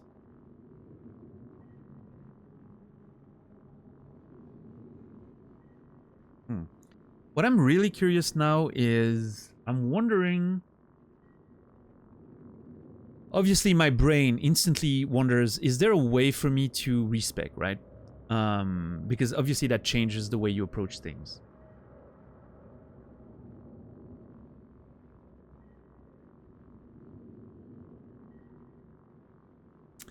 So, I'm trying to look at this from a design perspective. I don't think there's a way to respec.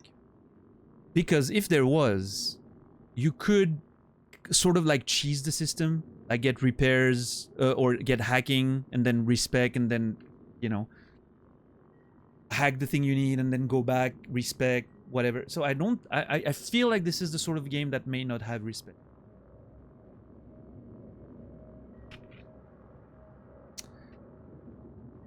So obviously I am, you know, I don't know and I don't want to know, but it seems like once you go with something, you're kind of like invested, right?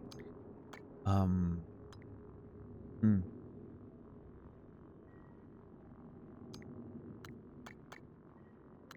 gonna assume that there's no respecs, and if there is, then good, right? Or, well, I mean, actually, no, not good. I think this game deserves to not have respecs. I think I like the idea of commitment. It makes sense to me. Firearms increases damage with security weapons to 120%, and the chance to critically hit to 6%. Oh, shit. There's actual crits in this game. Conditioning increases your health to 115 and your stamina to 105. Ooh. Run, sneak, climb, and sprint 5% faster. Fuck, there's so many good things in there. Oh, I literally want all of these skills so far. Enter a state of combat focus for 10 seconds, in which time slows around you and your actions cost 50% stamina? Yeah, I think so, Brewer. In many cases, I think that's the case. In every game, actually, I think that's the case. And even then, you know, I'm very happy to take advantage of respecs when they exist, right? In a Souls game, in Diablo, in whatever. I do, however, feel like they sort of take away from the game. But I mean, in something like Diablo in this day and age, for instance, it makes sense, right? You don't want to have to start a new character every time. I get it. But there's a part of me, an old school part of me, that misses the time where, you know, leveling up something was an actual investment, right? But I understand why we are trying to make things easier. In a game like this one, though, that, like, you know, more of a limited focus, single player campaign experience, I think in this game I don't want to see respecs. I think it's better without it. But I'm hoping they're not in there. Okay, combat focus sounds pretty fucking good. Pretty fucking good. Stealth. Enemies take longer to detect you when you are sneaking or crawling. Sneak attack. Do 200% damage to enemies while they are unaware of you. Ooh. I want everything. I really want everything. There's a strong argument for me to take repair as a first skill, though. Since I have the survival modifiers, right? Being able to repair my weapons right away seems pretty big.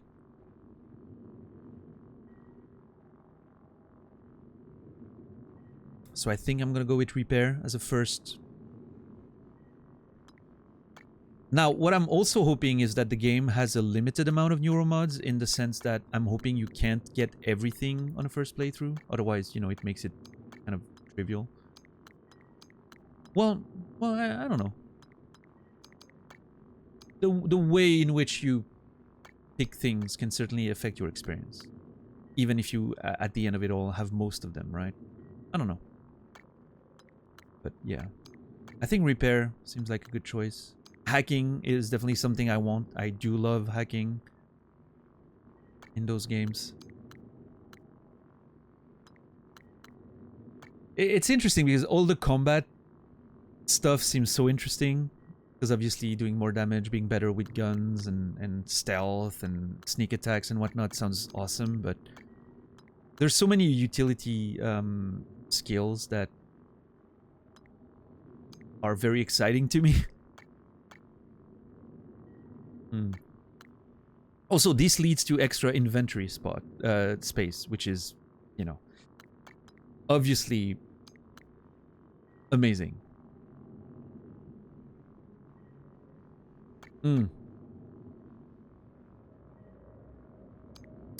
Fix broken grav shafts, fabricators, and recyclers with spare parts. Survival mode is enabled. Use spare parts to repair damaged weapons. Ooh, this means we're gonna really have to be careful with spare parts, because there's other stuff you need to repair with it. Uh-huh. And then it allows you to upgrade weapons too. Very cool. Love that. Yeah, I think repair as a first pick is... Yeah. Yeah, I think I'm gonna go repair.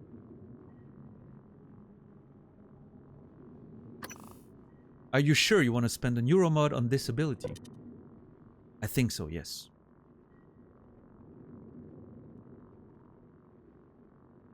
Yeah, repair seems just very useful. It opens up a lot of different things, all of which sound pretty useful. And just, again, playing with survival mod, like the survival options, makes me feel like I really need to focus on that, because like my weapons are literally already trashed, so...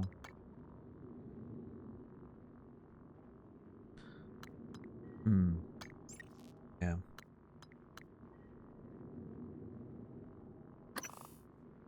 Yeah. Let's go. Ugh.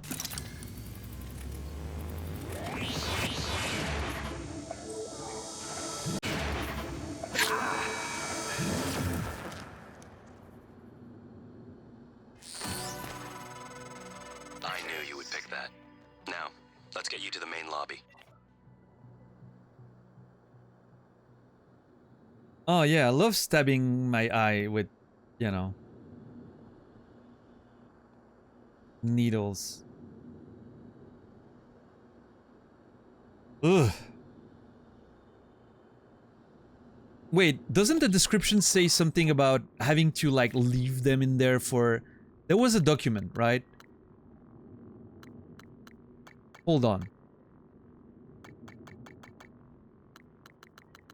Oh shit, I didn't read all the books in... Or did I? Actually, I might have. Yeah. There it is. Hold the neuromod. Okay, so normally you would need to hold the neuromod for 5 minutes with those needles stuck in your...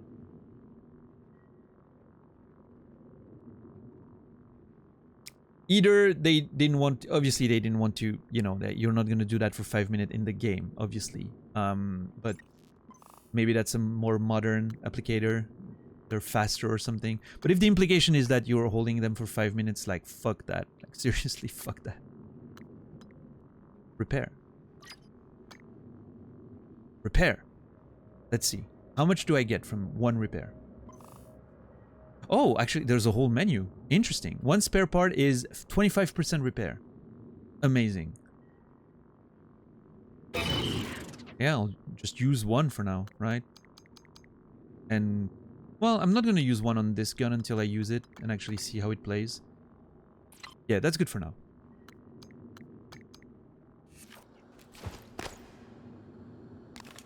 Yeah, Shepard, that sounds miserable, right? Like, I remember reading the thing when I had no idea, like, what the whole, you know, system was. And I was already like, this sounds brutal. One of these two is a mimic, isn't it?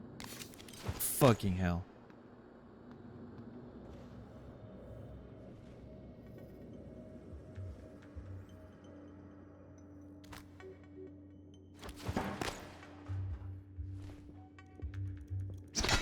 Nope, they're not. See, that's an interesting thing.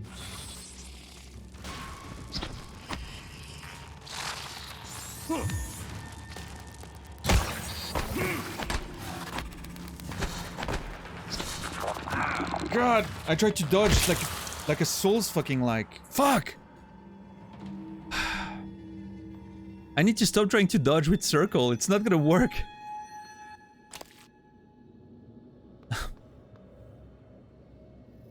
Every fucking game I've played recently has circle to dodge. Fucking Armored Core, Witcher... Ah, shit. Now I broke the screen. Fuck. Asshole. Fuck. Fuck. I'm so mad.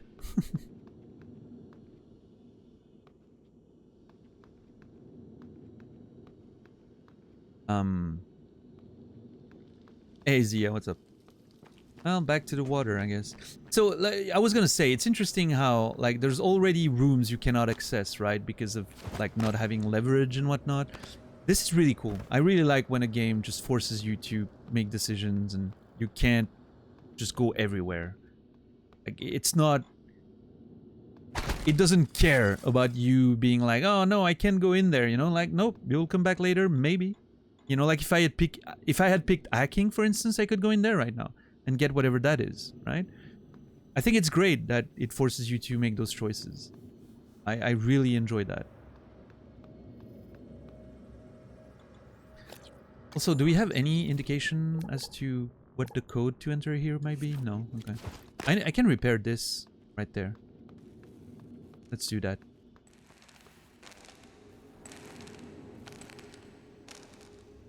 Control panel broken. I need 6 spare parts to repair that.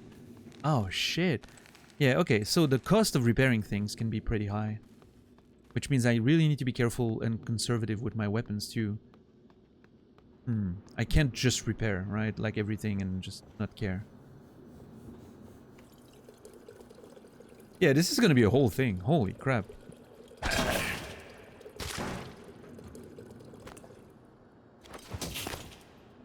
The fuck is this? Every fight has been a journey. Yeah, it definitely has.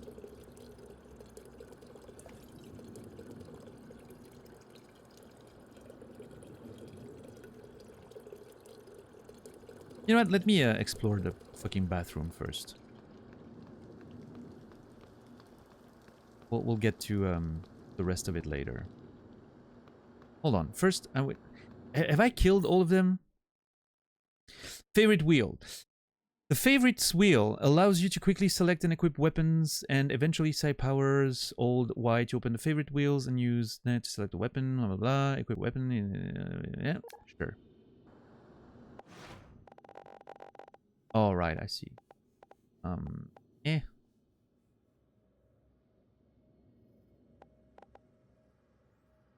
I'm not a fan of the wheel. I don't think I'm gonna be using it much. Does it pause the game or just slow time? Pause based on the background waterfall thingy. Well, that's fine then.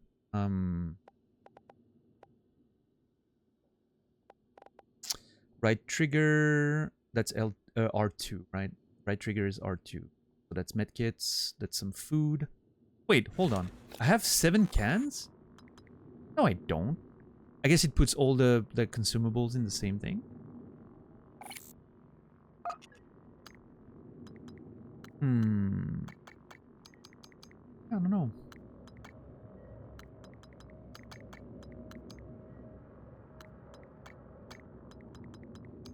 What is this? Suit repair. Okay. I still don't know what the suit integrity does. Like from a gameplay perspective, right?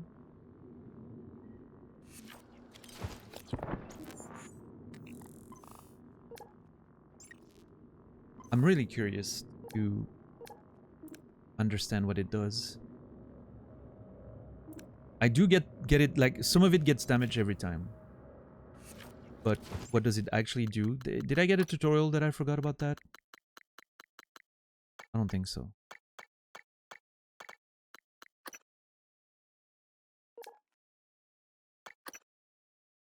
Your TrendStar uniform and psychoscope can be upgraded with chipsets that provide various benefits, protection, blah blah blah. Yep, sure. Workstations, many TrendStar employees, private workstations. Look at the password. Yep.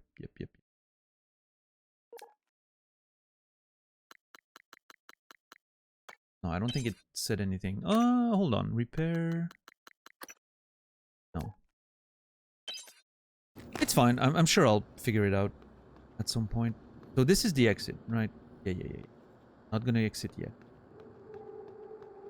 Oh, shit. The music changed.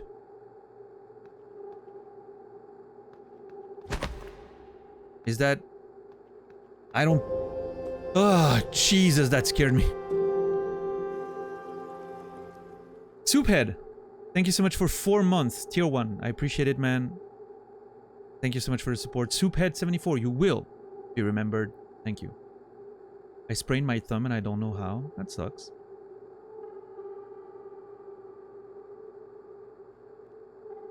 I actually bit my index finger today. I was eating bread and I put a piece of bread and somehow bit into it, into my own finger, and it did one of those things when you actually like bite really hard in your own flesh, and you can feel like the crack of the compression of your if you know what I mean, right? It was that painful. It sucked. It actually still hurts a bit bruised. Okay, I'm very worried that this...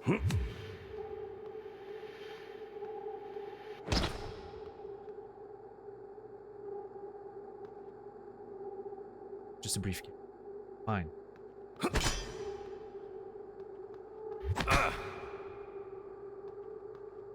Yeah, I can't go in there at all. Skill recording. I'm paranoid of everything now in the environment. But I think I killed all of them. I saw like, what, 5 or 6? And I think I killed all of them. Not as bad as biting your tongue. Yeah, not as bad.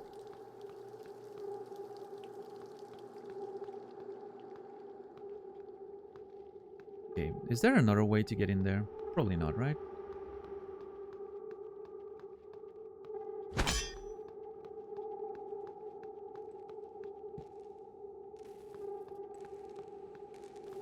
Also, I still haven't seen the big one.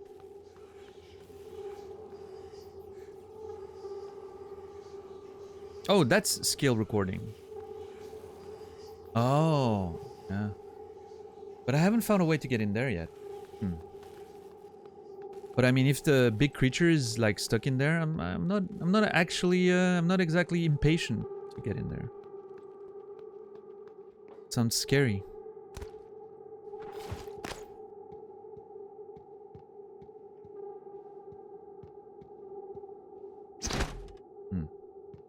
Okay, no getting in there for now. That's fine. I actually wanted to go to the bathroom.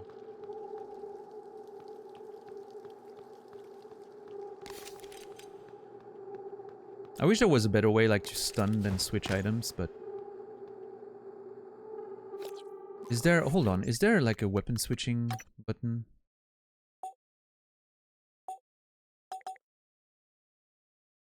Swap weapons. Pressing triangle. Oh! Hold on, then. Ah, yeah. Nice. How does it decide between...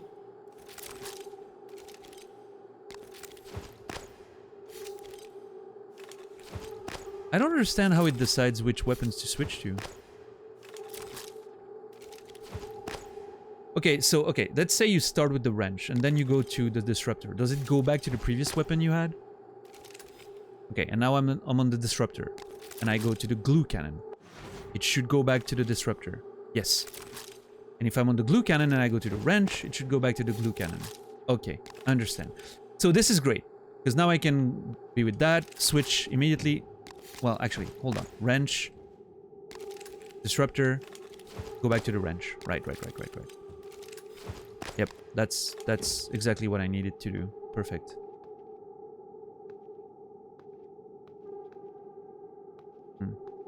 Can go in there. Unfortunate. Seems to be things in there for sure. There's blood and everything.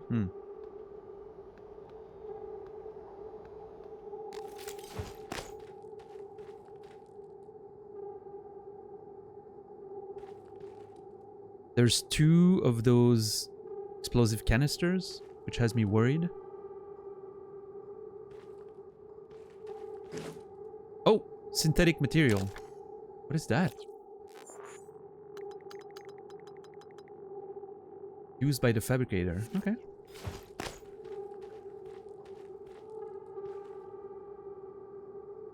Dude, I am so scared. Yeah, one of these is 100% a mimic. I heard the little ticking sound. Which one though?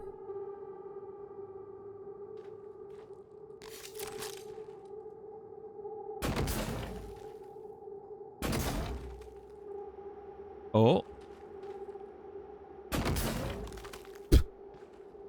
Ridiculous. I love it.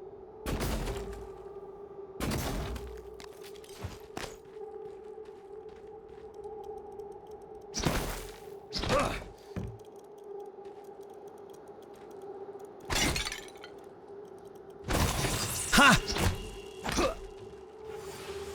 It was not an explosive canister. It was a...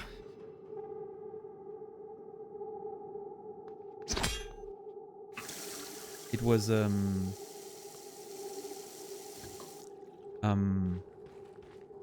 pot. So, it's so wild because that thing ran away, right? It just ran away to hide, and now it's probably transformed into another fucking item, right?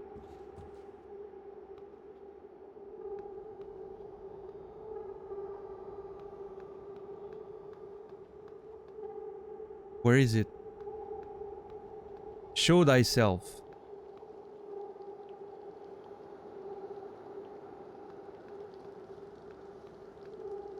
I mean, honestly, I thought it was the fountain at first, because it's so weird that it's not positioned correctly, but...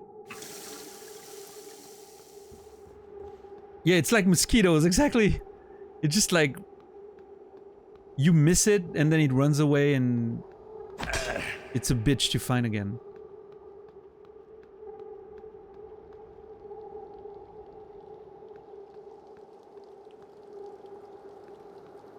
Where are you?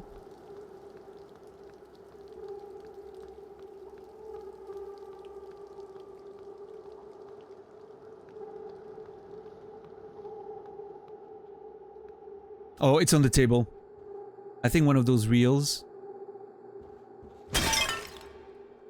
One of those reels wasn't there before. Oh no, never mind.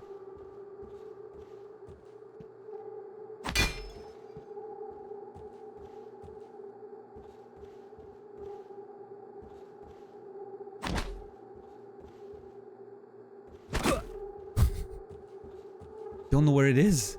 Fuck. This is so stressful.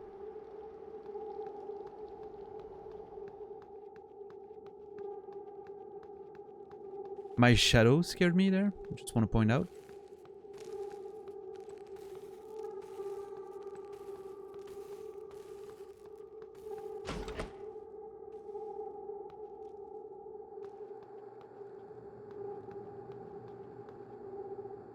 There's no way it went that... Oh god, the door closing scared me. There's no way it went that far. Come on.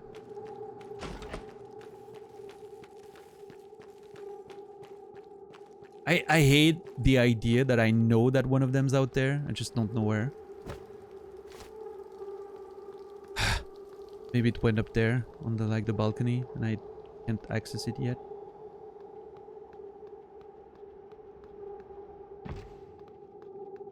Or maybe it's one of those stalls. Maybe it jumped up there and I didn't see it.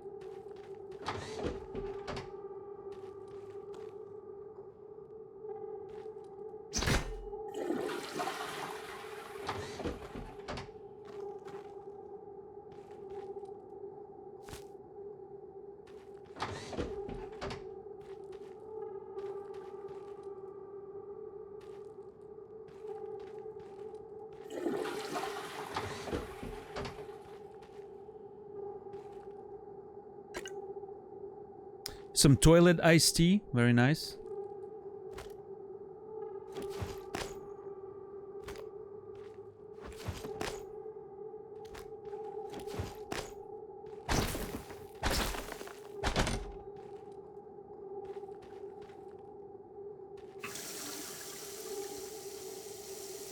Well, I mean, wherever it is, it's not here anymore, so...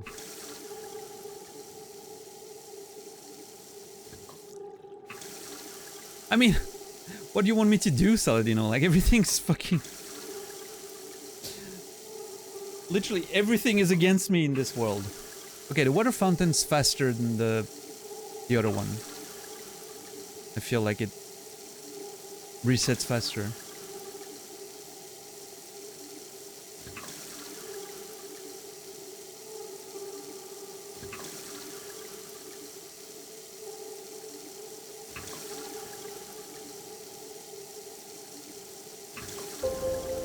Sorrow, thank you so much for 5 months, man. Appreciate the support. Time flies indeed, yeah, for sure. Thank you for the resub. In sorrow you will. Be remembered. Hope you're doing well. Man, what a video game we're playing right now. Jesus. No, that's not what I want. Yep. Well, okay. I think it's just gone. It went somewhere to hide, probably.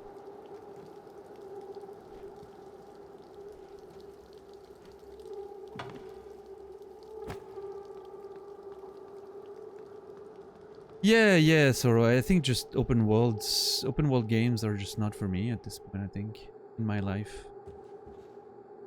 I need something a little more dense with, you know,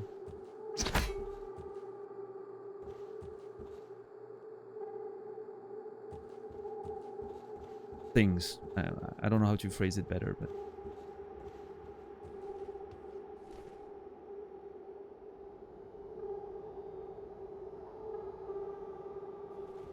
Okay, I think I'm pretty much... I don't think there's anything else I can do in there as of right now. So I think progressing to the next door is probably the best thing to do. What's up, Slim? How are you doing today? Kind of tired of open world too? Yeah, I mean, it's just... I mean, for me, it was... I've always been like that with open worlds. I end up burnt. I love them at the beginning, while the immersion is just, you know, at the highest. And then at some point, I just burn out, like, instantly. Like, overnight, suddenly I'm like, yep, no, I just can't play this anymore. I don't really know what's up with that, like, why it's happening this way for me, but...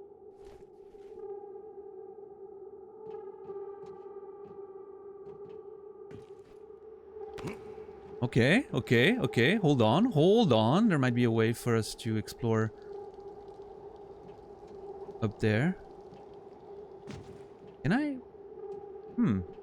Is that collision? Yeah, there's a collision on that thing. Okay, annoying. Let's see.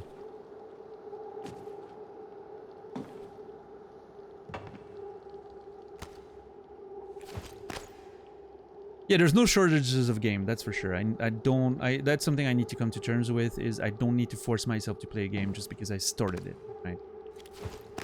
If something doesn't click... If something doesn't click, there's definitely other games to play, that's for sure.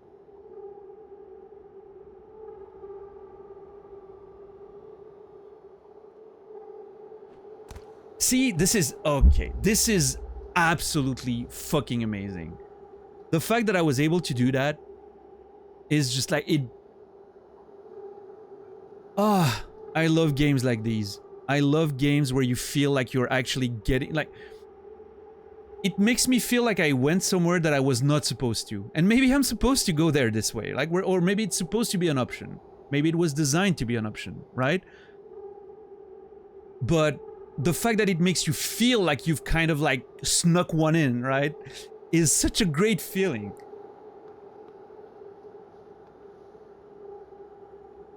I love that feeling so much. When you feel like you're getting to a place you're not supposed to.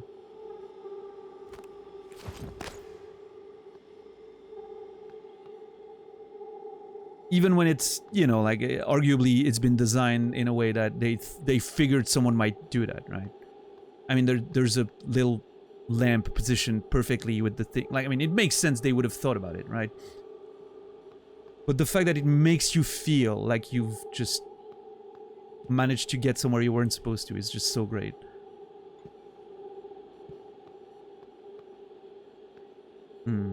Okay, now I'm worried because there's a good chance the creature that escaped is up there somewhere. What's up, Jaken? The eighth wonder of the worlds in space. Is it now? You know, so scared of everything. Yeah, I'm picking up that banana peel. What are you gonna do against it? Oh yes, Sorrow. This has a lot of Half-Life influences. Like, there's BioShock sort of influences. There's Half-Life influences. There's, you know. Yeah. No, it's a whole thing.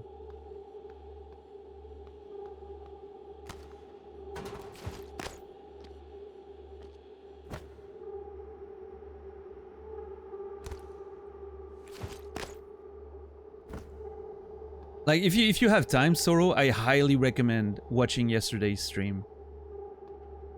The prologue to this game, the way it gets you into this world, is one of the best I've ever seen in a video game.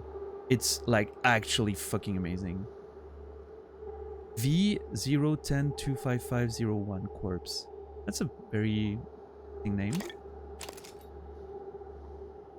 Disruptor stun gun. It's in bad shape, but I'll take the ammo.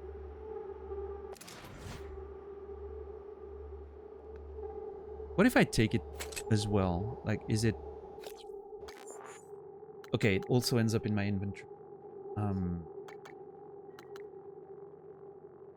Which I might want to keep those things if I can dismantle them, right? They produce spare parts, so...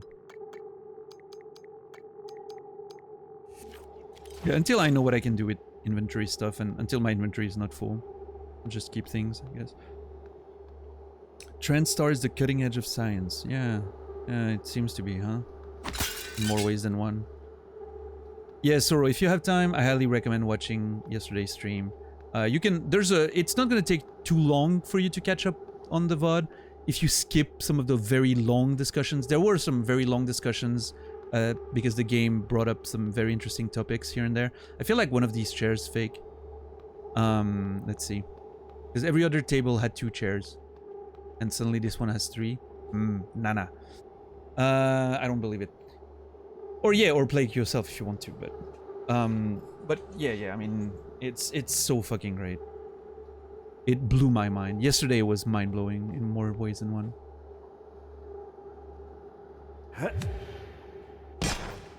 Fucking chair. Trust you, you asshole. Fuck. Fuck.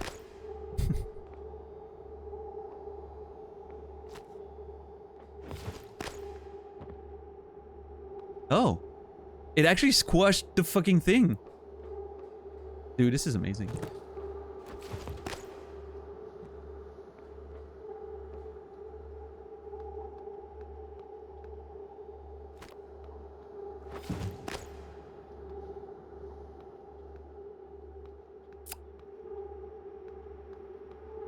Volunteers. Fabrication. Oh. Okay. This is not powered right now. Okay, unpowered.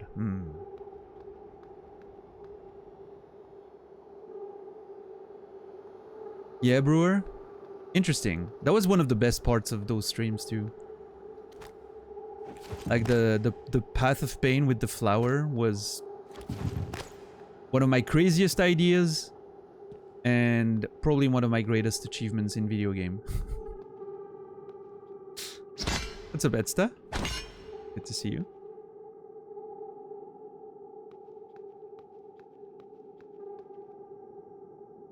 That was a visual glitch, I think.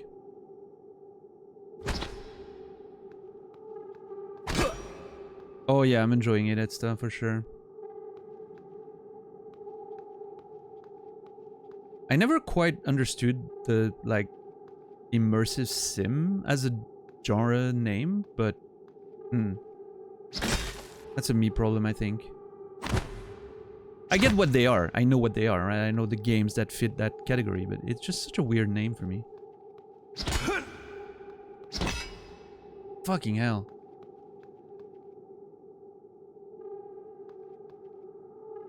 Oh, some spare parts. Very nice.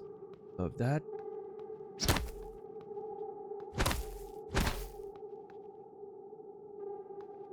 I'm sorry, I just smashed Mr. Miyagi's bonsai. Feel very bad about it.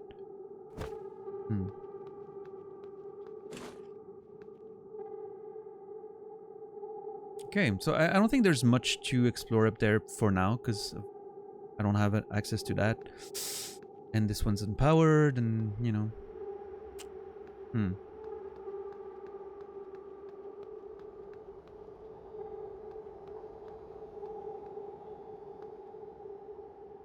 Okay, there's a chance one of these stacks of paper is actually a mimic.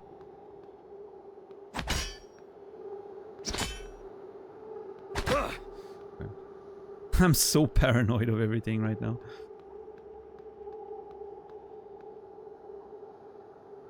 I think it's just for atmosphere right now, Zoro. It's music. It's not. I don't think it's like in-game, considered like in-universe sound, right? I think it's just music, the way it started earlier.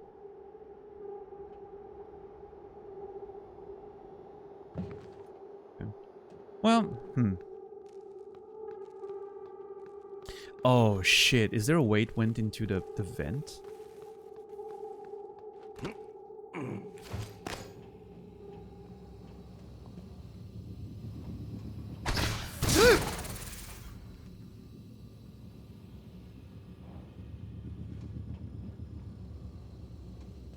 Don't hit the explosive canisters with your weapon.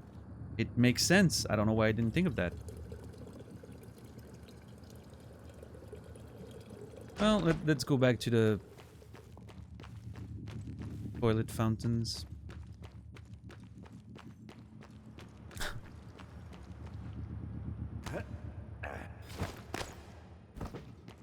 Those are faster. It was an enemy after all? No. Unintentionally, no. I made it an enemy.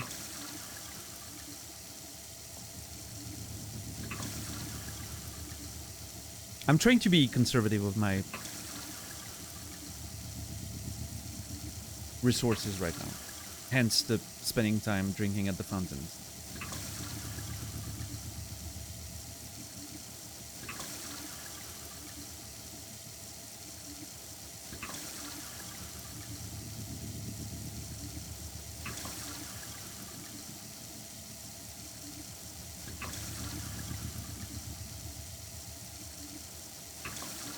Yeah, that sounds... That one's faster too. It resets faster.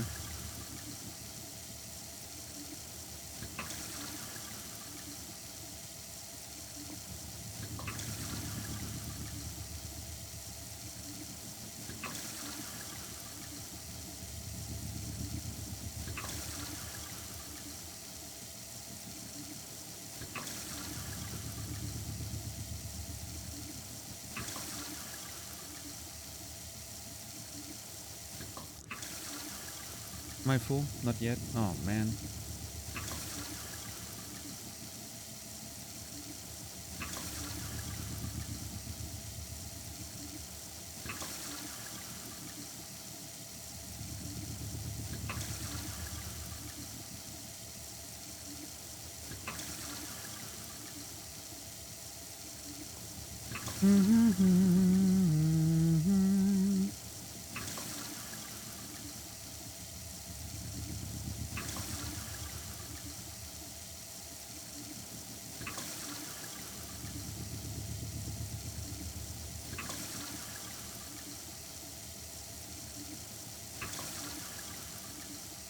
Hydration's important. It is. It sure is. Also, that did a bit of a number on my suit, it feels like. I got quite a bit of suit damage there. Well, actually, maybe not. I remember thinking that it repairs 25 and I have like 85 maybe, I think I had. Alright, that's enough. I'm not even gonna max out. Oh, dude. That sound was more annoying than I thought. Now that it stopped, I'm like, oh.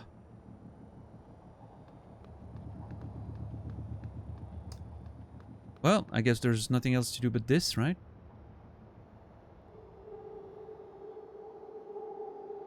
The music is starting again. Interesting that it only triggers here. Go to lobby, are you sure? No, not yet. Let me think. Okay, it's asking me if I'm sure, which is interesting. I mean, I know for a fact that we'll be able to come back here, right? Because there's just no way, like... There's some things you can do in here that you don't have the resources to do yet, right? So obviously we'll come back here. But it's still asking you before you move to like a different section of the game, so to speak, right? Yeah, I mean, I think I've pretty much seen everything there is to see. Trying to think. Yeah. Yeah. Sure.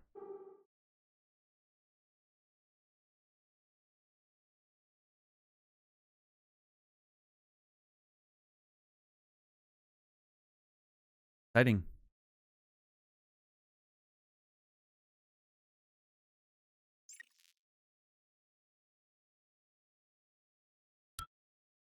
Press A. Good afternoon, Talos. Security reminder. Sticky notes, even well-hidden ones, are not a secure means of storing your workstation password. Nice. Okay. Well, that's certainly a welcome. Yeah, see, I mean, all the people that got killed by mimics, they have that weird, you know, as if their life energy was sucked out of them, right? That dude in the conference room did not look like that. I feel like he got murdered differently.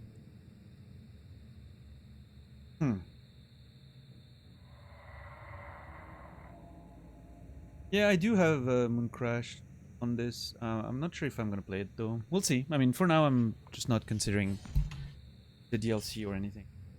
We'll see. But I hear it's very different, right? It's sort of like a... I remember someone telling me that it was like, or maybe I'm confused, but it was almost like a roguelike-ish type mechanics to it. But yeah, we'll address that when we get there for sure. Now's not the time for such conversation. All right, well, new area to explore.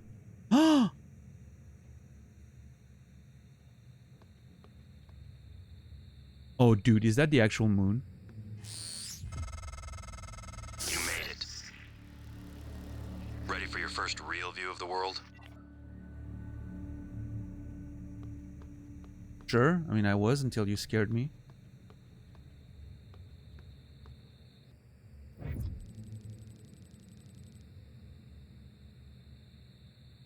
Wait, did the... What happened there? That was weird. A graphical bug, maybe?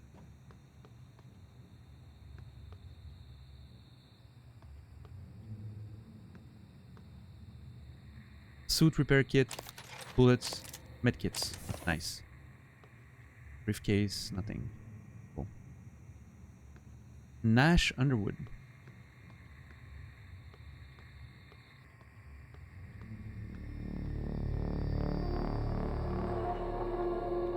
Dude.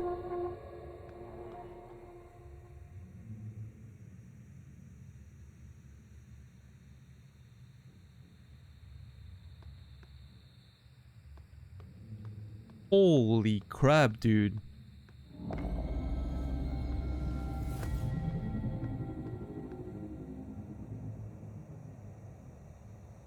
So we're in orbit around the moon.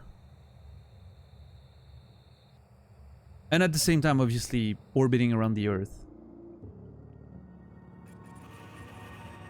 Okay, this is, like, actually super sick.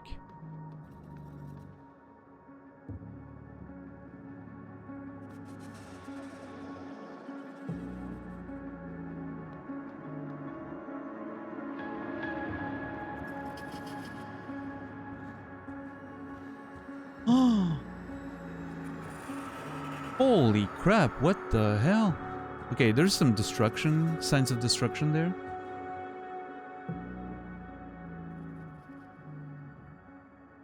Okay, well, I mean, unless, you know, unless those are fake screens as well, we're actually in space, confirmed.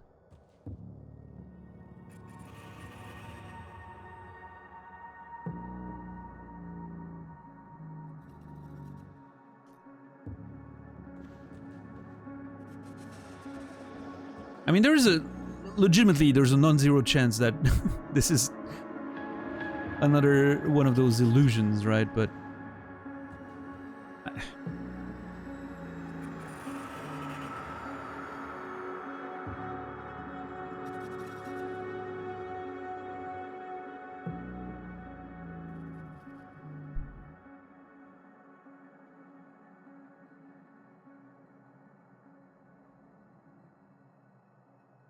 this is so great. Oh man, yeah, that place is a mood.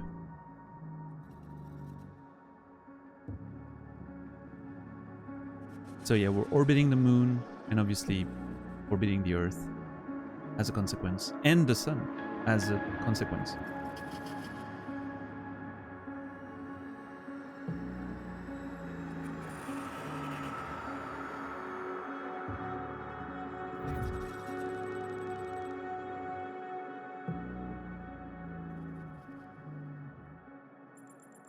What is this circular thing that I'm noticing? Oh, it's all around the station, actually. It seems like I can see it. And the center of the Milky Way and, you know.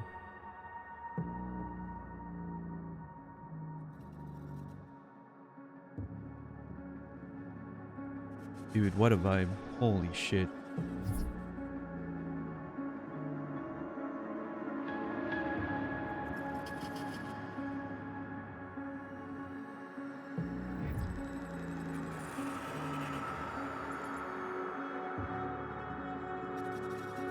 I was expecting the moon to be sort of like colonized, based on like a document that we read. Human resources. Oh man, this place is awesome. Can't wait to explore it. Yeah, again, this has a very like Bioshock in space sort of vibe. I'm enjoying it. Also, you know, some remnants of Alien Isolation, of course.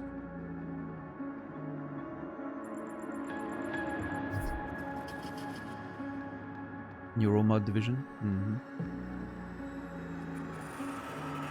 Okay, let me hold on. Okay. Let me find that book again that was mentioning the moon thing.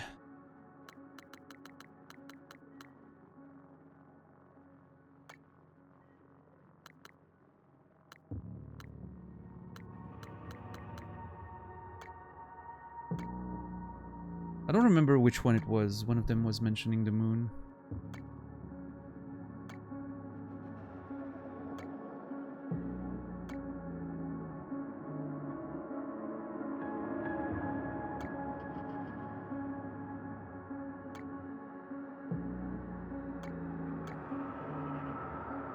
Was it an email maybe? No, I don't think so.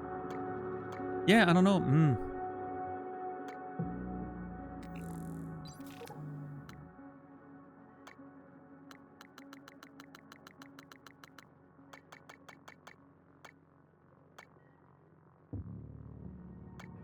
I remember reading a thing in the game that said something about the Talos station,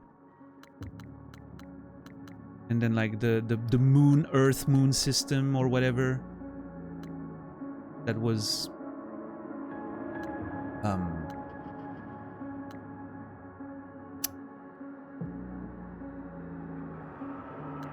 which I remember made me think, oh, have we like colonized further like than the moon and whatnot? But I don't remember where it was, but it was very early in the game.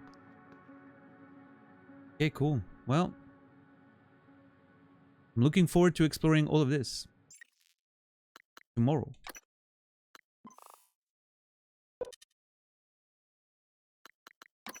Gonna be it for tonight.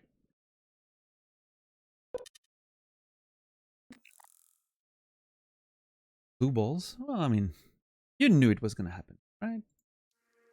You knew it was gonna. It had to at some point. But yeah, anyway, thank you everyone. Hope you guys enjoyed.